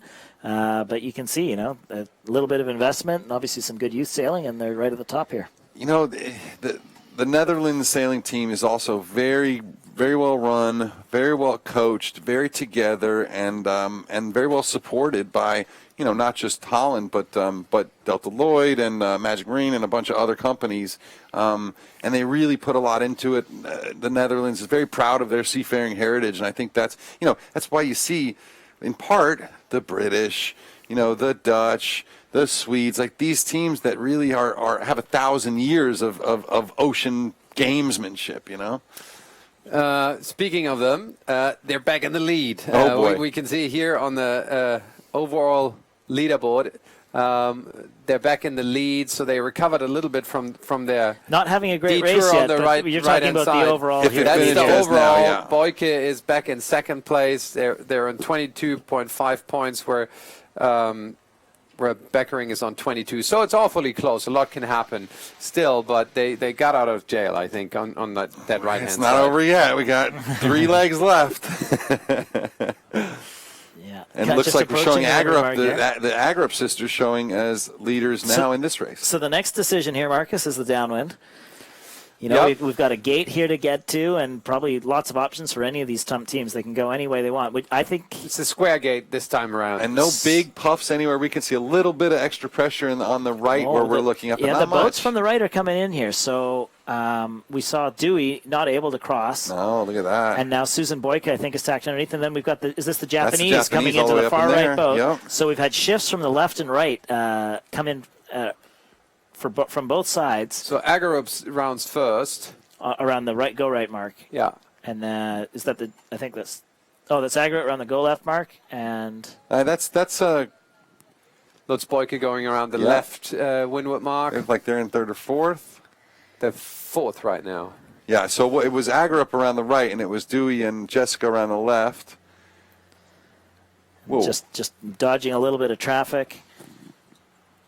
But we've got teams going both ways on this downwind. No, actually, Mostly the going- ones yeah, they who jibed, went didn't around the right-hand mark, left hand Does from look this like- I mean, perspective, there they is- jibed. There is a little bit of darkness there, sort of out on the right, but I'd go for the right. You'd go the way they're going now, the straight set in a typical scenario, yeah? Yeah, so the team that jibed set, they're now underneath the wind shadows. Yeah. It's a difficult spot to be. They really needed another 100 meters of separation to take that lane. And those wind Either shadows that extend that far? or the puff is just pushing them down and they're not in it. But yeah, look at the angle there. yeah. It's nice. And there it's getting just a little bit darker, so it should be improving pressure all the way down here to that motorboat. We see the Agrup sisters winning a junior world championship only a month ago. Now claiming they're in 5th overall and looking to take their first race of this series, or at least in Gold Fleet. These girls are twins, and they're not identical or exactly identical twins. They do look very similar, and they're going to opposing college universities. So they've been racing against each other in the U.S. collegiate system all spring, and then also doing some training. And they're in great shape right now. They're real full of confidence after a fun Olympics in their youth, and very ambitious for their overall sailing. Lutz and Boyka going a little bit higher than the trailing boat and a lot higher than the Agarup sisters. Seems like a rush jibe there. They almost Bad stopped. bad jibe. But maybe it's just light here. Actually, we see them coming Oh, out very light. both the Japanese and Lutz and Boyka kind of jumped on something at the same moment, probably to Yeah. stay in that puff. They probably felt themselves leaving the pressure and decided to head back into it. It's not a big puff, but 1 knot of wind speed difference is about a knot and a half of boat speed difference, right? In these boats, Oh, yeah, so it makes a big difference. there you can see the Japanese boat with the red. And spinnaker, Susan, I think. Tina They Lutz, jibed away. they had to jibe away. So Jibe away they again. were obviously in such a tough spot. Didn't like where they were. Decided to go back. Lots of action here now. Yeah, they are back on. So obviously out of the pressure there with the crew all the way in the boat. And still haven't seen all. Guess what? What did we say that Bickering was 15th before? She's showing 6th right now. Jibing back. Oh, a lot of maneuvers here on this downwind, Yeah. especially in the light. It's a bit of a minefield out there, it looks like, for these girls. What if that was on delay? Do you think that was on delay? That looked like the same jibe that we saw where they were slow originally, but That's So here video's that's not delayed. okay, good. so Agar up there on port. Yeah, I grew up on port. I think that's a clear cross, though. Well, only 60 meters, but 10 boat lengths. Is And this, they'll jibe on the bow. So good, solid covering move. yeah, just shortening their lead, though.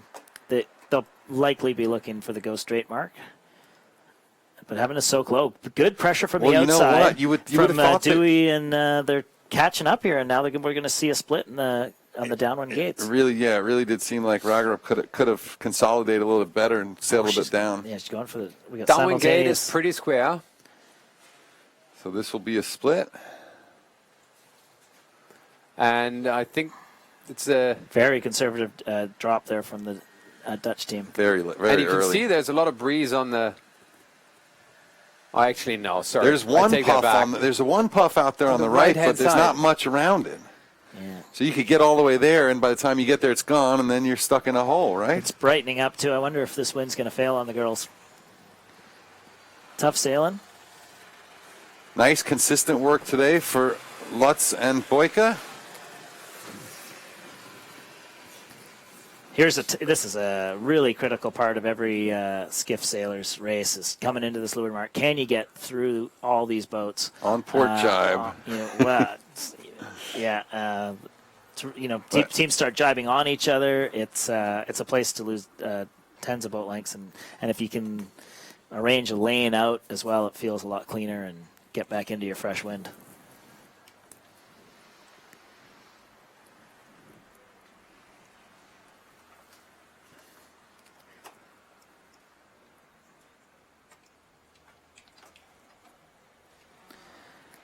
Just got the overhead. See the fleet there.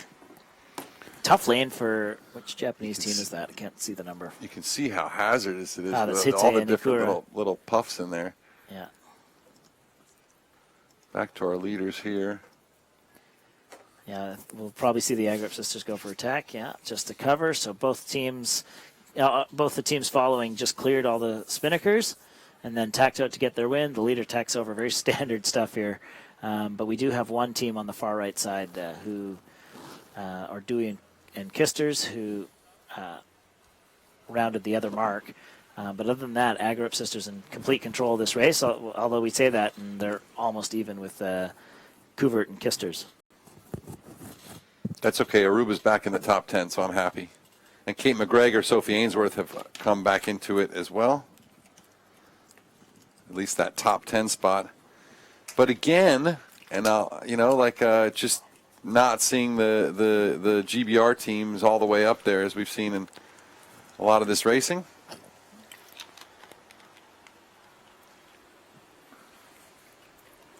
This group hanging out tight together all race long, really. This is all the boats that were out on the left for the most part. Yeah, we saw big splits in the first beat, but not anymore. This group's just going to play for the small places, and Agrip sisters, pretty good position here. They've got clear wind, and they're able to see all their competition through their window. Only a right shift here would put them in any threat. It's not that big. Well, a lead. there's a lot to be lost here if you let the fleet get leverage on you in this breeze, Yeah, that Dutch team looks great out there.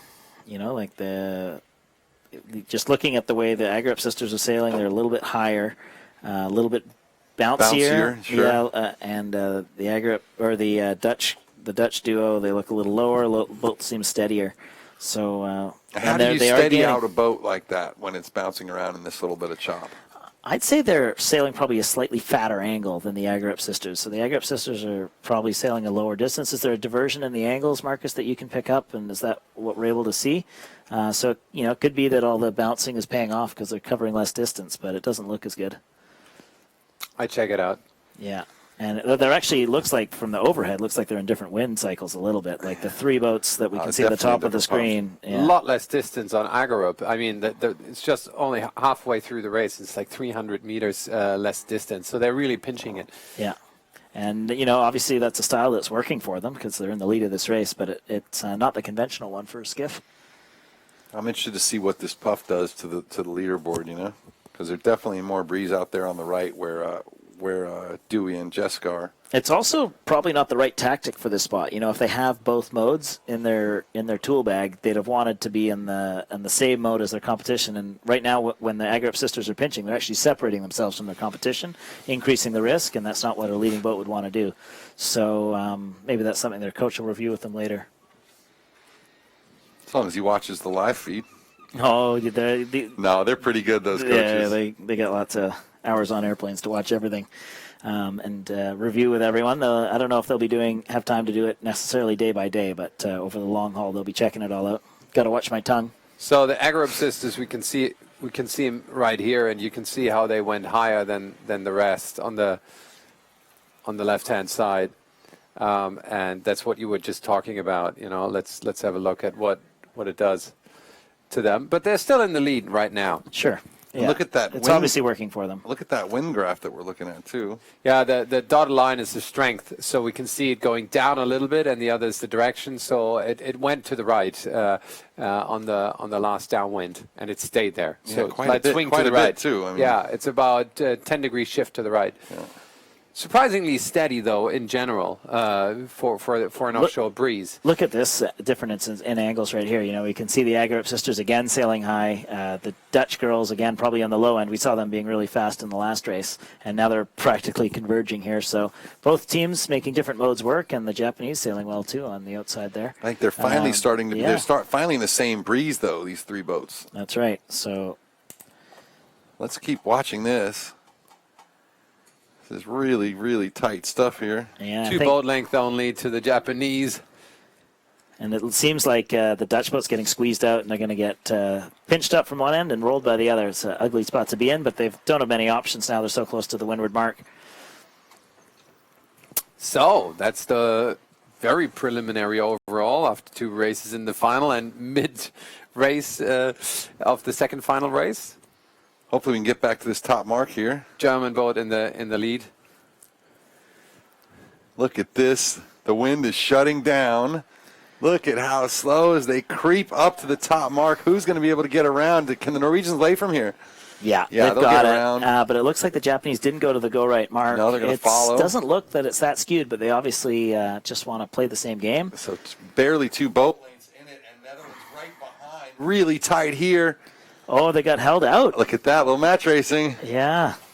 Wow, great work as Dewey and Jessica Kisters. But the Japanese went Yeah. a bit too far. In my opinion, that's good news for Nice safe sailing, Luxembourg. but they're going to have... It's still a battle here, though. They're trying to roll them. Luxembourg had just stopped at the mark. I wonder, there wouldn't be any current here, would there? But there they go. There they Getting go. the hoist in. So they can do a low set now and catch up a little bit again. Everybody seems to agree to continue. Nail-biting No stuff. jibing yet. So you can see Tina Lutzen there. As soon as she can, she reaches forward to release the Cunningham and the van, get as much power in that mainsail as possible to get as deep as possible on this run in the light air. Look at that. You just see Agerup's kite poking out from in front of the Japanese kite. Are they on their breeze right now or no? They need to be further forward. No, they're safe there.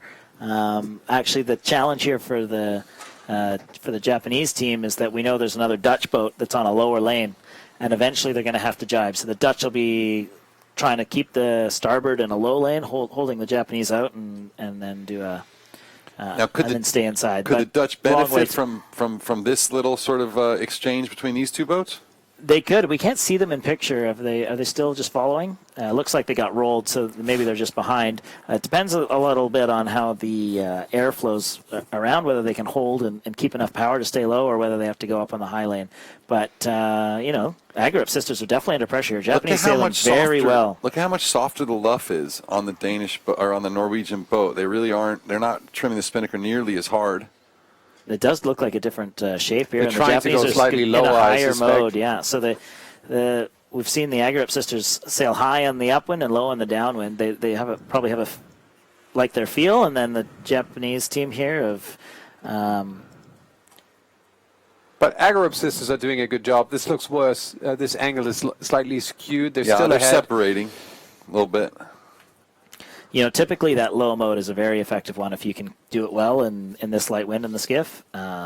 It's only really if you're able to dramatically increase your boat speed that high mode is better, but gotta be able to protect and do both skills. Yeah, it does look like the Japanese are ahead, but they're not. And are they falling behind? If they jibe, they'd have to go behind the Agerup sisters. Yeah, and it's not that long until the jibe point too. So the Agerup sisters are in pretty good shape here. And the real beneficiary could be that Dutch team.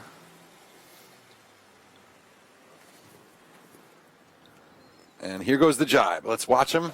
See Heeled if up. they go right on their. They go right on. Nice clean jibe. And spinnaker never even really flapped at all. And good work. It's a tiny bit of a danger spot where the Agerup sisters jibe there. If they'd continued on a half boat length and be right on the same line, then there's no danger. Look at this But in chasing, this spot chasing. here, if Hite and Ikura can press into them and just get on their quarter wake, which it doesn't look like they're trying to do anymore, then they could have held them out at the next jibe. But it looks like the Agrup sisters are powered up and sailing away here. So no danger there. They've just done it cleanly. There is pressure, though. They have to have a really nice jibe going into the finish. It's only 2 boat lengths in it. Hatay and Itakura came into this round in 15th place. But they definitely really performed well yesterday, and whether or not they come from a light air venue, I don't know, but they certainly performed nicely so far. Lutz and Boyka keeping that 4th position, keeping their hopes alive to lead after this race. And, we haven't seen either of our leaders going into this one. We can see in the top left corner the live leaderboard, Lutz and Boyka up into 3rd, so they've, at least on the GPS, have passed Dewey, Kuvert, and Jeske Kisters, who have had the best day so far overall. And then we see just slipping onto the leaderboard there, Gross and Klinge, and then the top British boat and the top Danish boat trading spots for 6. So we got a bit of a battle behind here, but we also have a battle for the win. It's pretty static right now. It doesn't look like either team's got a boat speed advantage here. Very difficult to manufacture a pass from that spot that the Japanese are in. But in this light air, anything can happen. Yeah, and I think the key is really just keeping the pressure on, and if there's a mistake, you can capitalize. And otherwise, you're happy with a 2nd place, right? Sure. Second is a Nothing good result wrong with here. it, too. No, I mean, not at this stage of the proceedings. What sort of average points gets a win in this class? You know what I mean? Yeah, well, Burling aside, it's like a 5 or a 6. Burling was scoring lower than that for the last quad, but typically a 5 or a 6 would win you a gold medal. Burling was down in the 3s. And that wins you an America's Cup. And that wins you an America's Cup, yeah. Even I think Nathan was in the high 4s, and he dominated the 2012 quad. So, outliers aside, a 5 or a 6 is a pretty solid average, at least historically. But every fleet's going to be different. This FX fleet. Nice clean jibe for the Agrup sisters and someone's elbow. Yeah, But here they come. That will be the final jibe to the finish. Japanese Hatay. are put them under pressure the whole time, Yeah. but seems like if they've got their ley lines right, it seems like it ought to be enough to just squeak out the win, but we can't quite see the finishing line in the picture yet. Should be fairly easy here. Look how light it is now. They're hugging the mast. Look at the boat bouncing Yeah, around. a little bit of boat bounce. Oh, still another another jibe to do in the... Wow, and look at this. This might let the Japanese come in. They're on starboard. Very tight. Great camera work there. Japanese for the win! Japanese Oh! taking Hatay.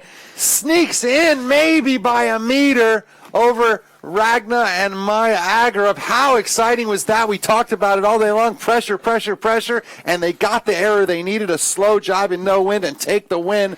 Wow. Agrup sisters there missed their ley line on the pin, had to do an extra jibe, and it cost them the lead after My taking it Lord. the whole time. That was extremely exciting for light air sailing, and the Dutch able to hold on for the 3rd spot, and it will be Lutz and Boyka for 4th. We saw the Dutch boat go through in 3rd.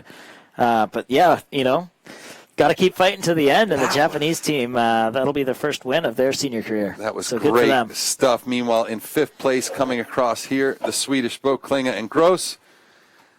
Good stuff. A real mix-up from the last race too. And we have to see where some of the higher scoring folks are going to come in here. Here's Jenna Hansen. She was in 6th or 7th earlier in the race, but you can see how light it is. She's fighting to pop the battens there. She's not pumping. The sail doesn't work at all if the battens are inverted. And she's in tight here, looking around to see what lanes of wind she can hold. What a balancing act. And they're through the line now.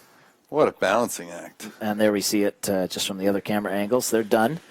Good comeback for the Danish team. Can't quite tell what place that was, but probably about 5th or 6th or 7th. It was 6th. And who's up next? That's like another German boat that's coming in Yersaka here. Lorenz. Vicky so, and Annika. Nice solid job. race for them, but they'll be, solid race. Early days yet, but they're going to have to score some lower numbers. This is Kate McGregor, GBR 99, and Sophie Ainsworth leading their country women, Charlotte Dobson and Saskia Tidy in GBR 44, and their other country women, Oh, no, that's Ida Nielsen and Marie Olsen in Denmark 11. And here comes France. Lily Sebezi and Alban Dubois. And the Garriga sisters, Germany 8-10. The other Japanese team is... That's Yamazaki and Takano. Wow. All right. So close finish there. And then we also got Wigellen and Orton coming through from GBR. I have a replay lined up for that finish. We Great. got to look at that again. I do really want to see it. Let's Good. get that dialed up, Marcus. But just so you know, here's our regatta leader up until this race coming through the line, and she came through in like 13th. Yeah, Beckering adding some points. So we'll see the live leaderboard change after we check out this leaderboard. After this replay, sorry. And there we see Let's have Tess a look Lloyd. at the replay, and nice effort by the Japanese. We see the Norwegians putting in their A crucial little bit of jibe motorboat here. wake right before the jibe. That can't have helped. Yeah, Thanks- and they're thanks, Coach. bouncing, bebobbing around there, and the Japanese just plowing in. And now they can't accelerate. They put in another jibe, and the Japanese just pull past just Wow. right before the finish. Wow. Good work on them. Very good work on them. Maybe you can give us a little bit of history on them. They did a beautiful downwind sail, a beautiful race. Came in fourth at the first windward mark and won the race in the end. Well, they've been training under Jyrki Järvi, like I said, and they've done a number of championships, but they haven't been in since 2013. We think they won. We think they won, of course. Analytics. Let me check. I think I haven't scrolled through the finish. Let's just let you all know. Whatever we say up Analytics has here, them. whatever we say Analytics here, has- it's Does all it really? provisional. It is provisional, but in the end, Analytics has them as the leading boat.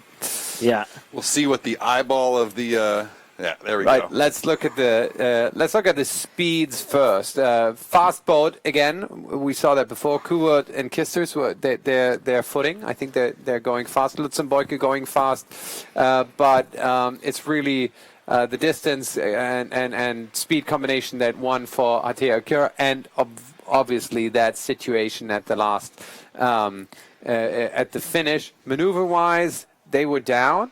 Didn't make that many maneuvers, kept it simple. Lots of maneuvers on the Swedish boats. They were fairly slow and covered a fair bit of distance. So it blows my kind mind. of up and down. It blows my mind that the Swedes could finish behind Lutz and Boyka by several seconds and do twice the number of maneuvers of the other boat. It's amazing to me. Yeah. But look at the difference in distance, like 200 meters on 5 kilometers. Quite a lot. Yeah. Yeah. Good stuff, guys. Good stuff. I like the data. And here we have the overall leaderboard now with a new leader. And we thought that Beckering and Janmet, now in third, were developing a good point margin, but it just takes one race. 14 points, 10-point margin on Lutz and Boyka. And, those girls will be thrilled. It's their home, a lot of happy adopted locals, hometown, too. let's say. Well, it's actually the town where Susanne Boyke comes from, but Tina Lutz, she's from Bavaria. She's from the other end. Wonderful no sailing discard so yet. far. No discard yet. Sure. Discard's going to make a big difference. Yeah, and Beekering will have to be happy, sort of, even though with this result that the discards are coming in. But the Agrup sisters moving up. What the real question is, why didn't she just repeat her first race performance? Yeah, I mean, exactly. You win the So pin, easy to you talk go to the about it. left, and you dominate the race, It's simple, and then right? you don't even try to do the same thing the next race. But that's a question for us to ask her later, or I don't know if that'd be pretty advanced of us to ask that. I think the in between race interviews that we're sort of ironing out some of the technical issues on that one. We'll figure it out, but certainly we'll have lots of talking to you from the water over the next couple of days. Yeah, fantastic racing. One more race on the card today with the 49er FX fleet, and as you can see, this is the championship unfolding here. We had the 3 days of qualifying, but ultimately it's these Gold Fleet races and then the theater style on Friday that'll determine the European champion, and it's a prestigious title. We got lots of talented, mostly European ladies here competing for it. And Marcus, you know what it's like to win a European championship. Are these girls getting nervous yet, or are they just focusing? Would you win 3 of them? Yeah. 3? The first one, when the 49er became an Olympic class, we were sort of outsiders, but highly motivated, really wanted to go to the games. And we went to Weymouth for the first Europeans ever, and we managed to win it. It was great. That was 97? That was 97, yeah. Yeah. Can I ask you a question? Is Weymouth still Europe now? Brexit It is this week. They might exit the Brexit, though. It looks like it. I think that to me, watching racing like this, there's always this debate in sailing about light air sailing isn't exciting, but to me, when the story unfolds the way it did there, it's as exciting as any 25-knot day. It's amazing to watch it happen that way, and often the actual narrative is more exciting in the light air. In the heavy air, the narrative comes in capsize or break or crash. But if you don't capsize or break or crash, there are nowhere near as many passing opportunities as there are in a race like this. I totally agree, and I love the light wind sailing. So strategic and tactical, and if you love doing it, there must be ways of showing that it's exciting to do. I agree 1,000%. And it's difficult to tell the story, and it does look beautiful when the boats are capsizing and flying around like hell. But people love that kind of sailing because it is highly interesting. I don't like the sailing for me personally, but then again, look at you and look at me. I have a lot more. I have a lot more to move with light air, So some of us like things for different reasons, but for sure, I really enjoy watching a light air racing as long as you don't have like 9 of them in a row. What it takes is that patience, right? Like the Japanese team just kept pressing the whole race. Agerup sisters defended well, defended admirably, but it just took that little bit of wave, little bit of getting the ley line wrong, and the opportunity was there. They seized it, only by a meter. But that's how you make the differences in this light air sailing, and they had to wait, probably 29 and a half minutes or 19 and a half minutes to get that opportunity. I do appreciate, though, that the races are still only 20 minutes long, not 2 hours. That's right. This is fast-paced racing in the light. I couldn't handle much more than 20 minutes of race anyway. I don't really know anyone else whose attention span is much more than 20 minutes either. Yeah, it's when you're living it, it feels fast. It does. But it's difficult to communicate on film. I hope everyone out there is enjoying this light air racing and seeing the different options, the high and cutting the distance, a little bit lower, a little bit faster, a little bit steadier.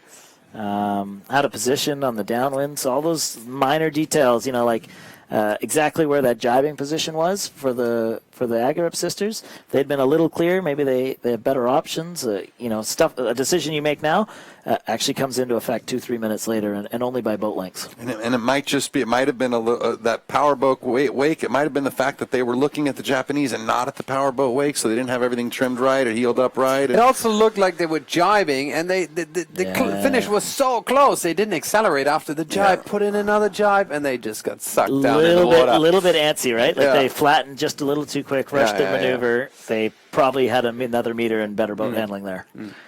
Is it harder to trail or is it harder to lead? Well, it's harder to trail in the fast boats in the 49er because the rich get richer.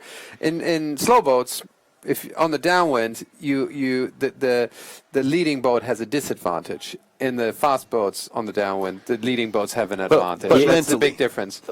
What Marcus is saying is correct. The waves that you're creating, the bow wake, that hurts. Maybe a little bit of wind interference. If you're leading, you've got to know your lane, your mode, and make sure that you're sailing the mode the guy behind you sailing at least as well as they are. Otherwise, you can get in trouble. And if you can do that, which most people can at this level, you're pretty safe in the lead. If you're at all unconfident in your decisions, then it's a tough spot to be, and you're worried about every person that splits and worried about drifting too high and not being able to jibe or getting rolled. But if you've got your modes, always in the lead.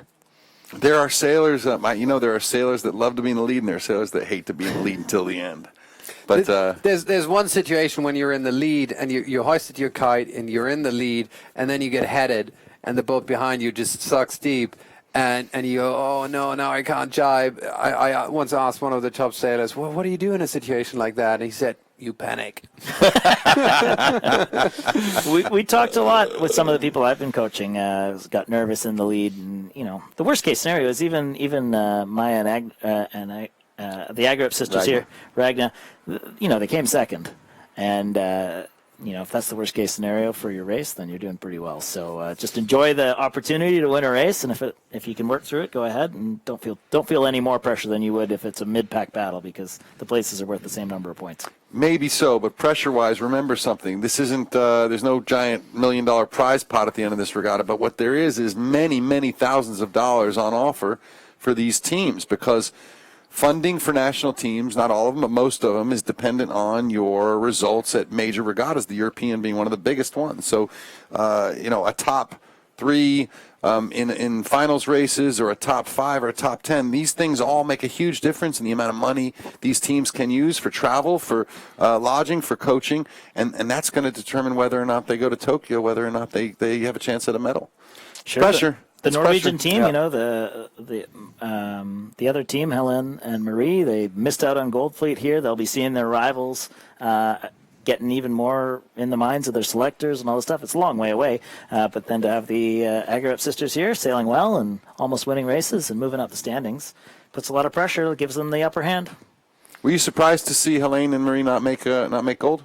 I mean, they were pretty solid the last quad, no? Surprised isn't the right word because it's competitive, but they would have been unhappy not to have made gold in themselves. They had a tough last day in the light, and they trained pretty hard this winter. They'll be disappointed in themselves, and they'll be looking to get some vengeance on that result at the Worlds in Porto. Are there any real up-and-coming teams, up-and-coming nations in the FX that haven't been a factor until maybe now?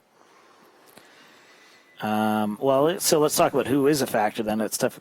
I see Lily Sabesi here, actually, from France. She didn't get to go to the games last time, but she's had a good series this spring and rededicated herself, so that's one that jumps to mind. And just looking through the list here, I'll be interested to see what the Finnish, Noora Rusko and Michaela Wolf, can do. We saw a real Finnish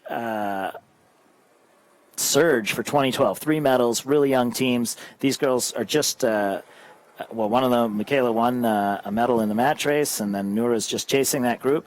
So they definitely have the potential there, that mix, to put out something really amazing. And, Michaela's tall and strong, and Noura's in her second quad here in the 49ers, so they could be one to watch. They're a relatively new team. They did a trials this spring where one regatta they sailed the 49er FX, one regatta they sailed the 470, and they went back and forth, and it was all over Facebook.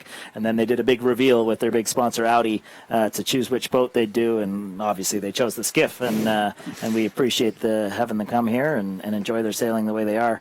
But it would be interesting to see if they can up their game. Right now, they're in that second group, and they have every bit of potential to move up.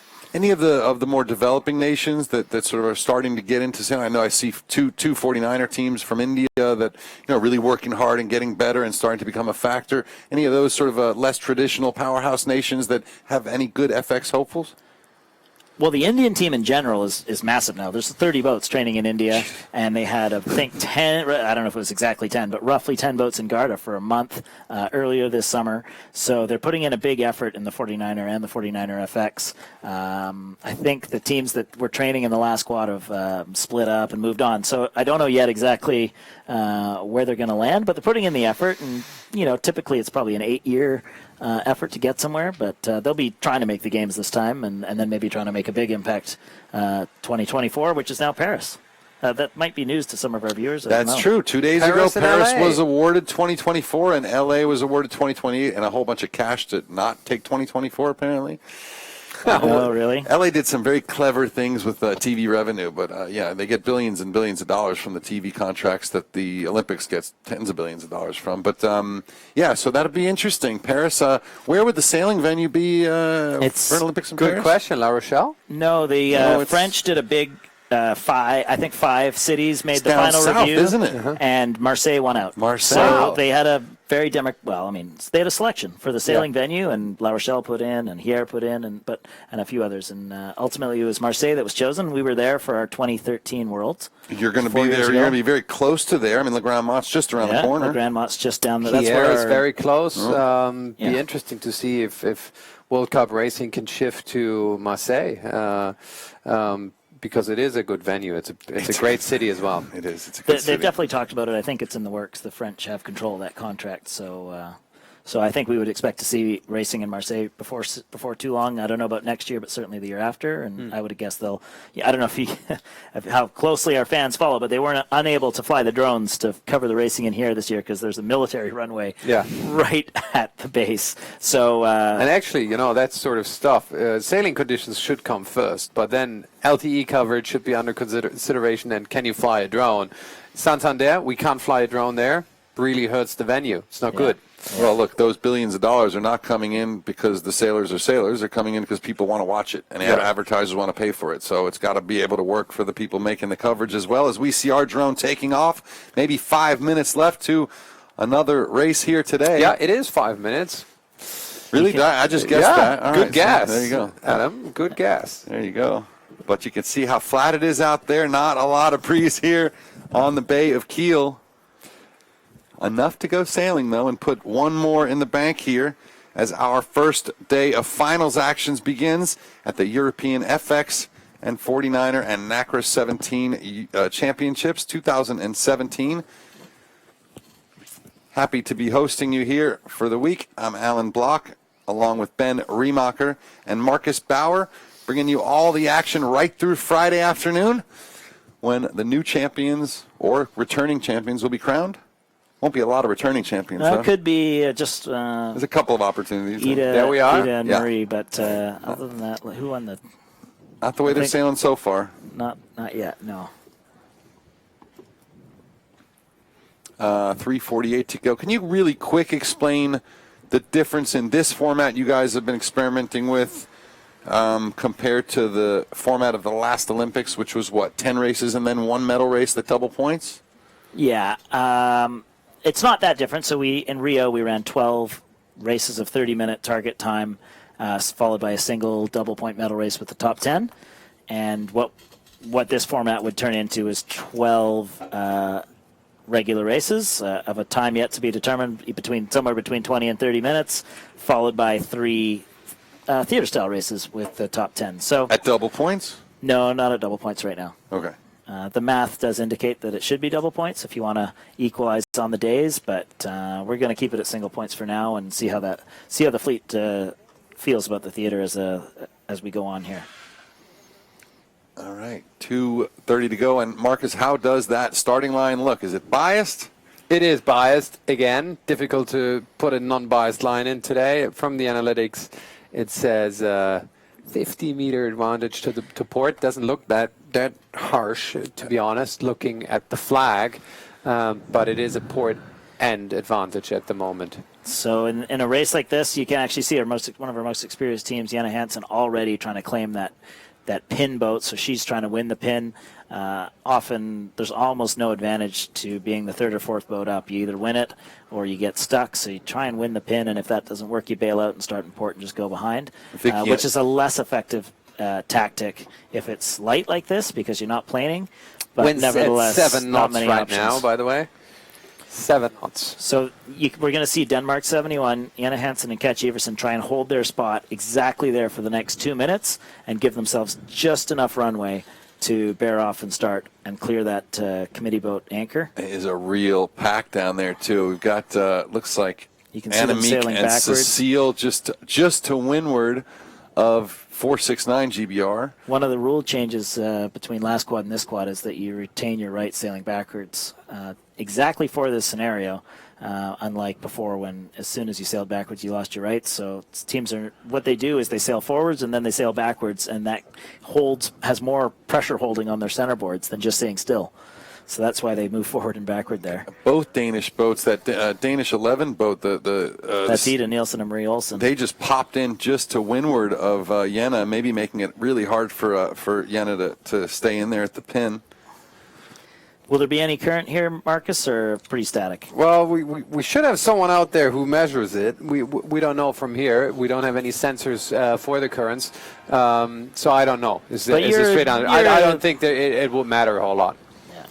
And we didn't see any current influence at the start so far. It didn't look like they got pushed left of the pin or over the line too badly. It looked like... Looks like Jana Hansen's already given up and wasn't able to hold that spot. Ida Marie still trying. They're able to put in a double tack because the team above them has bailed out too. You can see they can barely get in the double tacks. Very little competition now on the front row. They're able to get a little bit forward so they can try and cross the line. Starting to see Beekering. This is a very skewed line, if I'm not mistaken. Yeah, Beekering putting the helm down, trying to get some speed, get back to that pin. I'd suspect we're going to see a postponement here, but we'll see what happens.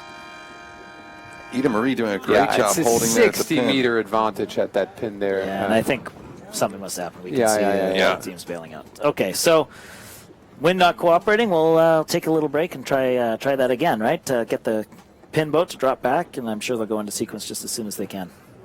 There it is. AP flags up. Tough day on the starting vessel out there. Yeah, tough day. It doesn't look that uncomfortable, though.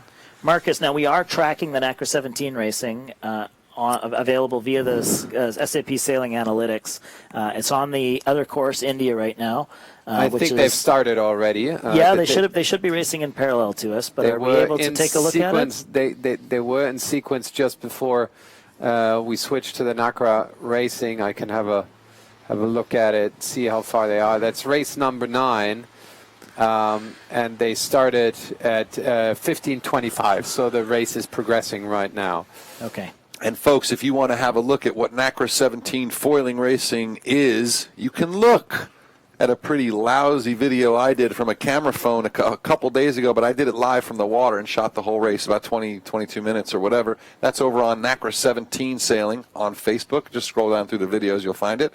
And but more importantly, tune in tomorrow because we're going to have them here in the breeze, starting first part of our broadcast at 11 a.m. Well, it was tomorrow. reasonably breezy when I shot them too. It was 12, 13 knots. It was plenty for them to be ripping downwind at about 23. So. We were flat out in the rib trying to keep up. So, and that's what we'll expect to see tomorrow. Hopefully the drone's in good shape and the mice have charged it up well.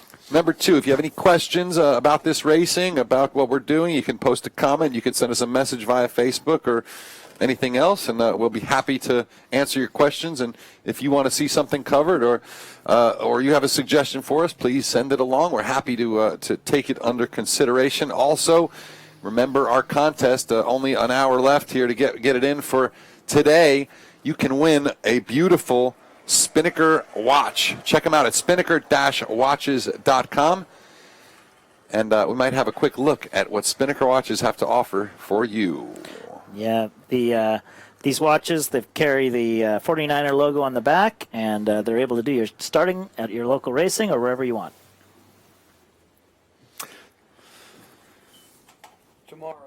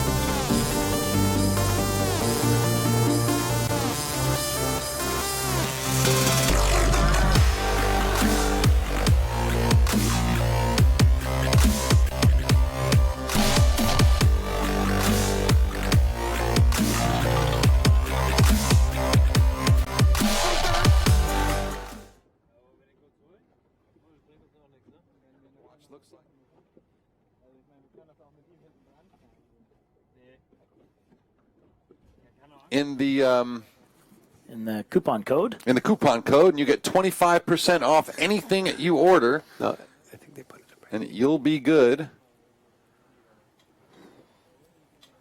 I don't know what they're saying. We're trying to hear the director. We can't tell what he's saying. But more importantly, you want to win a $200 gift certificate to get your next Spinnaker watch. Here's what you do. Take a picture of yourself, your family, your friends, your dog, your rabbit, watching our racing live, and post it to any of your favorite social media channels, Facebook, Instagram, or what's the other one? Twitter. Twitter. I don't like Twitter. Anyway, post that picture along with the hashtag 49er sailing or Spinnaker watch 49er, and you will be entered to win $200 gift certificate towards your next Spinnaker watch. And we're really proud to have them as our official timekeeping partner. And if you want to be the partner of the 49er or the Nacra 17 classes, get in touch with these boys via Facebook, via the websites at 49er.org or nacra17.org. And feel free to let us know what you're interested in or what products you think might be beneficial to this fleet and having your name out there for the fastest Olympic sailing boats there are. We've got our, Oh, that's us. Yeah, that's our boat park. He's actually going to fly over our studio I think I can wave. Well, I think look right in the middle of the screen, top balcony there. Top balcony, right in the center of the screen. We can probably get a gleam off Alan's shiny head here as we wait for the race committee to get the final race started today. It's actually just brightened up recently and a little more air coming through here, so hopefully the wind's going to steady out. And the he hasn't quite got us yet. He's got us. Over to there, I don't know. Isn't that us? That's us. Oh yeah. There he is. Hi, drone. We like our little buzzing friends. Yeah. It's amazing how they've changed everything in this sport, you know? I mean, if it wasn't for these things, like, you just couldn't have aerial coverage because a helicopter is expensive and makes a lot of noise. We've been in the hour, probably 5 hours today. It's a heck of a fuel bill. In Europe, that's $20,000 for the chopper. I mean, that's a lot of money, you know? But we love seeing them, and they work so well, and every year they seem to get better and better. Finally, now there is a waterproof drone. Is there? Floating, waterproof. It's just being built now. It's been in development for a while. I've been staying on top of it and doing my best to try and find out when I can get the first one, because anyone who flies these things really does lose. I mean, you lose one every few months, you know. Yeah, I think we budget one every 6 days of working, which is pretty high average, but still very affordable compared to a real helicopter. Yeah, but all these guys with their drones that go shoot, you know, other sports or you know, landscapes, and then the worst thing that happens is the drone lands on the ground or falls out of the sky. But, you know, when they hit the salt water, they don't tend to do that well. No. You know, electronics, salt water, I don't know. Sailors might know a thing or two about losing electronics. This is probably my 9th phone, thanks to that problem. But we're in postponement right now. You saw what that wind was doing. There's just not much of it. And who knows? We might not even get, it's looking very streaky out there. We might not even get any racing in today, and in which case, so be it. That's sailing. If we do, though, we've got one more 49er FX race in store for you now. And how does the loss of races affect the schedules? You just kind of get as many as you can, or do you have to have a certain number of races? There has to be a minimum, which I think is 4 for us to get to our theater-style racing. I don't think we're in any danger of missing that. If we do, I think we will race this next race. I think they just got to get the course square. But if there was a race missed, then we'd just schedule 4 for them tomorrow. And they'd have to hike a little harder and work a little harder, so no big deal.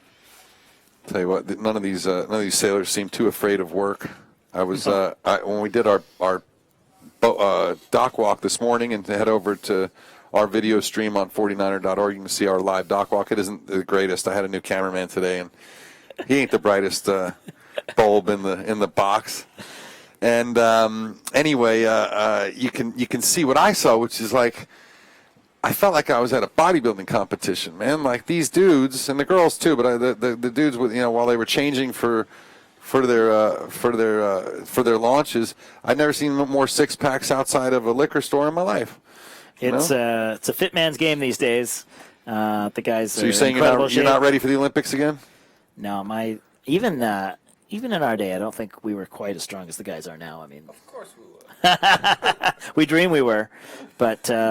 Yeah, the game's, it's a big one. You know, well, the rig changed for one thing. We were dieting down to 141 kilos. I was at the Olympics, which is, you know, I was at my high school weight. I was 71 kilos at the Olympics. Wow. And, you know, now we see, you know, I think what you said, you thought Burling was close to 90 at the Olympics. I'm not sure he's quite that heavy, but they're aiming at close to 160, 155, 160 range. So the bigger rig, it tunes a lot better in the light, so you can get away with that, and you obviously need it and for also, the power, and the boat got lighter. And also sailing techniques have evolved, I mean, across fleets, you know, and things that didn't work a while ago, like you say, with new sail design and new techniques. You see things like trapezing downwind on ACATs, which is now normal and was even before the foils. And you see, you know, weights going up in things like the Moth. The ideal weight of them. I mean, Pete Burling won the Moth Worlds that wasn't, you know, in light and heavy at actually about 200 pounds, 202. He told me. Yeah. So you know, even these little tiny boats, the weights keep going up. We've seen the FX as well. Girls have been telling me, you know, it's all about putting on muscle right now. You know, nobody's dieting. So where often the trend in a class is the the longer it lives, the lighter the crews get, because the light crews get better at handling the boat in strong winds, and then they have the advantage in the light winds. That's the That was a general historic trend. thing, but maybe now with Yeah, the powered up. There's with the another apparent wind dynamic sailing, where if the majority of the fleet is getting heavier, all the rest has to pull with it, because otherwise, if it's getting heavier and you stay light in the breeze, you don't have a chance. I think a lot of it has to do with the efficiency of sails now and rigged sail design, which it allows less drag. It allows the heavier guys to have more power without the drag penalty, and maybe that's why. and maybe take more advantage of the bits of boat speed they can get, so it accelerates with a more apparent wind. Changes the math of how the acceleration happens and how apparent wind affects all your sailing. If you're going fast enough, with the America's Cup boats, they went from something like 17 degrees apparent to 18 degrees apparent between upwind and downwind.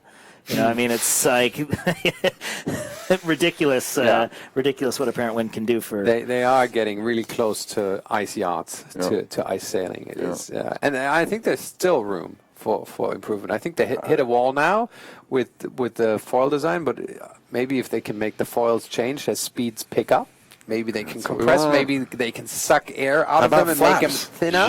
How about flaps, just like a plane? Big flap, little flap, I think there's a lot of improvement in the wing. AP is up. AP is up. Yeah. So maybe you foretold the future there, Alan, when you saw how late it was. I tell you what, as soon as the sun came out, I went, oh no. Yeah, oh no. Could be the death knell. We did. I don't mind for me because I'm going to go get some, but for you guys at home, 6 knots. It's 6 knots now. Just about sailable, I'd say. Yeah.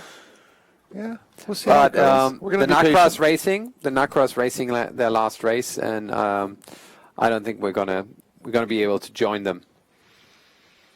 Any chance we can get a drone over them, or are they too far? Just No, have something to watch? that's another thing. I think they're too far out. No worries. Well, the good news is that the forecast is looking very solid and without a lot of likelihood of changing. So this was actually pretty close to the forecast we had today. In fact, our weather forecaster has been spectacular all week long. So where are we at? Director's room. What are we doing? We take a break? We'll take a break. We'll put up the lower thirds. My mic's off my back, so tell them what we're doing. Okay, so here's what's going to happen, ladies and gentlemen. We're going to take a little break and see what happens. It's not worth it for us to just go on and on for another hour. But the races are postponed at the moment. The AP is up. We will be back to you to either get some racing underway or close this out and let you know about our schedule tomorrow. So we'll be back shortly. Thanks for joining us.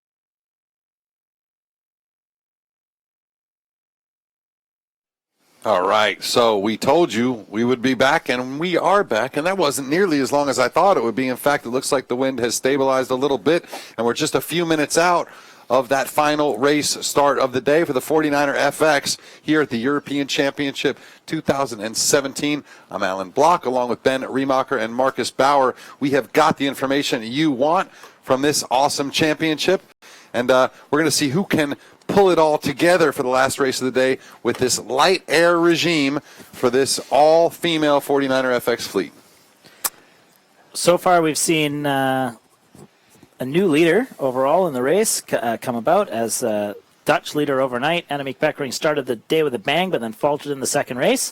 We've got another light air race here, but the wind's built pretty solidly, certainly better than when we tuned off, and we're only 2 minutes from the start. Everyone's looking nice and aggressive here, trying to get a good start to finish the day. It is a really difficult breeze, though. When we look downwind from our studio here, there's more wind close to the shore. Maybe good news, but it is going to be a very difficult race. First boat's drifting over the line now. Strong bias to the left-hand side. French are definitely over. Finns are over. That looks like it's going to be... We've got a fair bit to go. Are you looking for another AP already, Marcus? No, I don't. You know, I don't interestingly, want to see it. when we had this puff come down before from where we're seeing it, actually it made its way about 10 minutes later to the race course, and we had a big lefty that changed the face of that race. So maybe we'll see that again. Maybe it'll be something different, but definitely some continuing changeable positions here as we watch Jenna Hansen and Katja Saskov-Everson working their way into keeping position just to leeward of another boat. Countdown to a minute. This is a much more aggressive fleet than we saw at the light air sections of the last pre-starts. Lots of teams only a boat length behind the line, all claiming their spots. And most of the favorites overnight trying to get this pin end. We can see squarely in the middle of the screen GBR 44, that's Dobson and Tidy. And we can also see Dewey and Jessica from the Netherlands, who've been sailing great today. They're just above Saskia and Tidy, and the French Lily that you like so much. They're really working to try and stay in it. Yeah, they don't have much space here, so they've got to try and back up, see if their skills are up for it. They've got too far down, so they're gonna have to turn around now. I don't think they'll be able to hold their spot that far down. Current leaders in the fleet are Lutz Boyke, middle of the start line at the moment, and Beckering at the lower end, towards the pin end. All right. Behind the line at the moment, probably the boat on the right-hand side of the screen. Beckering's going for the port start, so that she's Netherlands 66. Beckering is taking every stern in the fleet right now, it looks like. Yeah, and there we go. That's the start. I don't know how the race committee would not call that a general, but we'll see what they say. There's lots of boats surging in the mid-ground. Let's see if we can see some flags coming up. See some. Lily Sabesi, though, did manage to hang on and take that pin. So with a Herculean effort from her crew, just pulling that rig up. It is a general recall. It is a general Good call, Marcus. You got it at 2 minutes. Well done. Well, it was a super strong line bias, and it would have surprised me if that would have gone through. We've only seen one start of the day with any starboard bias at all. They've been really heavily favoring port, and I'm not sure why. No. I know race officers certainly like to favor port a little bit so that they don't get crashed into all the time.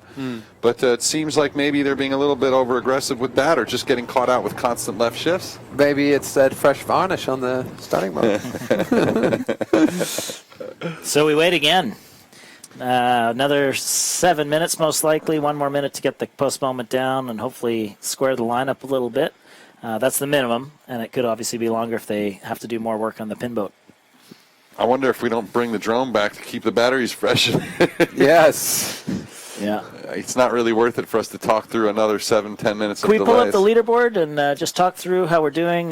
We've got 2 races in the bag here already, so quite a few points scored. We can also flash back to the 49er leaderboard and go over some of what happened there. Sure. But as we discussed, the local favorites, Tina Lutz and Susan Boyke, just a 2-point lead now over medalist Jenna Hansen and Katja Everson, and Anna Beckering and Cecile Janmaat holding tight. I mean, sailing really, really well all regatta until the last race that we saw. Yeah, and 5 points separating the top 3, so that's almost nothing at this stage of the regatta.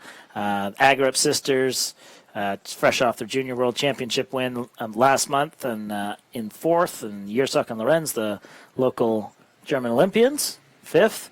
And we see the Japanese team, who we saw surge through to take that win.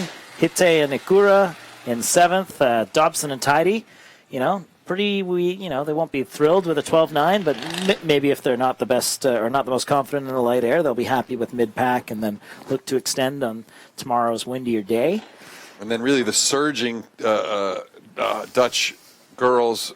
Dewey Kuvert and Jeske Kister's there, yeah. 20th entering this finals round, and now all the way up to 8th place, and really, owning a lot of this light air stuff. They seem to really enjoy it. Same thing with the Swedes. They really seem to like the light. One tough result, but they were still going well. They just kind of got caught out, and then I think last race was representative for them. And then we see our 3-time European champions staying in the game, but not necessarily doing the best. Waiting for the breeze, right? We'll see, yeah. McGregor and Ainsworth in 11th. The young Kiwis, Eric Dawson and our new crew, Kate Stuart. Pretty solid for their first regatta together in Europe. Gerges sisters, fresh out of a year of university. And our Arubans have dropped back quite a bit into 14th position, unfortunately. The second Japanese team behind them. And then Lily Sabesi and Dubois, the French team that Ben had put so much stock into. Then Sophie Weglin and Orton, Tess Lloyd, Haley, and finally it's Finland at the end. I wonder if we can have a look at the 49er results. Do you still have those? We might have those and just talk about what happened this morning while we wait for the race committee to reset. It was, I think, it was certainly a little more breezy than these races, but not by much, a couple knots. And really, it was Dave Gilmore standing out. Doing a really, really nice job showing everyone that he is not just a Fremantle Dr. Sailor. He can do it in the light, too. So just to clear up this leaderboard, we've got a few qualifying races, the back end of the qualifying, and then the 3 finals races to the right columns before the sum. So the 3 races of Gilmore today were a 6.25, summing up to 28.5 on top of their qualifying scores by the best day by a long ways in this group. Moving up into second was another team who sailed well today, Plassi and Tessie. So typically a sailor will look at their cumulative score, and if it's less than half the fleet times the number of races, you're laughing. So these guys, Tessie in a 4-10-2, 16 points, much lower than a 30, which would be average, and that's how they're able to move up the scoreboard so much. That's really interesting. And then our Germans stand out with 2 very good races and 1 not so good race, but really climbing up the leaderboard well, Meindorfer and Sprenger. And then the Austrian going into this round in third or fourth place, Bildstein and Hussel, the Olympian, and now down to, 6th place. So, but we say that, right? But look at the points 4th, are almost 5th, nothing. 6th. It's 1.5 points. So half a race, and all of a sudden everything's different. So don't put too much stock in these positions. The Lang brothers sitting in 7th, I think, putting themselves in a good spot to make a run if they can just put those races together. They are a little streaky. They're young. And young sometimes means you can go on some serious streaks. So are they ready for a streak? Maybe so. We'll see. The Poles a little bit behind Bukshak and Visbietzi. That's their best championship, major championship results so far. They'll be thrilled to be in that position and be looking to move up a couple more, but good for them for advancing up from, they were the junior team of the 3 Polish teams last quad. And then for me, the second story of the day behind how well Gilmore and Turner sailed was how much of an opportunity Fletcher and Bithell have left on the table. They'll be really unhappy scoring 43 points in 3 races. It's going to take a special day for them tomorrow even to climb into the medal contention conversation after leading so well after the qualifying. Will they be unhappy about the qualification rule having the score? Dylan was on the format committee with me, so I don't think so, but obviously we can talk to him about that. But I think it makes good sense on that front, and obviously he can speak for himself if we ask him later. But there's no excuse for not sailing well in Gold Fleet. This is when it matters, and a team with that kind of talent really should be able to put at least one good race together on a day. Well, who knows what happened to them today? It'd be good if you could talk to them later, Adam, and find out what caused that. Punch down. Let's punch. Do we have 11 through 20, guys? So just punch down, have a look at here. Hawkins and Thomas, again, we had 4 British teams in that gold fleet, so that's a good thing. Matthew Frey has climbed up from like 20 in pre-qualification or pre-finals to 12th. So nice job for him. The 2 Spaniards, Diego Botín and the Alonso brothers, unfortunately dropping down as well, and I think both will be pretty disappointed. Lubeck and Hoffman had one spectacular race today and 2 middling ones or worse. And Dave O, I mean, he would be right at the top of the leaderboard right now if it wasn't for that UFD in the second race that we saw. It was very disappointing for him. Same thing happened to the senior poles, and Portugal, Germany, and France round out those 20. Yeah, so I'm looking here just at the Portuguese, Lima and Costa. Those guys are going to gear up for a Portuguese hometown World Championship in a month. Sure. They'll hope to sharpen their skills next year. Really big veterans of the class, and come back for after 3rd Olympic campaigns to keep going. So look for them to rebound look, tomorrow. obviously, even going into this round, they're carrying some points that they maybe shouldn't have picked up. I'm not sure exactly what happened, but regardless, so you know they're doing better than they look from this. And then Coached by their brother, Gustavo Lima, the famous laser sailor, now coming in to coach his brother George. Excellent stuff. So that's what it looked like from this morning. Tomorrow we will see more 49er action in the afternoon, but in the morning it is Nacra 17s on their foils, flying just like America's Cup boats, but maybe a little more exciting to watch, you know. We watched them on the first day of racing here foiling, and we remarked at a lot of nosedives from the guys in the back, and quite a lot fewer for the guys up front. But the learning curve is going to be so fast. Tomorrow's probably going to be the most challenging day they've raced in so far, if the forecast comes through. And we'll be able to follow along with the drone and catch some great action as those guys learn how to foil, assuming it's not raining too hard. Let's hope for no rain. The most exciting thing for me about the Nacras is that it's new, and that's not just that I like new things, but to me, it's always the most interesting to watch really great sailors learn new things, see how quickly they learn them, see how quickly the rest of the fleet adopts them, watch the techniques spread back and forth, watch someone try something new and just destroy a race, destroy a fleet one day, and then watch everyone else catch up. I love it. I think it's fascinating. It took about 2.5 minutes for the entire fleet to go from 0 boats using their kite upwind to all the boats using their kite upwind yesterday. I mean, it was less than that. It was like half a minute. So it's a real copycat game when someone gets an advantage.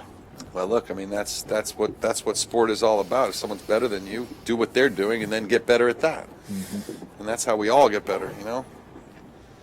We've seen a lot of guys crossing over from various different fleets into that Nacra to give it a try. Obviously the old Tornado guys, some of the young Moth guys. A lot of Niners.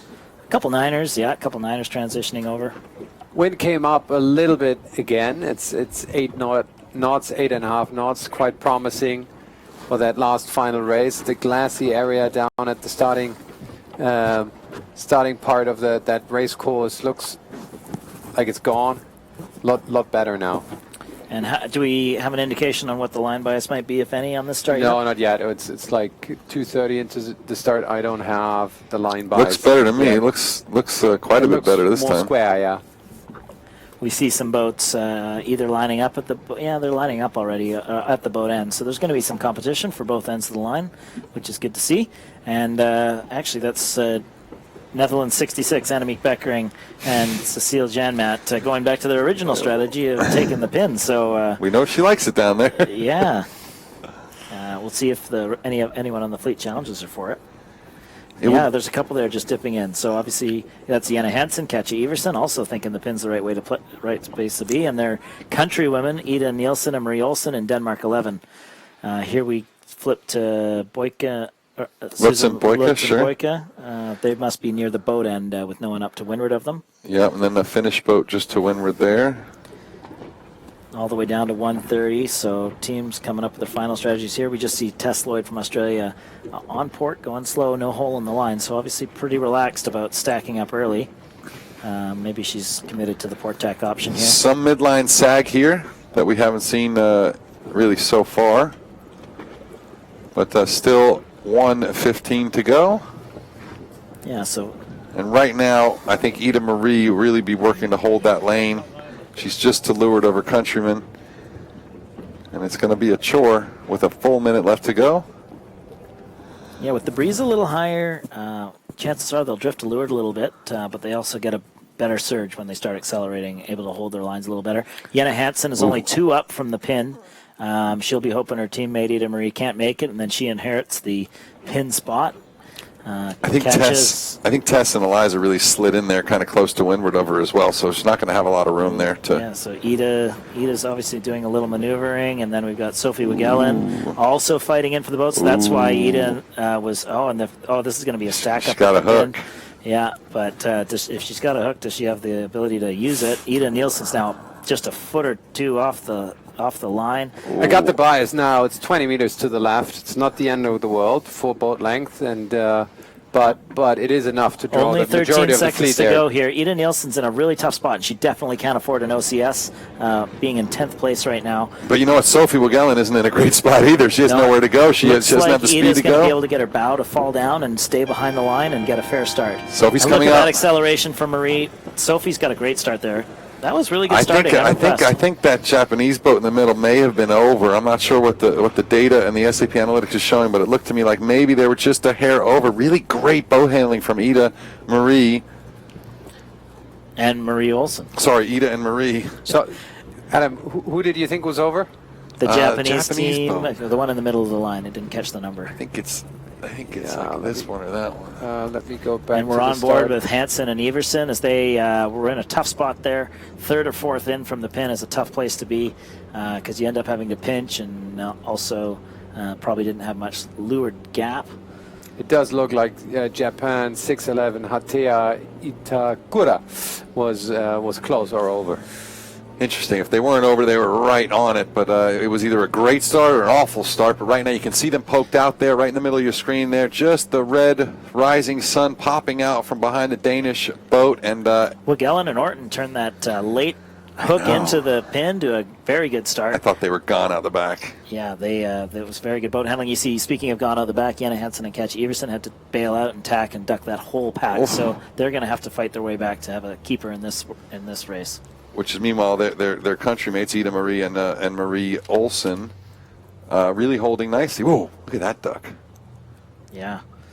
And I They're wonder if doing turns. they're going in for a turn. So Oh. Tina Lutz and Susan Voika avoided the contact nicely, but then called protest. And there's we see Jenna Hansen and Catch Everson.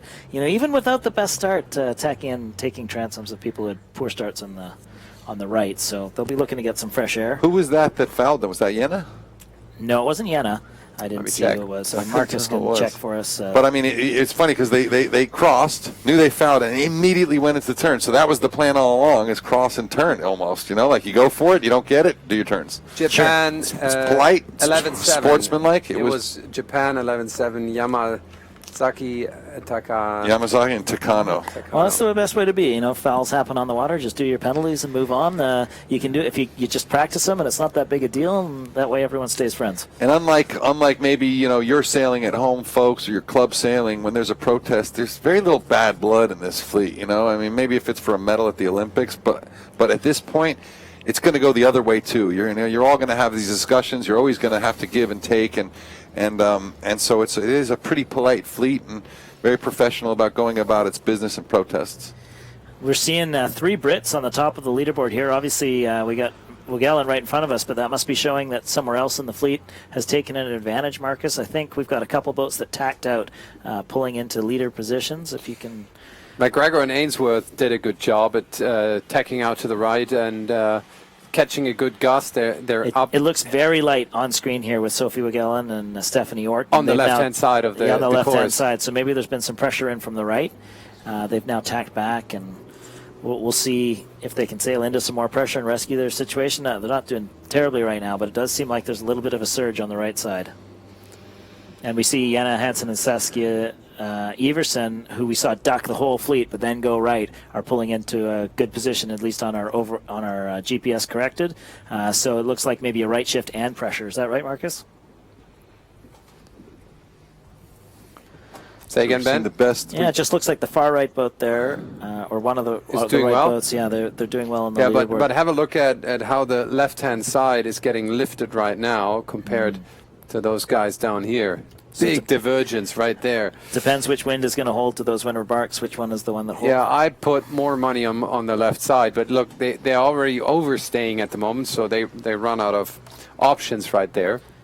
Yeah, so you're saying that the far left boat there is actually over ley line, and therefore, with the way the shifts in, has wasted Well, for some sure they're opportunity. over ley line, at least from this angle. Yeah. Well overstood. So depends on whether they get a fresh breeze from over there and they can live with the extra distance. Look how many boats are up on the front line, on the gain line, I guess we'd call I it here. think it's this going to be race. a very, very tight windward mark rounding. We see Germany 55 just below the scoreboard there. That's Yersok and Lorenz, 5th overall or 6th overall, I think, right now, and surging into the lead of this race. So the girls on the left here are now showing as the leaders, and Yersok Lorenz have used their boat speed. Skipper there going back to clear some weeds off her rudder at a very critical time. Look, she didn't spend too much time back there, but you saw her lose at least a boat length, if not 2, during that maneuver. I'm very impressed that you saw that. Very dexterous there for Vicky to be able to acrobatically keep steering. She didn't hand off the tiller. She held it while she went back. And I'll tell you what, one of the things to keep in mind when someone like Kate McGregor's around in a group like this is that she's a double match racing world champion, so you don't want to get into it at the top mark with a girl like that necessarily. I'm impressed here with Ida and Marie. You know, if they weren't OCS, which of course I don't think we know yet, but didn't look to me like they did. They had a brutal position that they got put in by the Brits, and they managed to hold their nerve, and now they're sailing a great beat here. Oh, she is. We do have it. She is UFD. Oh, God, it was close. I thought she did so well, but right. Okay, that's good to know for the so rest that of the race. number 11 is not a factor painful in this race, and that's going to really mess up her results and her outlook for the rest of this regatta. So we think we're looking at both 611 and 11 UFD, No, right, it's just Marcus? one UFD in the analytics at the moment. We can check in another minute. By the way, typical move, going out to the left, overstaying a little bit, catching a fresh gust and squeezing in there at the windward mark. Very typical move here with that wind direction. So even though Wigellen had the advantage because she overstood, lost that advantage, and some of the ones who started higher up able to take less distance. And there we go, Jersuk and Lorenz. Vicky and Annika Off doing like a a beautiful rocket. job. Germans really performing here today. That's on board with Jana Hansen and Saskia Everson. Yeah. Tough spot to set. They're Look at this really crowd. getting rolled by a bunch of teams, and there's a bunch more teams that are trying to fight through on port, still get to the windward mark. Wow. Yeah, I thought it would get crowded at the windward mark. And I don't know what's going on here, but I think they they're had to just do- in the low lane, and there's just no wind where they are. A train of boats with their spinnakers up, taking all their wind, and they're not able to get any breeze. I mean, they just got passed by 5 boats, man. Yeah, that low lane is a brutal one to be in if there's a train of boats above Wow. you, because you just can't escape. Oh, it's got to be a lot of frustration. You can see it on the crew's face. Yeah, and then off they go All again. you can do is panic. They started with a poor start. They fought all the way back, and now they're going to have to go again. Look at that too. They've got some. So they're Some calling sandlaggers that there. boat down. That's another German boat. They're trying to get them to go down. Trying to figure out how to get a Through little these more waves? optimum angle to the downward mark. The coach boat waves and the sort of public people waves are definitely affecting everyone a little more now in this light air. But Vicky and Annika That's all our leaders, alone. gone most of the way to the ley line here, and they had a nice set, and they'll be able to extend here a little bit. Not too much, but they've gone 80% to that ley line, and they'll have an easy choice at the leeward gate. And then Ida and Marie, well, we know they're UFDs, so we won't pay too much attention to that, other than to say that they're sailing reasonably quickly. That's a really damaging score for them. You know, they had 2 middling scores and then a UFD to start Gold Fleet. Yeah. Hansen and Salskov Everson, they rounded 7th, and they dropped down to 16th right now. No, we watched 7 or 8 boats go right by him. I mean, I wish we saw it from a little bit further out because I couldn't see if the kite was messed up or a raft or completely collapsed. If we could go to the analytics, there's something interesting evolving. Also, not quite untypical for this kind of racing. These guys going really deep, and these guys pinching high into them from that direction. So they've got right-hand side's got fresh breeze at the moment. So we're seeing a fleet inversion almost, or the people that went to the close side. That's even more painful for Everson, or for Jana Hansen and Catch Everson, because had they gone to the opposite mark, they wouldn't have been rolled in. They would have got the shift. So really unlucky, and And they're Looking very tight there with the leaders. You can see on the run. Vicky and Annika just ahead of the Japanese boat. That's Dobson and Tidy coming in from the surging wow. side here. Look at that. And we can see them. That must be them with the blue kite in there. That's Charlotte Dobson and Saskia Tidy. Surged around, taking a better route downwind with more pressure. You can see they're actually extended fully while Jersock and Lorenz are single trapping or crouch trapping. But that's going to be, looks like the Germans are going to cross here and have a clean finish or a clean rounding. Rounding, yeah. But nice work from Dobson and Tidy. And they're going to split and go back to the same sides. Well, Jersock and Lorenz, you think that's an error, Marcus? Yeah, I think that's an error. I think they should have bitten the bullet and head out to the right side where the others gained. At least they should tack quite soon now. How do you pronounce that last name, Vicky's last name, Marcus? Yotzok. Yotzok, okay. So you can see the lead flashing look how light back it is and now. forth. It is so light, and she needs to tack and get over to the other side. I think, wise guy sitting here. It's very easy from here, though.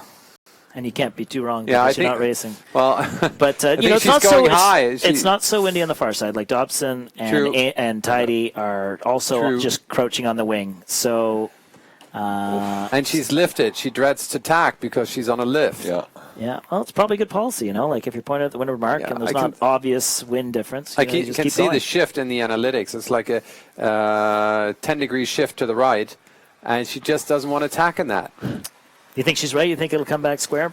I think it's going to swing back. It's going to, looking at the data and the analytics, it's been swinging back and forth. Just on screen here, we've got a huge mess coming into this leeward mark with 50% of the fleet all rounding at the same time.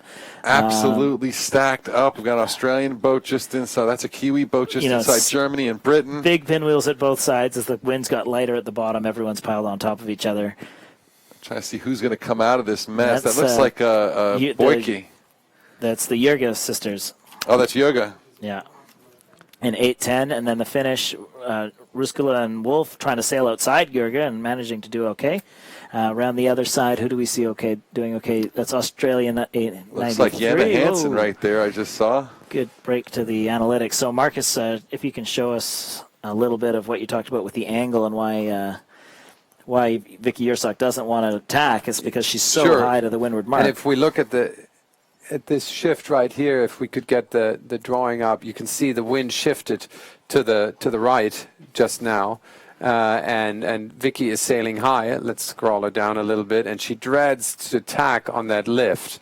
That's the reason why she keeps continuing. She waits for the wind to swing back. Just bring the windward mark into play here so we can see that she's sailing the closest. Starting to bend back a little bit for her. There we go. So she's almost pointed at the windward mark. You can hardly blame her for not wanting to tack. If the wind swings back, she's going to go here, and it's going to be an awesome upwind. And if it stays steady, she's also fine. So we were probably wrong. She went the long leg first, and then she's putting in the short leg instead of going the short leg first and then putting in the long leg. What we were wrong about was the reason why the girls on the other side were doing so well on the downwind. It was because of the shift, not because of pressure. Exactly.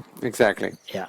So she had to sail higher than optimal to get to the little gate. And it is swinging back now. We can see. Yeah, that's we can see the bend in her The trail. tough thing about these length races is that often the shifts are too slow for the legs. So a 4-minute upwind leg or 6-minute upwind leg or whatever. If the wind's shifting every 4 minutes, you're only going to get one shift. So you're not going to have time sometimes to get to ride that lift and then take the header and then tack. Don't they call it? That was Ben Ainsley's ultimate skill, was knowing when it was oscillating and knowing when it was persistent, knowing when it was changing between the two, and that changes based on the frequency as well as other things. And he was always the master at that, or at least reported to be. And there are sailors who are great at that just by being observant, just by writing it down, having a good notepad, and getting in tune or spending the time on a site and figuring out what those patterns are. We saw how light it was at the bottom with the girls, single trapping and standing in the middle of the boat. Now we see them full trapping. Fresh breeze and much happier than they were. Great sailing here from Jersock and Lorenz. They're going to have built up a huge. Oh no, where's the Japanese team they're talking about? Is that on the far right? That's either Marie Nelson. And, don't trust the leaderboard at the moment. The one tracker's gone off. The one tracker has tuned out. I think Jersock and Lorenz are still in the lead. Yeah, it's just they will have tacked over. So. And Olsen. They are UFD. Remember, folks, Nielsen and Olsen. And that there we boat go. right There's there. our leaders surrounding the windward mark. Huge lead. Huge lead. Don't trust your commentators on tactics, that's for sure. Well, we might be out there. So, I tell you what, Nielsen and Olsen are not going to be all that happy to go and cross the line in second and then find their name on the UFD board. Oh. Yeah, I mean, if it's you know what the issue is? It's probably a black or a U flag, which means that any part of them that was over within 1 minute didn't matter that they could recover. Yeah, at the and they start. were stuck. They were up there for a little bit. They were up there for a long minute, time. yeah. So if the jury deemed that they were over at any point, then it was over for them. All right, so Good it is rounding Charlotte here. Dobson, Saskia Tidy in second, it looked like. And this is the second good race in a row we've seen from Chiki Hate and Haruka Ikatura. I don't think they had a terrible race in the first one either. Okay, so, yeah, they were up in sixth overall, I think. Yeah. Lots of overstanding boats here. You can see the Gerges sisters, who we saw around the leeward marks, now reaching in, and that's probably a bit of a fetch on this downwind. And that Dutch boat is that Dewey and Jeska? I think it is. Here we go. These are the overnight leaders, Beckering and Deutsch having, or Beckering and... This is the leaders going into this race. Yeah. Ooh. Work Big it. hoist Work from it. God, she's got massive triceps too. Big back muscles pulling that thing up. Much better set than last time, that's for sure. Yeah, they're loving this wind. The winds come in nicely. Bit of change of systems here with the sun changing all what's going on today, and they're now fully planing. It's after been 2 crouching minutes, and in, it's like yeah. we're in a whole different world. Look at this, trapping off the back of the boat, flying downwind, making passes. Big pass there over Dewey and Jessica. We're having an issue, it looks like. Yeah, I think their retrieval line must have got choked, so they were having to go in to relieve Oh, that. that's terrible. Can't you just cut it at this point in the race? If you had a knife, you might be able to. I'm sure they have a knife Teeth, on them. you think the I'm teeth could sure get they that? have. I'm sure they have a knife on them. No? Really? No, they got a coach. Yeah. You don't need to save yourself if you have a coach. But that's much shorter downwind. This will be a short race as a result overall, but happy to get the third race in here. Yeah, and breeze is back up at 10, 11 knots now. 11.2 at the moment. Wow, what a shifty day. Yeah. Unbelievable. Yeah, tough day for the race committees, Wow. but Nice last race, though. Jenna Hansen getting back into the top 10, having a tough race, tough day today a little bit. yeah, up and down all over the place. We saw her deep at the start, 7th at the windward mark, 16th down the run, and then back Crazy, up to 9th. right? Yeah, lots of work there. Tess Lloyd and Eliza Solly moving up nicely. Their best result of the day so far, their best positioning of the day. And the Swedes back in it as well. Good stuff here. I know there's going to be a lot of happy locals with the great performance from various German teams. Nice job here, though, from Vicky Yurchuk. Here's the Yurtzak? Yeah, Yurtzak, they did by winning that race. They put themselves in third place overall. That's what the preliminary says at the moment. Hatai Itakura trying to hold position here, but look at this look at roll this. coming on. Gerges sisters down to the knots almost. Just trying to make through the finish line as they're a tiny bit overstood. So Hatai across the line, it looks like. That's In third place. Is that Tess Lloyd there? Tess Yeah. Lloyd fourth. And here comes the Jurgens. Gerge, do they manage to squeeze in? No. No. It is our Swedish plenty of friends boats. Gross and Klinga. And there, Jurgen just trying to get in. I don't that know. was a close finish. I have no idea who got that one. That was the second Japanese boat. That's And here's Yamazaki Hansen and and Takano. Everson. Here's Hansen Everson. And remember, too, that those positions will jump up a little bit behind Ida Marie Nielsen and Marie Olsen because of that UFD. Here comes 669. That's Dewey and Jessica. And Germany 9. Tina Lutz, Suzanne Boyka. Will this be enough to maintain that Whoa, lead? another tight finish. Look at all the Wow! boats finishing at once. Look at that. It was Britain, then Holland, then Finland, then New Zealand. Very exciting finish there. Again, this light air races, man, especially ones that get really Anything shifty. can happen. And New Zealand through. Dawson and I think I must have called Caitlin and Haley Clark wrong there. That was probably them. That was New Zealand afterwards. That is much of the fleet there. Here Oh, comes. geez, and this is our race. Race 2, second our overall, comes our Agro last. sisters. That's how close it is. Is that last already? Well, I think so. Close to last, anyways. Yeah. 0 to 0, right? Yeah, it's Here we go. when everyone's good, you can finish at the front and the back, and you just got to take it.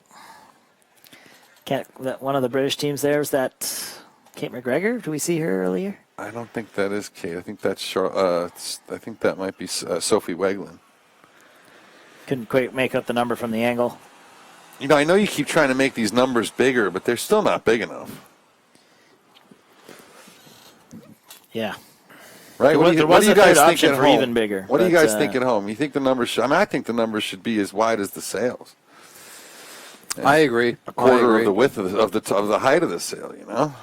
But that's just me. I got bad vision. I'm sure everyone on their 50-inch plasmas back home was laughing at us. Yeah, but then people are watching on their phones too. That's true. You know? In fact, I bet you as many people are watching on their phone as are watching on their computers. So here's the race summary. We can see just some of the basic stats about what happened on the race course. Yeah, Jurtok Lawrence, some correlation with the top three when it comes to speed. Hatea Itakura, they were fast as well, the Japanese. And, you know, maneuvers up and down, distance, nothing that really sticks out. It was tricky racing. You can't read out of the data what makes people win. I'm still a little bit puzzled by the UFD, by Ida Nielsen. Well, let's go back and take a look. At the start, if we could look back at the start, have a little start review, also give us the ability to draw on screen. This is Denmark 11, right? Yeah. They were UFD'd. Let me get rid of that and start playing. Where do you guys think she was over? Well, you have to go back to a minute. You think it was that early? Because, I mean, I can't This see is a her. different start. See, No, it's this not. is race 3. That's But the start. that was the general. Okay. So let's break away from this one and go to the next start. 'Cause Okay. She was second in well, from the I pin. need to dig that out. She was Okay. definitely not over in that one. Well, let's go ahead and look at results while we see if we can Yep. find that replay. We'll alter our little schedule a little bit and have a look at the results after 3 races in the finals. Our 4th day of the European Championship for the 49er FX. It is Lutz and Boyka maintaining the lead, but tied with Jenna Hansen and Katja Everson. That's amazing. After all that, they end up with 33.5 points, 5 points back to our Germans, our second Germans, Vicky and Annika Lorenz. Great job from them. Really nice sailing with a bullet ending the day. If you remember, we talked about Jurtok and Lorenz coming back from 18th to 8th in that first race, and we thought might be a sign of things to come on the day if they can pull that off. That's the skill you need, right? You know, all it took was for them to have a good start or a couple good races, and they string together, you know, a 16-point day. That's a great day for them. And conversely, the girl who's been not dominating all week, but right at the front and doing great all week, Anna Beekering with Cecile Janmaat. 2 terrible results, 15 and a 14, dropping all the way back to 4th place. And, almost 9 points out of the lead there. Yeah, it's tough racing. Who else do we have here? Dobson and Tidy, Moving solid up. day. They were in 4th when they started today. They're averaging not too badly. They're still in contention, so they won't be unhappy with that. Yeah. Hete and Itakura, fantastic day. 11 light air points, specialists, clearly. 713. They're now in contention. They'll be thrilled with that over their winter of work. Sweden, Agrup sisters, all over the map, 11-2-18.